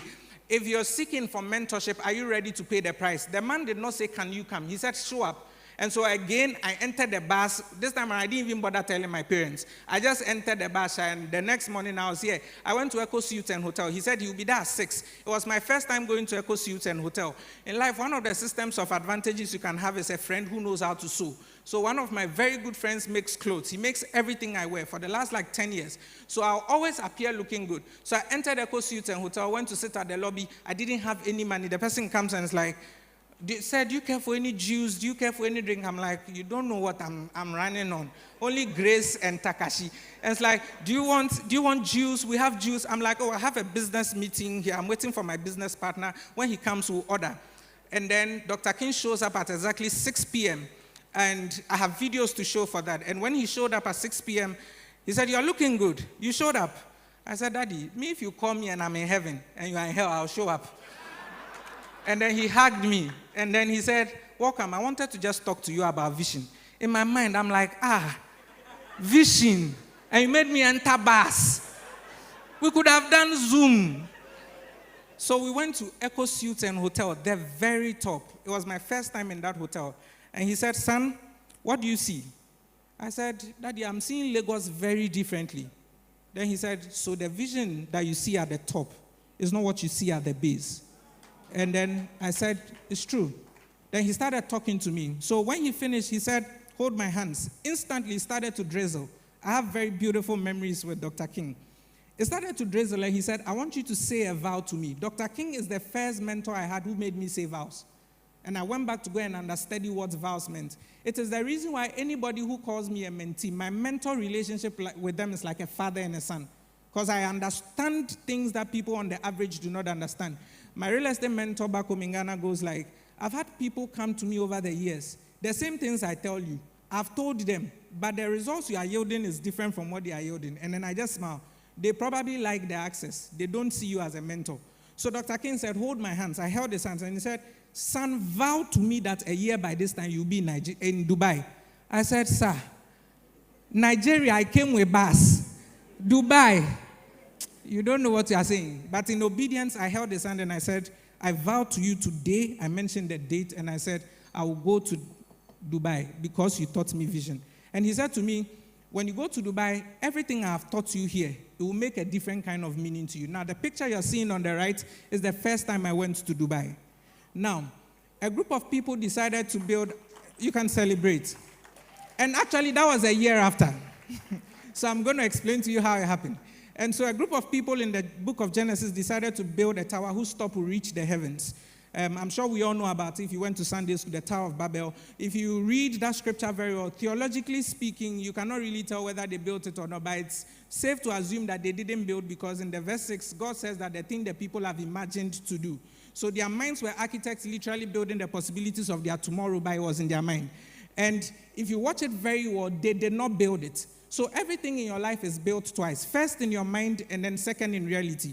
Your ability to intentionally sit down and consume a thing by means of what you watch or by means of what you hear plants an idea in your mind. And your next thing is your ability to take the necessary action. And so Ubong King speaks to me, and then he says that, go to Dubai. I'm like, how do I get to the place? This is what I want you to understand. There are 3 levels of desires that every one of us who has ever thought of wanting a thing goes through. The first level of desire is that I want a thing. A lot of you seated here today under the sound of my voice want things.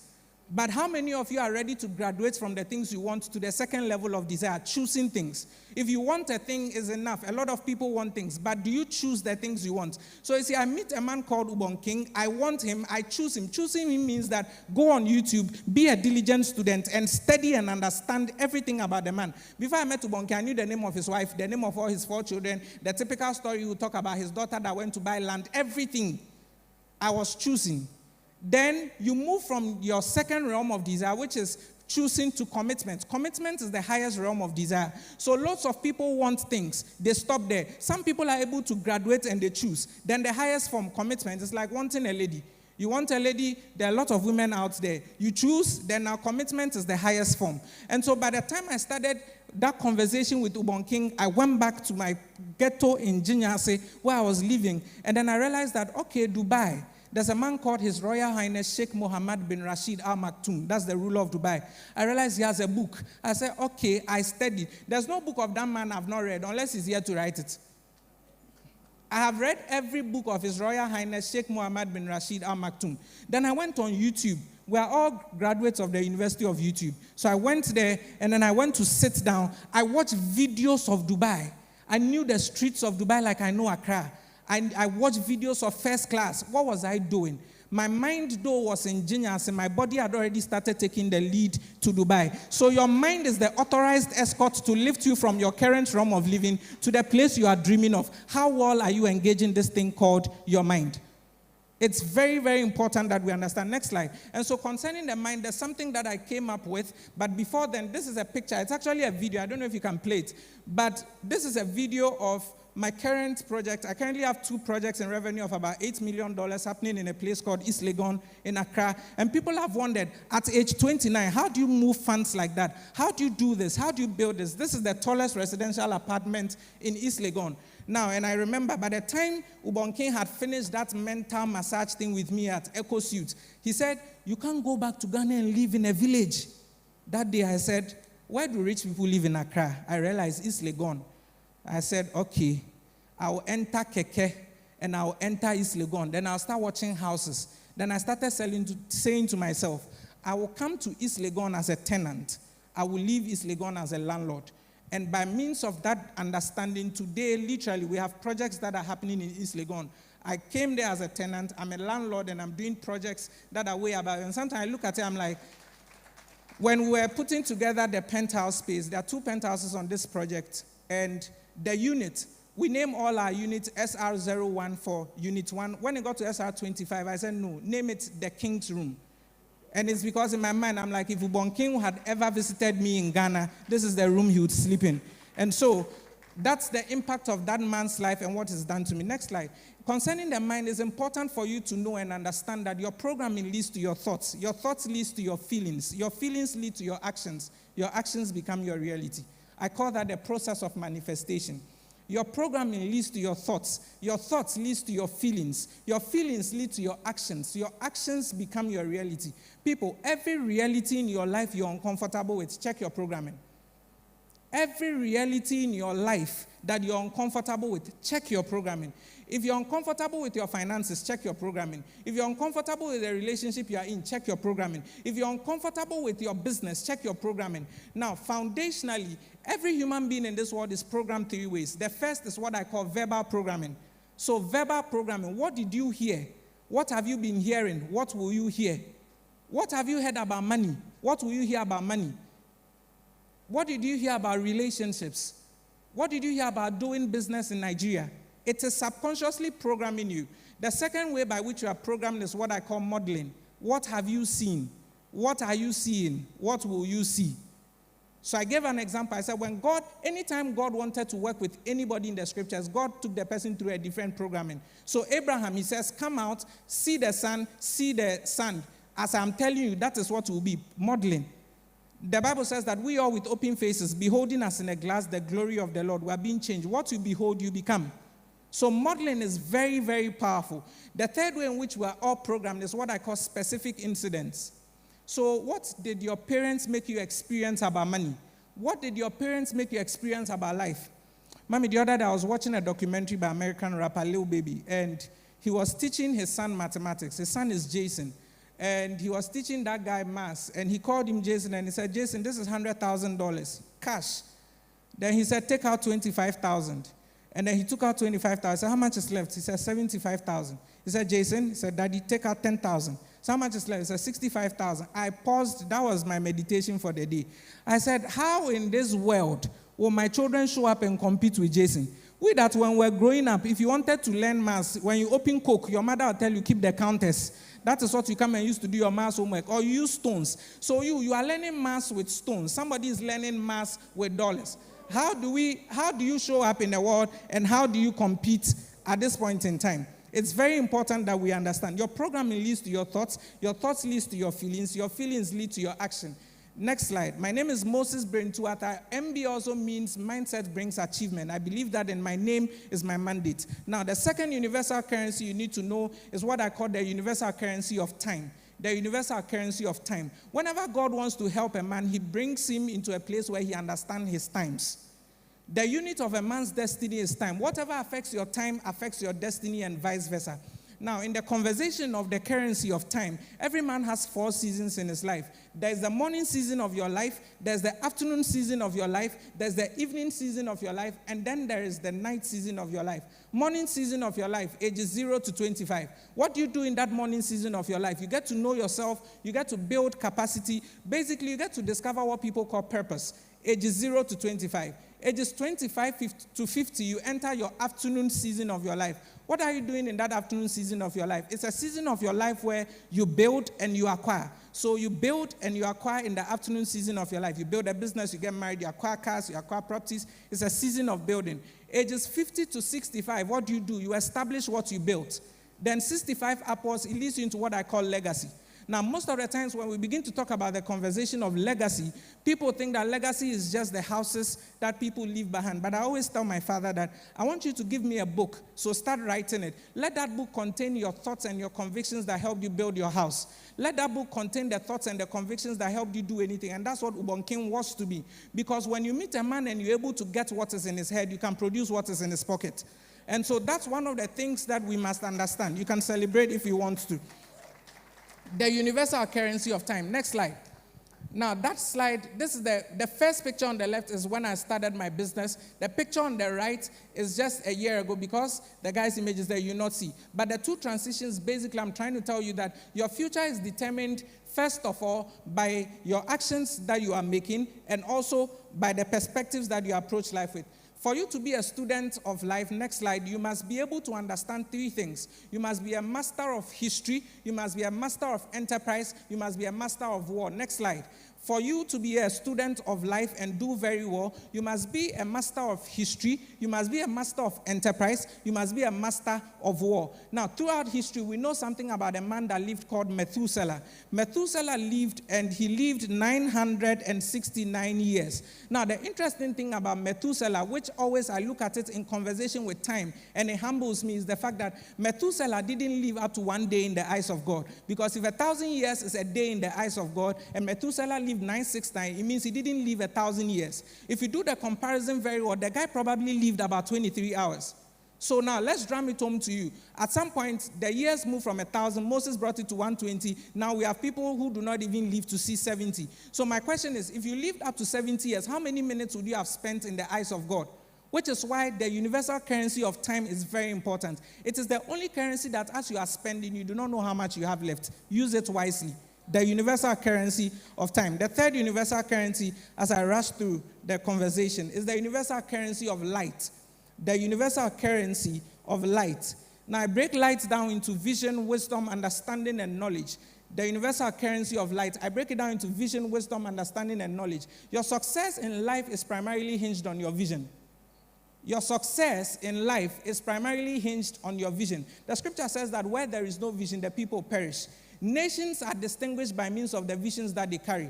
I have heard of the US vision. I have heard of the France vision. I know of the Dubai vision. I have not heard of the Ghana vision nor the Nigerian vision. But at least today I heard of the vision of Akwa Ibom State. Vision is very powerful. The thing about vision is that when you have vision, you are supposed to create what I call the roadmap to the vision.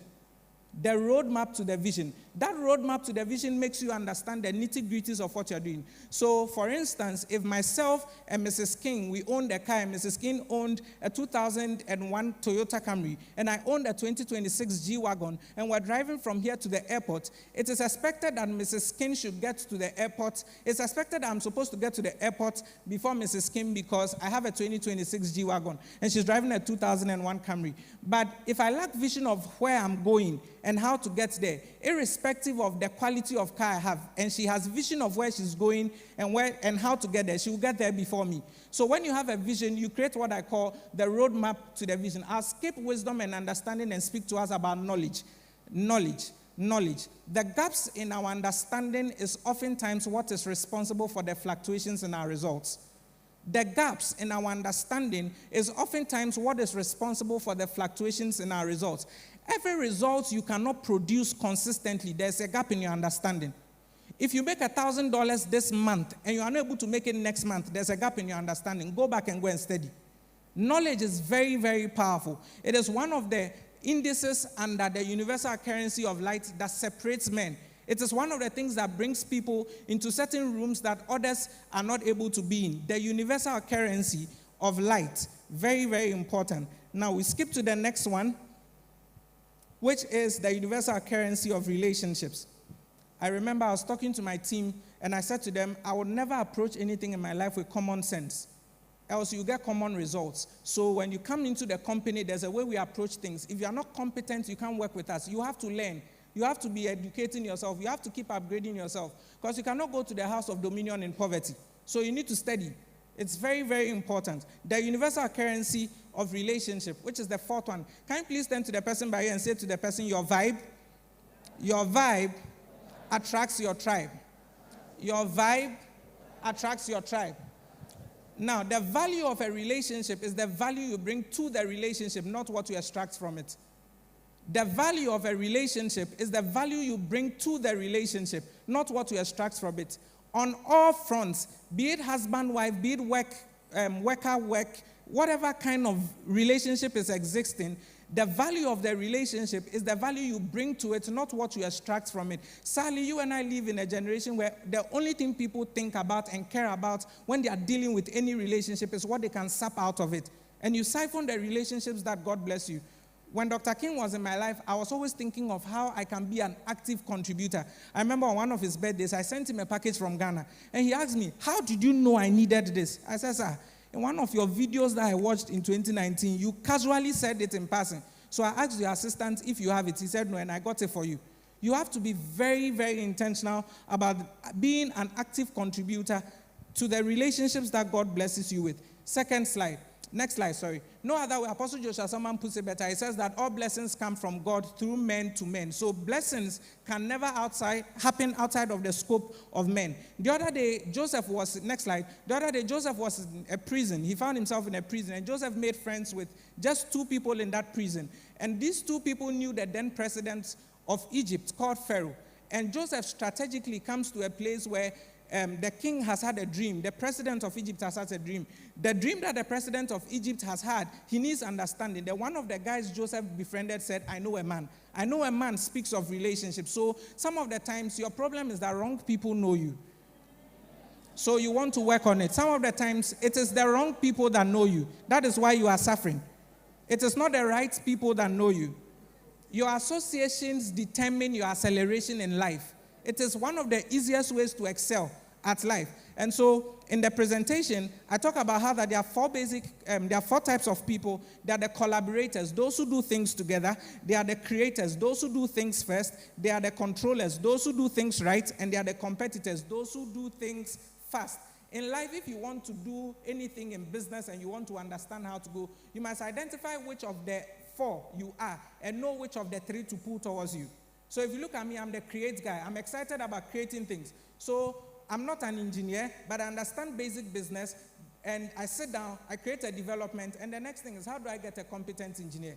As I'm talking to you today, whilst I was seated there, I'm getting daily reports of what is happening on site back home in Ghana, because the project you saw is supposed to be delivered in 3 months, and it is working without me being there. So you must understand the dynamics of this, and you must play it along. Next slide. So out of the four, which one are you? But that's a conversation for you to actually answer and look at. Next slide. Next slide, let's skip. Next slide. Go to 5. Good, this one.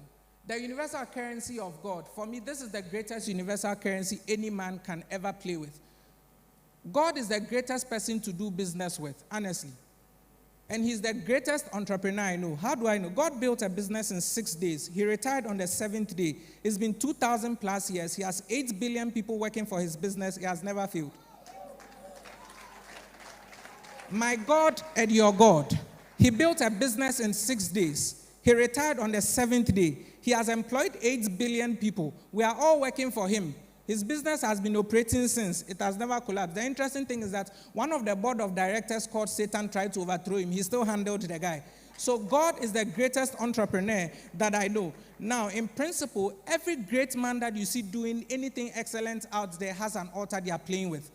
As a businessman who builds houses, I have showed up on people's lands and I'm able to tell that this is not godly. I shouldn't buy this land. Because people have all manner of things that they are playing with. I remember a developer friend of mine said that, Moses, you warned me about this land. I didn't listen to you, and I went to pump $3 million in this land. And it's like every inflow about our business just went dwindling. And for some weird reason, I just didn't have peace about that land, so I didn't even bother buying. So it's very important. The universal currency of God. God is the greatest entrepreneur you want to sit with. The Holy Ghost is your greatest business consultant you want to engage. It's very important. The universal currency of God. Next slide. There are a group of people that I know in my life who embody this God factor so well. So we have Dr. Mrs. Ini Abin. She's the co-founder of this amazing thing that we are all seeing. And she does not downplay her God factor. Next slide. Dr. Akin, who just left here. I don't know how many of you know that he's a pastor. But he's a pastor as well. And he came to deliver so well on the marketplace. Next slide. Is a man who I unashamedly saw. Next slide. Dr. Ubong. He's one of the first people I saw going to churches to speak. And he wasn't shy to mention Jesus. So back home in Ghana, when people say that, Moses, you are not shy of your faith, I'm like, you don't know the man who raised me. He was never shy of his faith. He was never shy to mention God in anything he did. And so, next slide. Then my current mentor, so that even became a template for me. That's my current mentor, my real estate mentor, Dr. Stephen Deborah Blometi. He's a pastor at ICGC Light Temple, and he's been a real estate developer the last 25 years. You can't talk about the top 400 richest people in Ghana according to tax bracket and take this man out. And he's such a humble person, loving Jesus with a passion. And so we decided that we're not going to take the God factor out. We'll introduce it into everything that we do. Next slide. And so if you come to our company called REINVENT Atlantic, REINVENT, my co-founder is called Frimpong. Next slide. I am called Arthur. So we sat down and then we said, Frame, F-R-I-M, Arthur, A-R-T, REINVENT. And we decided that in Greek you say Alpha, in Hebrew you say Aleph. So we brought God, representing A. So in our company there are 3 partners, myself, Oscar, and God. REINVENT Atlantic. Say my time is up. Let me just do the 2 currencies and I'll be out of here. Permit me. The 6th universal currency you need to know about is the physical universal currency. You cannot dress like a suspect when you are going to look for a prospect for your business. You'll be arrested. You cannot dress like a suspect when you are going to look for a prospect for your business. You'll be arrested easily. So dress well, look good. Your smile is your logo. Your personality is your business card. The way you make others feel is your trademark. That's what you call a brand. And in business entrepreneurship, your aura opens the door. When your aura opens the door, content gives you a seat at the table. Execution makes you stay at that table. It's very important. The physical universal currency. There are usually two perspectives to this physical universal currency. There is what I just spoke about, which is the physical one, the way you dress, the way you look. Next slide. And then the next perspective to the physical universal currency is what I call environment. So success is very personal. For me, there are 4 indices that define what success is. And one of them is environment. Environment. I looked at the scripture that said that, and he shall be like a tree planted by rivers of living waters. And the first question that came to mind is, why is the tree planted by the river? I looked at it and I'm like, no, that is advantageous positioning right there. The tree is planted to its source of nourishment and it's very close. So environment is very powerful. Next slide. Environment is very powerful. When you feel called to a place of greatness, you must go to those environments that nurture that greatness. There's a story of a man called Kylian Mbappe. I'm sure we all know him. And Kylian Mbappe, the story says that he's from an African descent. His father wanted him to play for his African country, but Africa happened because they wanted corruption and bribe. And then he moved from there and took the guy to France. Okay, in France, they have a vision for their football academy. So in every World Cup, you somehow see France in there as the top 4. And so no wonder Cristiano Ronaldo, being my legend, has not won World Cup. But this guy, because of advantageous positioning, has won the World Cup. It's very important. You cannot tell me that you want to be a globally celebrated basketball star and you are playing the basketball in New York. It will not happen, though. Because not even Ghana, not even Lagos, it will not happen. Globally celebrated basketball stars, they are made in the United States. Every gift that God has blessed you with, it needs its geographical right location for you to flourish and for you to prosper. Are you here with me? Let me make it more practical. Can I have 3 women come on stage? Maybe 1 from here, maybe 2 from here. Just 3 people outside of the VIP area. Just 3 people. Women. I just need women. 3. Okay. Come on stage. 1. Hey, relax. No, please. No, relax. This woman came first. The woman going back. No, she came first. Okay. No, please. I saw her first. Please. And then those of you, the 2 of you came from this side. The rest, please go sit. The 2 of them. I'm looking at those that I saw. I need just 3, please. Kindly go and say, I don't have time, please. Thank you. I want to do this very fast. I don't have time. Good. Please kindly go and sit. Yes, you. I saw these 2 first. Okay. So quickly, I'm just trying to establish environment. Please pick one of this. Please pick one.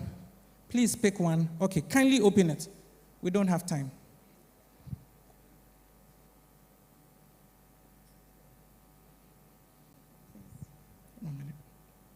What did you see? Miss Ghana. What did you see? Miss Nigeria. Okay. Miss US. Okay, please watch this. So Miss Ghana here, this is 100 cedis. Miss Nigeria, this is 100 naira. This is $100. Now please watch. I gave each and every one of them 100. But you see, by means of location, the value is not the same. So Miss USA has $100. Miss Nigeria has 100 naira. Miss Ghana has 100 cedis. But because of location, it is not the same. You and I belong to a time and an environment in our world where you can be in New York and you'll be making $100. So you either have to be very intentional that you gravitate digitally or you do it physically so that your lives can become better. The physical universal currency. Are you with me? Kindly take it. Keep it. My last currency.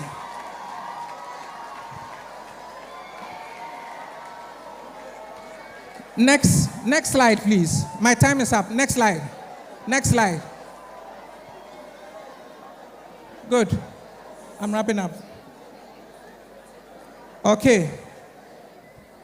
Please, my final currency, my time is up. I wasn't given much time, so. The 7th universal currency.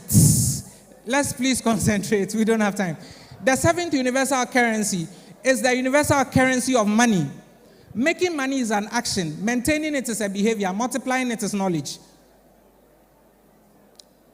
The 7th universal currency is You need a certain requisite kind of action to make money. You need a certain requisite kind of knowledge and behavioral pattern. First of all, behavioral pattern to maintain it, and a certain amount of knowledge to scale money. And what you do to make money is not what you do to multiply money. Next slide.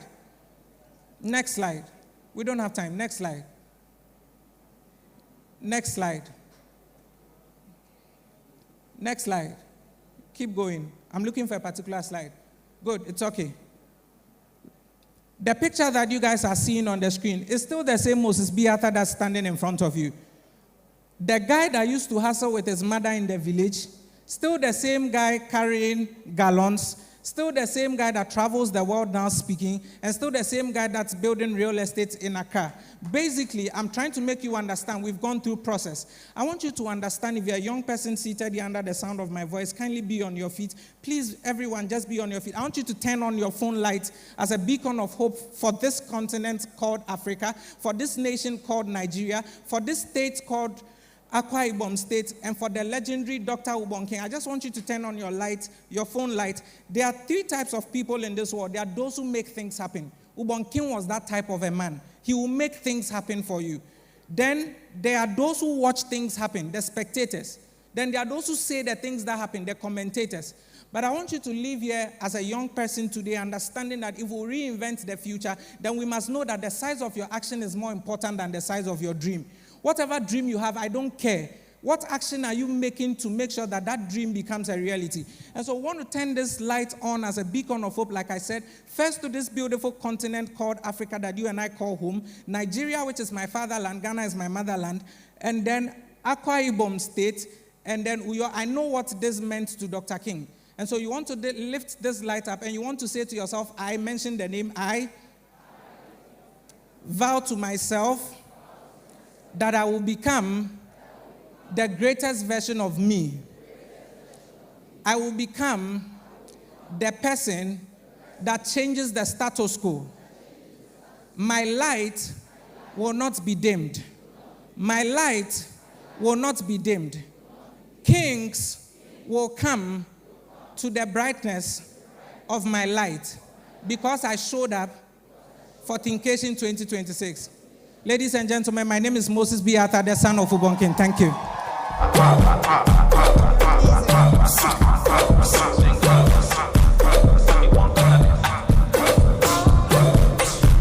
Ladies and gentlemen, a round of applause for Moses B. Arthur, please. Shall we please give him a resounding applause?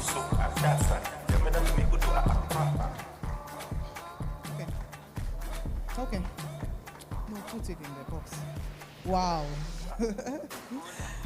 If you're here, how many of you got so much value from that presentation? Are you happy you didn't go?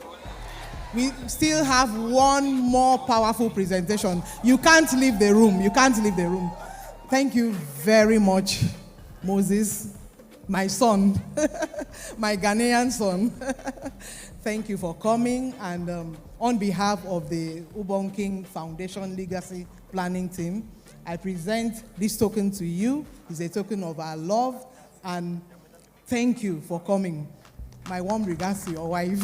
You know, he came to Thinkation 2019 and sat in the audience and value, and his life turned around.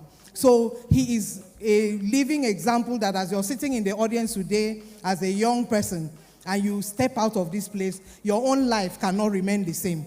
He's a poster child for the foundation. We're always proud of him. I've spoken about him at different interviews that we've had in this town.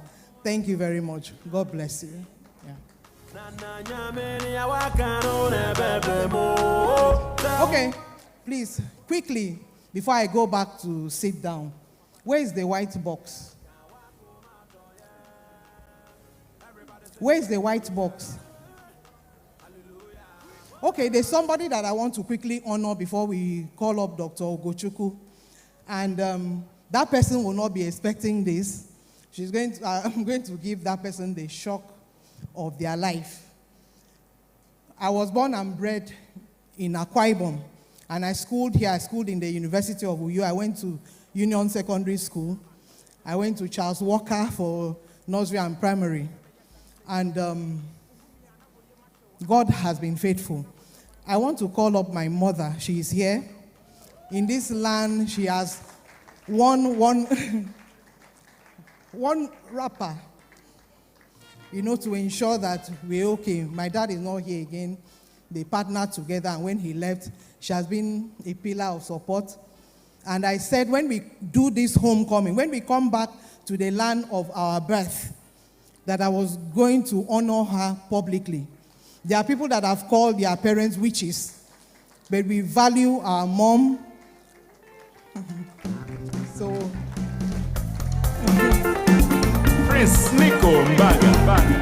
Rest in peace, Baba. Sweet mother. Okay. Sweet mother, I no go forget you. For this suffer will you suffer for me. Sweet mother, I no go forget you. For this suffer will you suffer for me. Oh boy, no be small cry, I dey cry. Now so my mama just.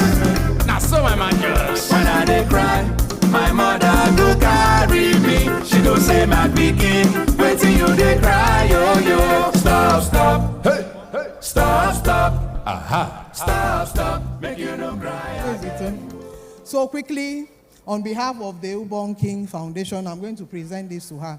When my husband passed, I couldn't sleep in her room for a long time. I ran away from the room.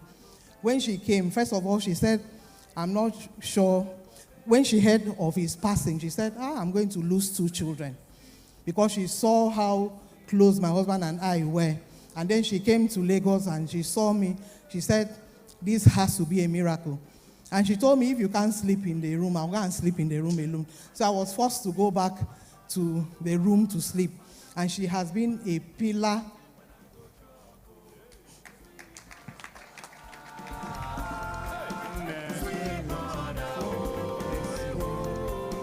So we are presenting this to honor you. We love and honor you. We don't take your sacrifices for granted.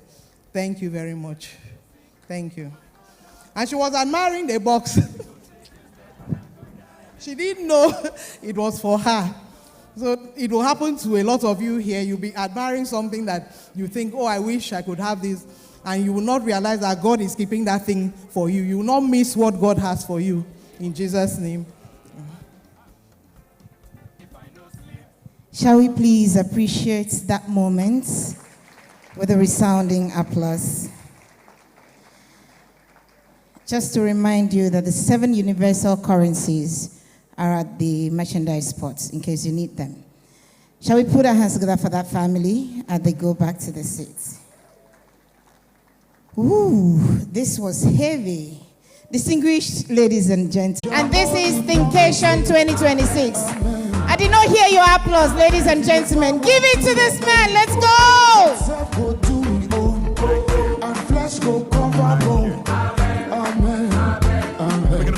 If you believe it, say amen. If you believe it, say amen. If you believe it, say amen. Amen. Amen. Now let's make that applause thunderous one more time. Ladies and gentlemen, Dr. Ugochukwu Umegu. Thank you very much. If I was going to give you $1 million, how would you clap? I know. Thank you very much. Let's get seated. Is my mic here working? Okay, great. Wow, I am definitely excited, very happy that I'm here today. I have actually stopped taking programs to speak on programs, especially in Africa. There's so many programs, so many conferences, but it's not translating to results because we don't have cohorts, we don't have mentoring hubs, we don't have, communities where some of the things that we hear are going to be, modeled and practiced. But for Ubong King, my presence here, I met Ubong King before he died. We had a program in Calabar, and then after we had that program, we connected. And then I think he spoke to his family, and then the wife, we met together, and then I've been part of this dream for the last 5 years. The meeting that we had, This woman right here was overwhelmed. She didn't know what to do. She wanted to maintain the level of expression that Ubong King had, and that was a tall standard. At that moment, something was going through the company. I don't know if you shared the story. The company was devastated. People stole money, and it was a mess. This woman you see here has 9 lives. Please put your hands together for Mrs. Ubong King. She has survived what many people have died through. I mean, there's a point this woman was asking for money. You cannot believe it. But I remember what I said to her. I said, you don't help vision. Vision helps you. I said, if you follow this vision, it will create all the resources you want. And look at where we are today. Please put your hands together for this woman. Yeah. Can you all hear me very well? Oh, great. So I am actually here to listen, just to hear, to see so far the level of work that has been done and the level of maturity that you've gone through, and also enjoy the fruitfulness of the people that this platform has helped. Okay?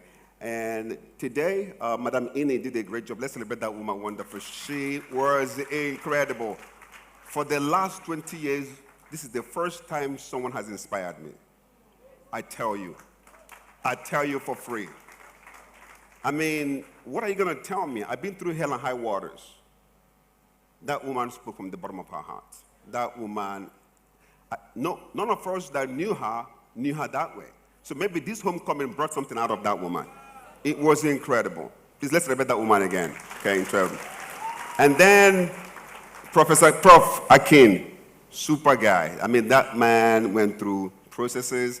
And please, if you have not gotten his books, go out there and find his book. That man went through stuff. And you see, when you read, you expand the possibility of your mind expressing what you have.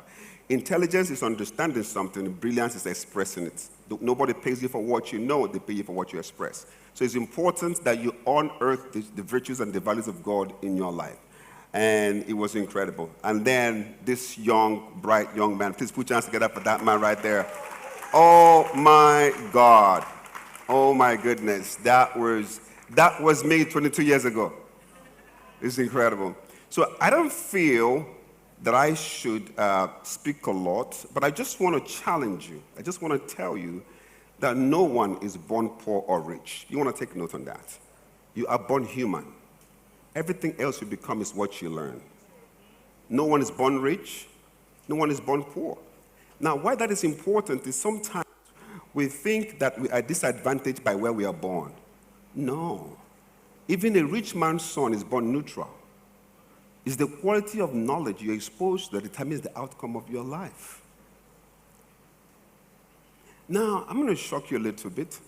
You're not even born of Uyo. Maybe most of us think you are from Uyo. No, you're on a particular part of the continent called Africa. You are one of the few people God has scattered around the continent of the world to make impact in God's capacity. Now, when I travel around the world, I speak to Arabs, I speak to Malaysians, I speak to Muslims, I speak to Christians. Now, if I speak to different parts of the world, and I'm from Nigeria, which means my mind is as small as Nigeria, 3 of us. The other time I was in South Africa, and I said, if you say you own South Africa, how come a white man came to dominate you? What really gives you dominance is the value you bring to the land you find yourself. Which means if I come to Uyo, and I bring value in Uyo, and I control the value in Uyo, even though you claim the owner of Uyo, I control the resources in Uyo. Does that make sense? It's not that you're born in Uyo that determines, it's that you're born in the world. Please write it down. You are born in, you're still going to live as though you're living in Uyo. I have seen people who live in America, they are poor. I mean, yeah, in December, in October, in UK. There are poor people everywhere, including the United States. So it's the quality of the mind that you develop that determines the way the earth will reward you, right? Now, if I take a poor man and open his brain, I will not see poverty there. That's why nobody is genetically poor. Now, write this down. There are 2 sources of human flaws. The human flaws, the mistakes in human beings, or the sources of flaws of humanity. Number 1 is genetic flaws. If you have born in a family that has sickle cell, or maybe you inherited some genetic disorder, there's nothing I can do. That's a biological problem. You need a medical solution for that. But the second type of flaw is acquired flaw.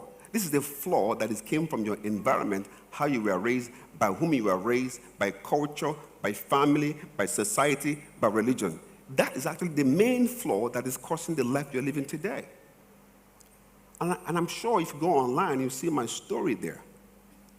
It's incredible that the young man you see right here is designed by me. The life you live today is a sum total of the influences you've had, the books you read, the people you've made, and the conditions of life you've gone through. So the two things, if nothing is wrong with you genetically, the rest of your problem you can correct by new study. Does that make sense? So how do you correct, if the life you're living is not okay, how do you correct it? So I'm going to share with you different ways we can tackle this context and then see what we can do to help ourselves. Does that make sense? Now, let me tell you a little story. Of course, I encourage you to go to my Instagram, Facebook. There's a lot of stories you can read there, but for the purpose of this session, let me just share. 1973, I was born. 1 year, 6 months, I had polio. 1 year, 6 months after I was born, I had polio. Now, I want you to compound every challenges everybody has spoken about their circumstances, then add polio to that. Just tell the story of Madam Ini, the story of Akin. Tell your own story about how difficult Nigeria is, then take your legs out of it. Which means I stand no chance at all. But I remember someday, my dad told me something that happened. He said, whatever happens to your legs does not happen to your brain. In other words, you don't need legs to succeed. You need your brain to succeed. In other words, you can modify your outcome today. You can change your outcome if you begin to have a new type of orientation. That can change your life forever. Does that make sense? So to change a man's life, to change his outcome, he must possess 3 levels of knowledge. I want to write it down. 3 levels of knowledge. Is the time on the timer correct? Should I stick to the time? Should I stick to the time? Yeah. And who is the Mama? Should I stick to the time? I want to stick to the time. I mean, like, if you have a program of, okay, yeah, okay. Because anything I'm going to share, you can see it online and you can still listen to it. Right. So you need 3 levels of knowledge. How many levels of knowledge? The first level of knowledge you must have to change your outcome is revelational knowledge. This is the knowledge that comes from the study of the Word of God. The foundation of every human invention comes from inspiration. Now, your study of the Word of God challenges you to have vision, to begin to see yourself in the context of the divinity of God. Now, if you see someone who's born from a poor family and he says he's going to be a billionaire, that statement is not a logical statement. It's always a visionary statement.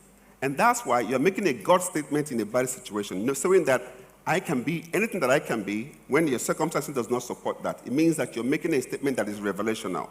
And what does the study of the Word of God give you? It gives you vision. Now, the second level of knowledge you must possess to change your narrative is theoretical knowledge. This knowledge is the knowledge of strategy. I have seen a lot of men and women who claim that God loves them, who brags about what God has done in their life, but they don't have the strategy on how to get it done. So in as much as you have vision for your life, you must also have what? A strategy, which what Madam Ini called roadmap. Is that correct? And what is strategy? Please write this down. It's finding out the most effective and efficient way to get result in the shortest possible time. Strategy is about getting result on time. In other words, part of the reason why I like about the last speaker today is that he started very early. On time is late. Before time is early. Say it again. On time is late. Before time is early. So the second level of knowledge is strategic knowledge, which helps you to understand how to use your time and resources when time still matters.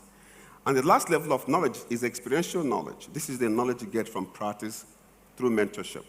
Now, a lot of times we try with our intelligence, but we don't have enough model to follow.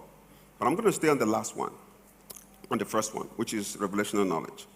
You see, the God factor is essential, but in Nigeria and Africa, there's a Pew study that shows that there are about 82 million Nigerians who are Christians, but yet Nigeria is the largest population of poor people on the planet. So the context of God is about this, a third reality somewhere you pray to, but the concept of God of the Westerners is that the God force lives inside of them. Anything you call God reflects the kind of person that you are. Now, in this context, the Bible said in Proverbs chapter 25, verse 2, it says, "It's the glory of God to conceal a matter, and the honor of kings is to do what? Search." Say it again. It's the glory of God to conceal, and the honor of kings to search. What does that mean? It means that search is royal behavior. It takes a king to study. When I see people who are going through hell, complaining about their circumstances, and they are not into study, I knew that it is difficult for you to help those people. So to really help you out, you must go through three levels of search. 3 levels of search. Write this down. The first level of search is to look at. The first level of search is to look at. Now, on this subject, I want you to write, in your quest to be wealthy, you must go through 3 levels of search. In your quest to be wealthy, you must go through 3 levels of search. The first one is to look at. Now, I tell people, do not be distracted by the glory of my result, but be inspired by the discipline of my process. It's not enough to desire all the wonderful things that you like, but more importantly, to understand the requirement of study and discipline that goes behind it. So the first level of search is what? To look at. Look at is your desire for wealth based on the physical things your eyes can see. How many of you have seen beautiful cars and you say, "I claim it in Jesus' name"? Raise your hand. How many of you have gone through nice estates and you saw beautiful, fantastic houses and say, "I claim that house in Jesus' name"? Which means the point of desire was based on what your eyes can see. Which means what led to that desire was your physical, sensual attraction. But I can tell you the truth. It is impossible to attract that thing whose discipline you don't have. Now, the second level of search is to look into. Please write those things down. To look into. This is your desire for wealth based on your circumstances. Your desire for wealth based on your circumstances. The interesting thing about the stories that happen today, if you notice, most of the stories Africans tell about their success is how poor they were before they started. Is that correct? Have you noticed it? Everywhere I go, Africans get on the stage. The first thing they tell you is how they suffered. True or false? And whatever motivates you multiplies itself. 90% of the stories Africans tell is about poverty. How they came out of penury, how they suffered, how their father didn't have money, how their mom didn't have money. Those stories perpetuate itself because if you need misery to succeed, you need more misery to succeed. So the second level of search is to look into. That is your quest for wealth based on your circumstances. I hear things like, "I will never be poor in my life." Have you heard that before? What are you talking about? Poverty. What would you not be in your life? What are you detesting in your life? What don't you want in your life? What are you discussing in your life? What are you thinking about while you're discussing it? What is it that you don't want? What are you saying about? What are you hearing when you say it? What's going to happen after you said it? So look at these stories. Look at these stories. It's about how I suffered, how my life was terrible, how things are not working. That story is repeating itself again because the motivation is lack, not abundance.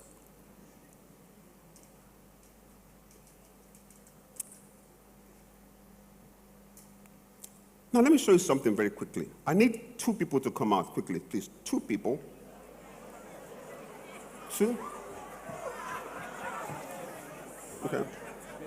It's okay. It's okay. It's okay. Now, watch this. Thank you. Go back to your seat. Go back.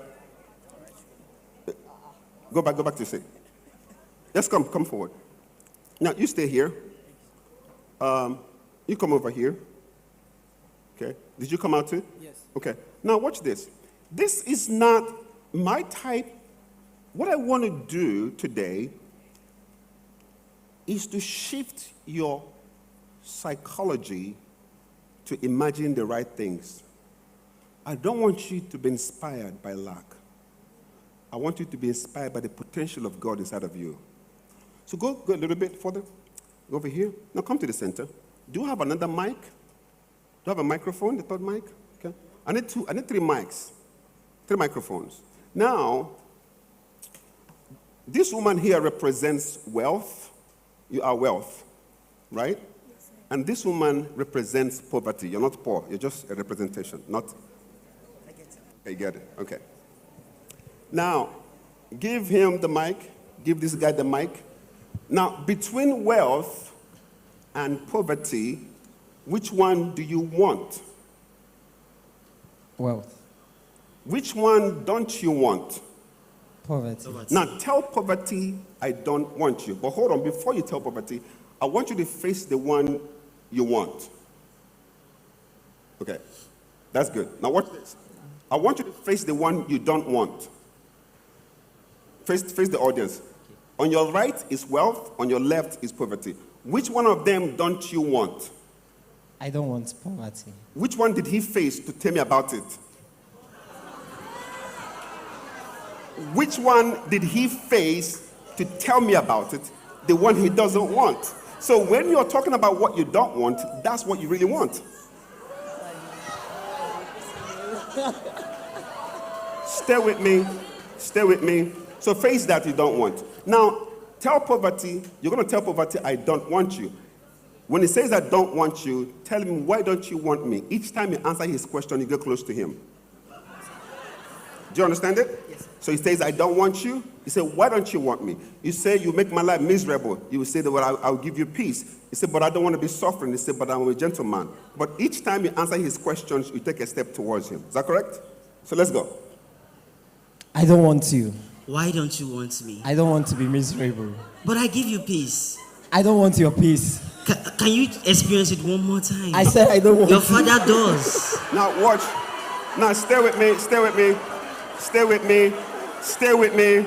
Stay with me. Stay with me. Who is he talking to? Who is replying him? Who is he arguing with? What if he wins the argument? What do you win the argument about? What if poverty wins the argument? What won the argument? Poverty. Well, what if he got so angry and he beat poverty and pushed him on the floor and he started fighting? What's he fighting with? Poverty. But what if poverty got so bad and turned him around and started beating him? What's beating him? Poverty. So what's going to happen at the end of the day? Poverty.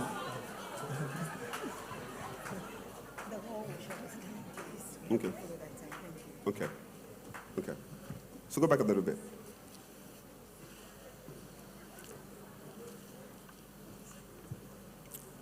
I have been consulting for 20 years.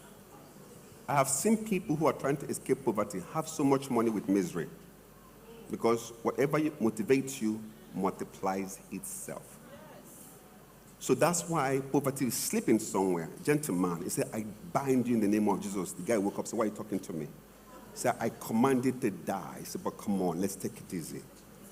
That conversation strengthens the imagination. Now, what do you really want? Wealth. Now face what you want. Now tell wealth, I don't want you. Hold on. Say wealth, I do not want you. And when she says that, say, why don't you want me? Each time you answer the question, take one step towards him. And when we say, I don't want you, tell what I don't want you. He says, why don't you want me? He said, well, they'll kidnap you, so I'll give you security. But keep making conversation. But each time you answer this step, take one step close to him. Go ahead. Okay. I don't want you. Why don't you want me? I'll be kidnapped. I'll offer you security. I don't want that. Wealth will give you joy. I don't want that. The way he's smiling shows he wants it. I don't want that. You need wealth. The way he's... I don't want that. Now watch this. Now watch this. Who is he arguing with? What is he in conflict with? Wealth. Who is talking to him? Wealth. Who is he talking with? Wealth. What if he's so wrong, wealth took him and beat him on the floor? What's beating him? Wealth. So what's going to happen in the end? Wealth. So it is what you think about and talk about that becomes your day. Does that make sense? Just go back to your seat. Thank you. Does that make sense? So, but a lot of times we are focused on our circumstances. That's the problem. My nickname in secondary school was the $1 Million Man when I was in secondary school. Before I ever touched $1 million, it was something that I was talking about all the time. All the time. Now, the last level of search is to look through. Okay? Is that time correct? Is it correct? Well, she told me his time was over. Is that correct now? Okay. So the last level of search is what? Is what? To look through. That is your quest for what? For wealth based on the word of God. Write it down.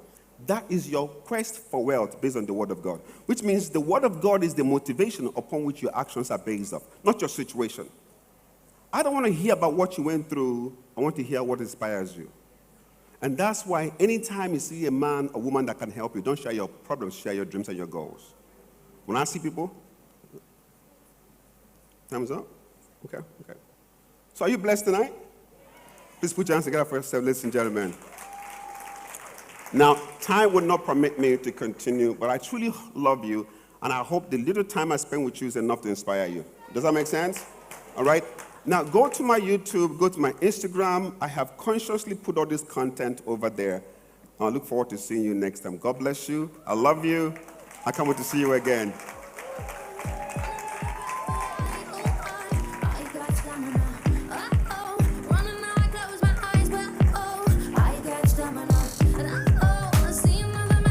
Let's appreciate Dr. Ugochukwu Megu one more time, please. A round of applause for him, please. Appreciate that moment. Thank you. The award presentation and the character album, you please come up. Now we're talking here. It's crazy, I tell you. Wow. Please let all of us stand up and appreciate Dr. Ugochukwu Megu. Thank you. You may not understand the value of the sacrifice that has happened today because he's been in Abuja training. In fact, we wanted him to come in a day earlier, but we couldn't because of what he was doing over there in Abuja.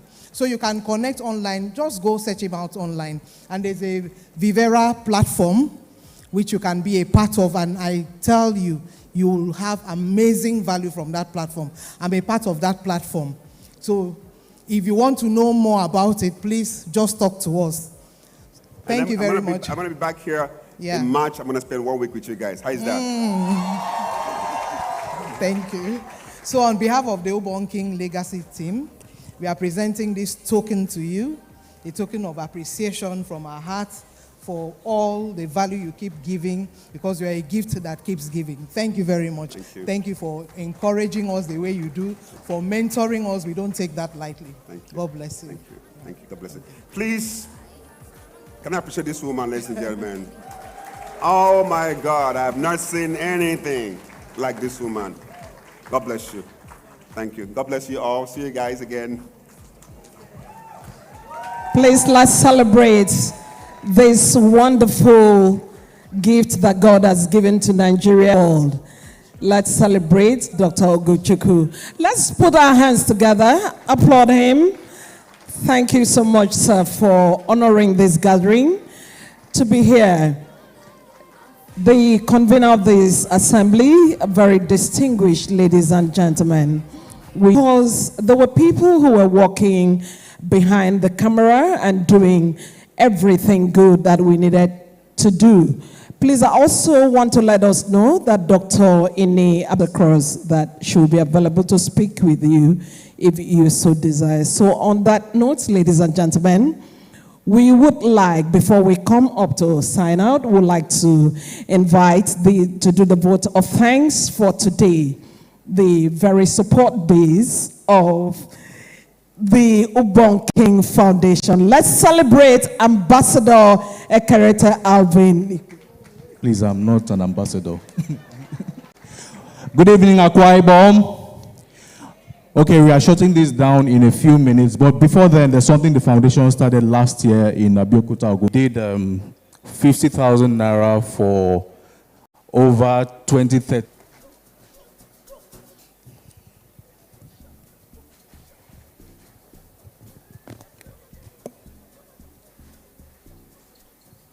Victoria Daniel.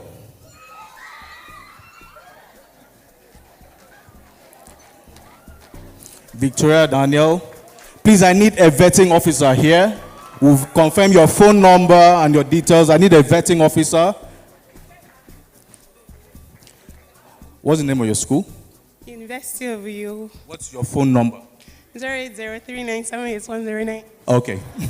Verified.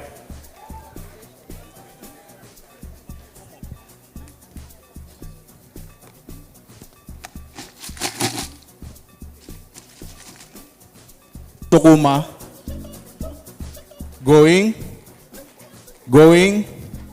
gone.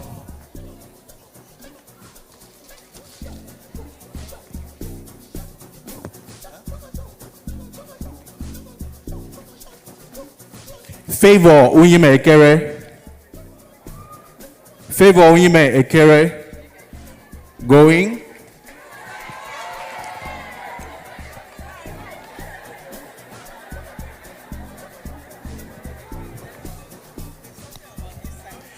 Your phone number? Verified.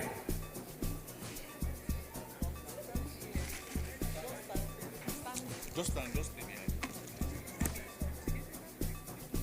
Let me pick.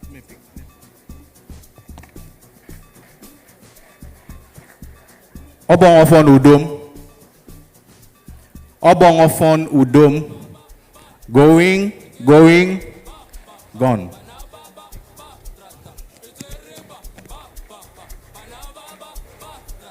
Rama Okoy.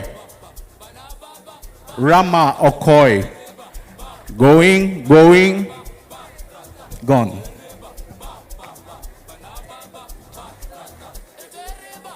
Enobong Patrick Augustine. Going, gone. Diamond Victor Ifyok.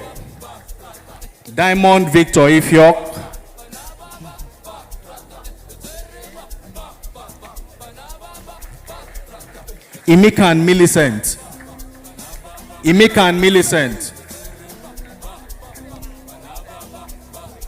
What's happening to this side now?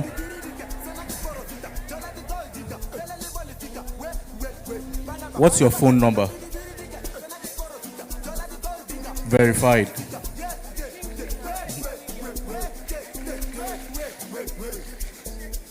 Shake it.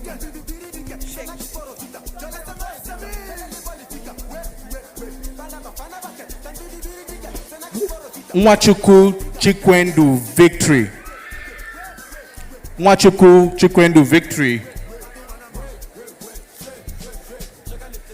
First, what's happening to this side and what's happening to the boys, to the men?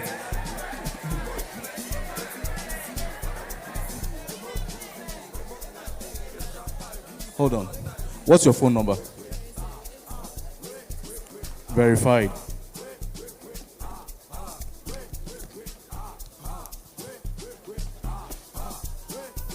Sarah Emmanuel.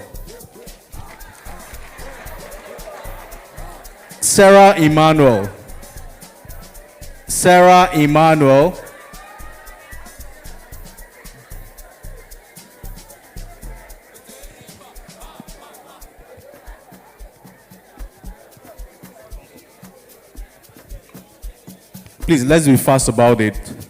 What's your phone number? Verified.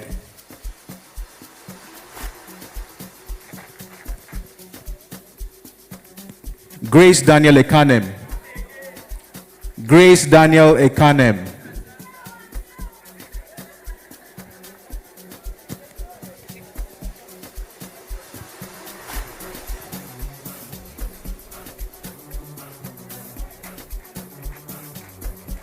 What's your phone number? Verified.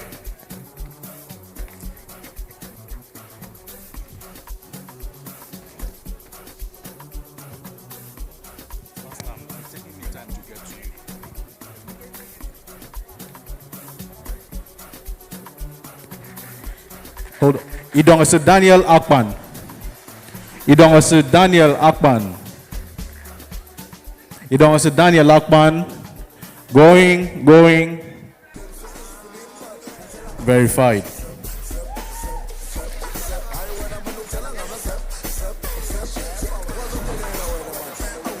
Prince Jr. Prince Jr., finally a guy. Verified. That's not the number I have here, so I think she's the one. Please, a round of applause for her. Did I drop it here?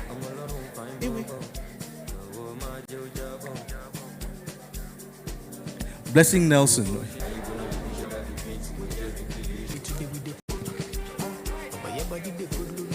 Chip.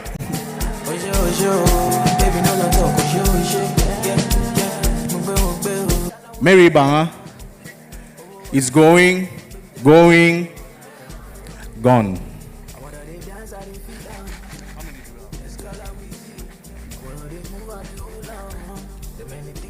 Augustine, Augustina, Enyema.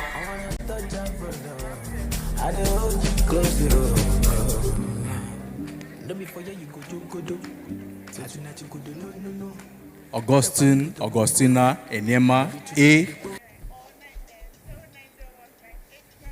You almost disqualified yourself. Verified. How many do we have?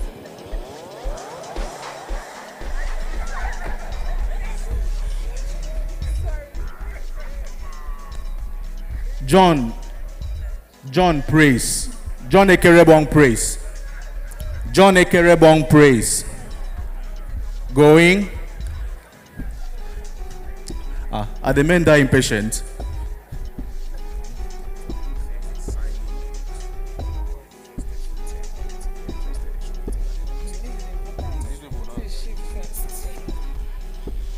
Favor John. Favor John.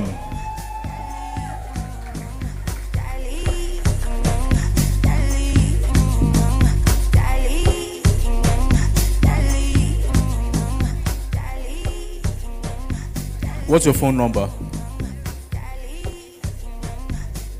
Verified.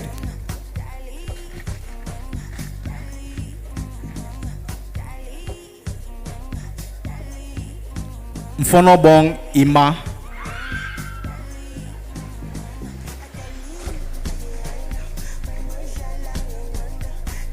Okay, I'd like to state that of the 2 million, 1 million is from the Ubong King Foundation, and the other 1 million is from the Office of the Coordinator of the First Lady, Akwa Ibom State. Please, a round of applause for her.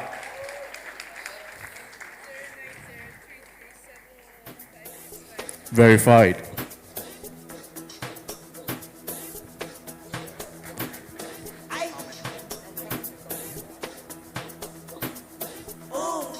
Okon Godswill Xavier. Okon Godswill Xavier. Going.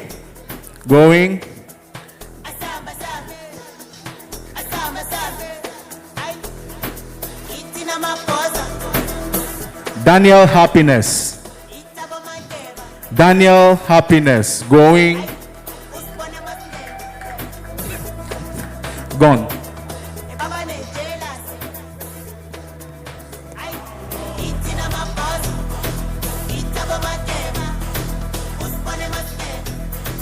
Enyekan Okon. Enyekan Okon. Enyekan Okon. Gone.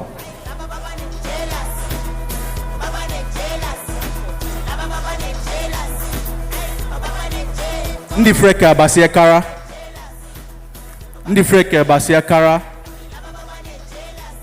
Going. Gone.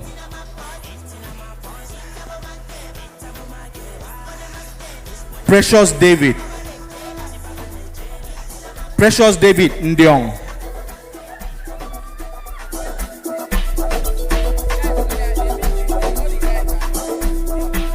What's your phone number?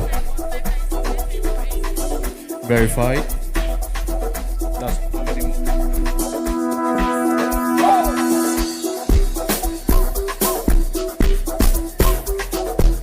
Idara Justina Okon. Idara Justina Okon.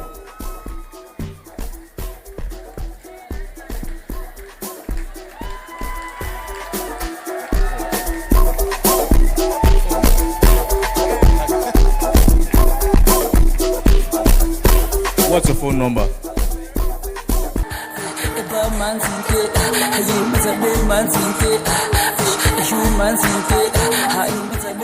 What's your phone number? Verified. 4 more to go.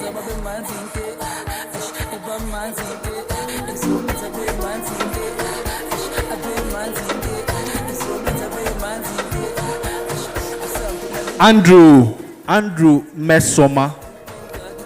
Andrew Mesoma. Going, gone. Amos. Etini Young Amos. Going, gone. Daram Fonobasi Andy. Daram Fonobasi Andy. Going, gone.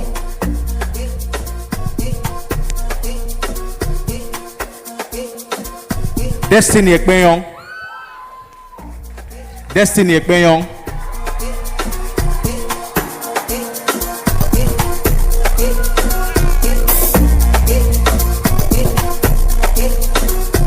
What's your phone number? Verified.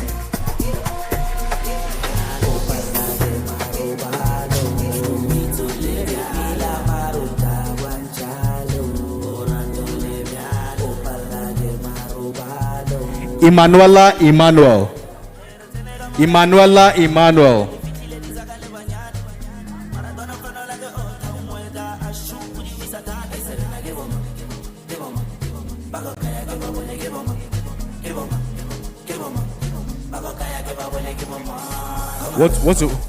What's your phone number? Oh, verified. Okay, at the point we had a lady that came up with a similar name with one of the winners, but the number was different. She was not the person. Please, where's that lady? There's 50,000 naira for you.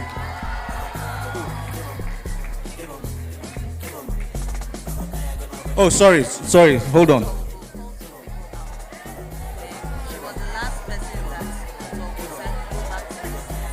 Okay, sorry, there was a mix-up. Now, when Dr. Ugo was teaching, there was a lady that came out and he asked her to go back, right? Where's that lady?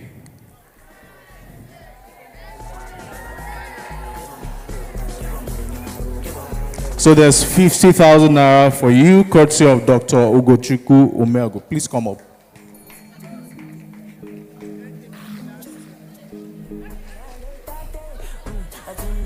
How many? Okay, 2 more. Iyenabasi Asukwo Efyong. Iyenabasi Asukwo Efyong. No, this one won't.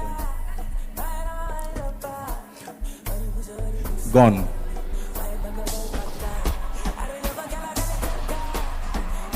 Good News Sunday. Good News Sunday.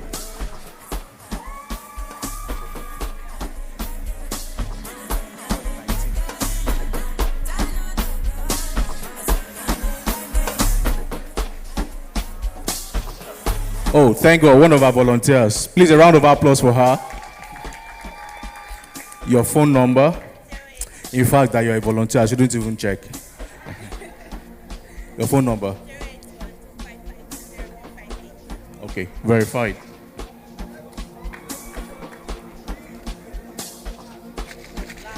The last but not the least,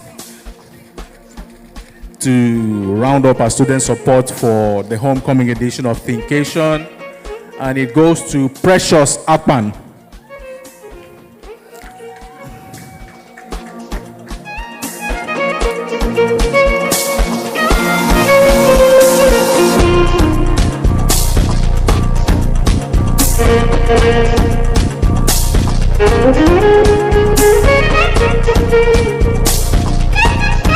What's your phone number?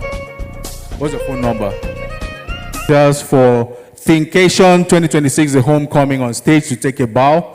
You guys have been amazing. You guys have been awesome. Taking out your time, your resource, and your energy to make this happen. This is not just about the foundation. It's about each and every one of you who have contributed to make this event worthwhile. Oh.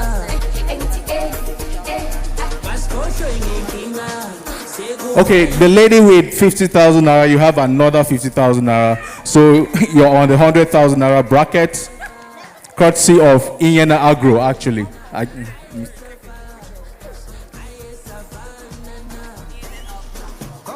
And Uncle Joe.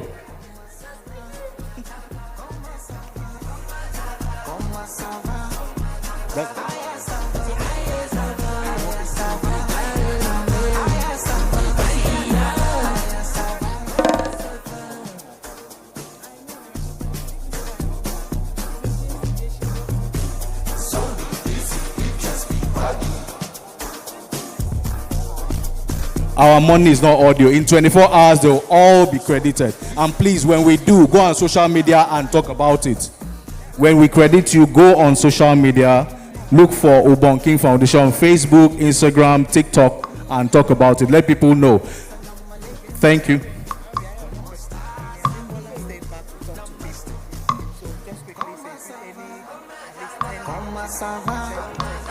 Okay. Did you not enjoy Auntie Ini Abin session? Please, a round of applause for her. She's back in the house. And she has been magnanimous enough. She'll be talking to people after the event. So walk up to her respectfully. Please, don't go and ask for urgent 2K. You know, not more than 10 people, please, so she can go and rest. So you have free mentorship. Please, let's have the volunteers on stage. Please, a round of applause for our volunteers. They are the best in the world.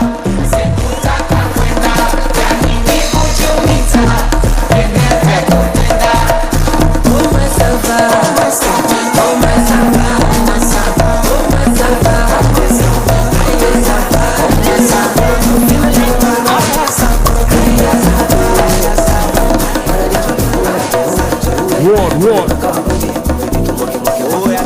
Oh, ladies and gentlemen, come on, let's go. Are you ready to party right now? Come on, say you. Are you dancing right now? Hey, start the dance, start the move, start the dance, start the move, start the dance, start the move.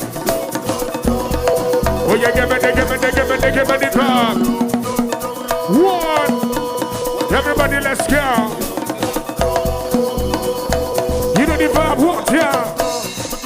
He don't cuss, he don't cuss, he don't cuss, he don't cuss, he don't cuss. Listen up, water. He don't water. Akwa Ibom, thank you. Water. Thinkation, you do sabi this thing. Thinkation, you do sabi this thing. Okay. All right. Oh, yeah, let's do this one tonight. Are you ready now? Come on, let's go. Oh, yeah, dance, spread the way. Say you. Aya your leg walk. Just the leg alone. Sorry, what is the leg? Just the leg. But they put it like that. Here we go, sir. Okay, Rizzy, hold it. Rizzy, hold it. Now. Backside. What you say? All right, Rizzy, we'll get back to you. So, Akwa Ibom, thank you very much. This has been one of the best we've had. So, I want to, at this moment, appreciate our amazing volunteers. Some are still working, they're not up here. Please, a round of applause for yourselves. Honestly, we are so tempted to come do the 10th edition in Uyo by 2027. Please, pray along. And trust me, it will be a lot better than what we've done this time. So I want to say a huge thank you to every one of us who have contributed your time, your energy, your resource to make this event happen. God will bless you abundantly.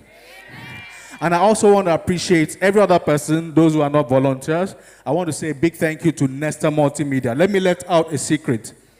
You see all these screens, screen, light, everything. When we approached him and told him the concept, I just showed him the idea of the screen arrangement I wanted. He looked at it and said, it's never been done in Akwa Ibom before, but I'll do it for you. And he did all these things free of charge, not 10 kobo, please. A round of applause for Nesta Multimedia. Some of the staff are here. A round of applause. Also, we want to appreciate Flemore Event Center for being patient with us. We've actually overshot the time, but they've not turned off the gen on us. Please, God bless you, and thank you very much. I also want to mention Protection Plus, where Mrs. King is chairman. Ibom Air, you guys have been amazing, flying in our guest. Champion Breweries, even though I've not had your Champ Malta, but thank you, Champion Breweries. Kent Harris and Company, Cocoon, Zinzu Consultants, Savior Udo, all the branding you've seen around the venue. Zinzu Consultant, yes.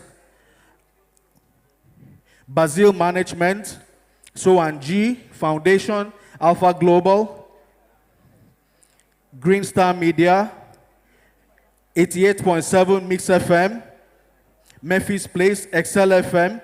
Now, Excel FM gave us, for the past 2 months, they gave us free adverts without charging a dime from 2 months till the day of the event. Please, a round of applause for them.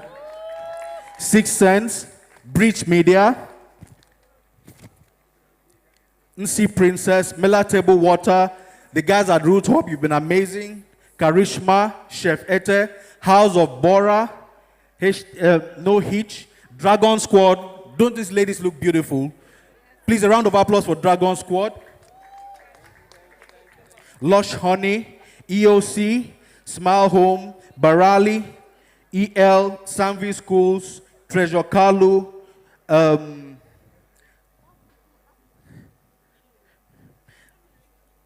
Land and Sea, Helen Event, The Alvinator, thank you very much, Purpose. Sorry, this handwriting, I can't read some of these things, but for everyone who has supported us in one way or the other, I want to say a big thank you, and I want to say God bless you as we dismiss, you get back home safely. For the volunteers, you hear from us, and I want to say thank you to our speakers who are still in the house. I want to say thank you to my mom. I want to say thank you to Prince Bassi, who is heading our photography. Prince Bassi was a volunteer in 2018 as an attendee, but today he's heading photography for the Ubong King Foundation. And, okay, they're not in the house. Progress Effiong, so those that didn't come early, you would have missed out. Progress Effiong, Utesien, Auntie Pastor It Dennis, and Bobby Friga. They were all in the house in the earlier part. I want to appreciate DJ Rizzi. DJ Rizzi, a round of applause for yourself. Don't worry, after now, you take us home with your jams. So, as not to prolong this, we appreciate each and every one of us who have been able to make this happen. Our guests that came in, you know, we had people coming from the US for this event, people coming from all over Africa, and I want to appreciate. Oh, yeah. For the first time, Thinkation had 2 MCs, 2 female MCs. Please, a round of applause for Nse Valentine and Becky Odongide. And also TK. So, please, if I've missed out anyone, forgive me. But know that you're all deeply appreciated. Like I said, we are going to rub minds and see if we can come back to you for the 10th edition. So, from me, Ekerete Alvin Enoikpe, Head of Strategic Communications, Ubong King Foundation, it's good night. Please take a bow, volunteers. Ladies and gentlemen, come on! Reaching out to Thinkation Foundation on this one. Everybody wants ya, we live it like that. Say what?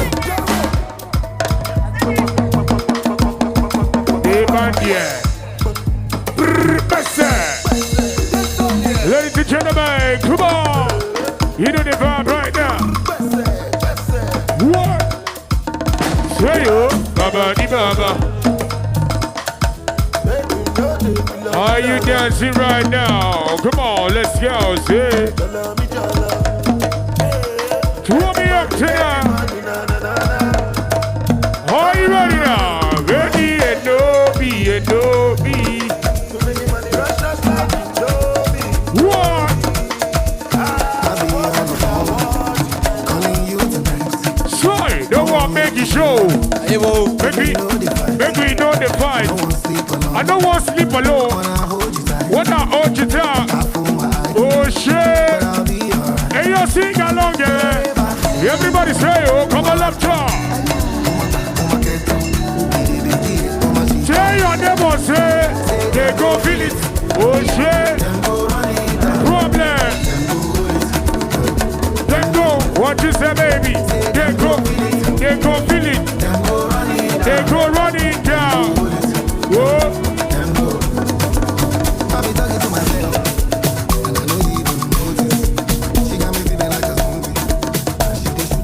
Ladies and gentlemen, come on.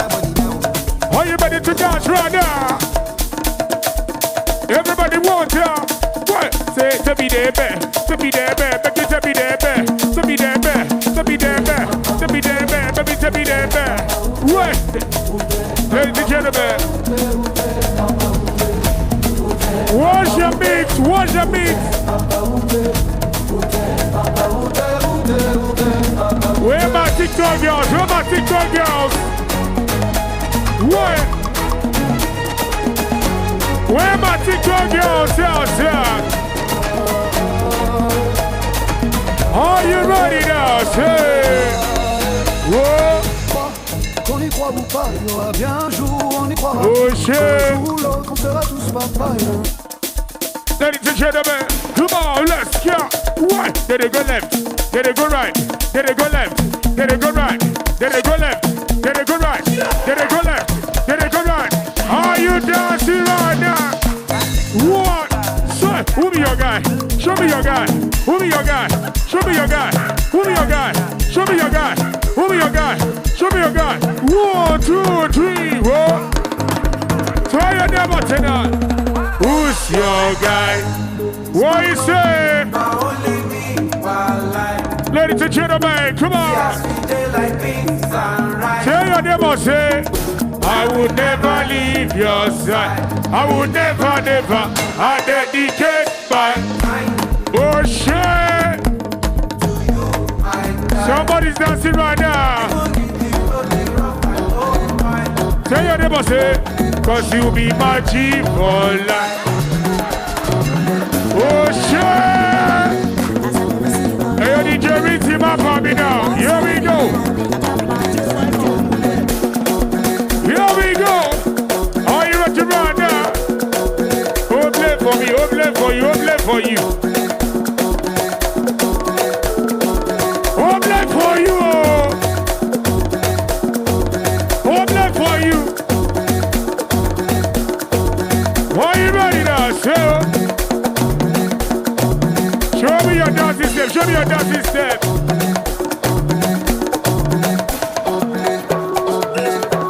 Are you ready? One, two. Everybody run now. Hey, your bugger up for me now.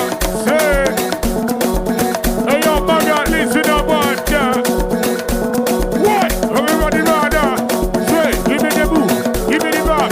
Mama, they dance so. Mama, they dance so. Mama, they dance so. What? Mama, they dance so. Oh, yeah, mama. Give me the back. Give me the move. Give me the back. Give me the move. Give me the back. What? Hey, hey. Now be that. In the runner. Now be that. In the runner. Now be that. Say the dance. Say. Oh, lo, you say. I got feelings for you. I got feelings for you. Listen. I said, who is it Thinkation? I said, God, I got my torture.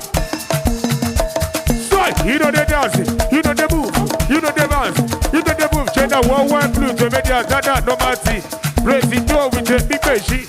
Your girlfriend wanna do that thing, but but no beat that can place in a beat. But you ain't giving and he don't pass. He don't pass, that me say he don't cast. No last shots, he don't cast.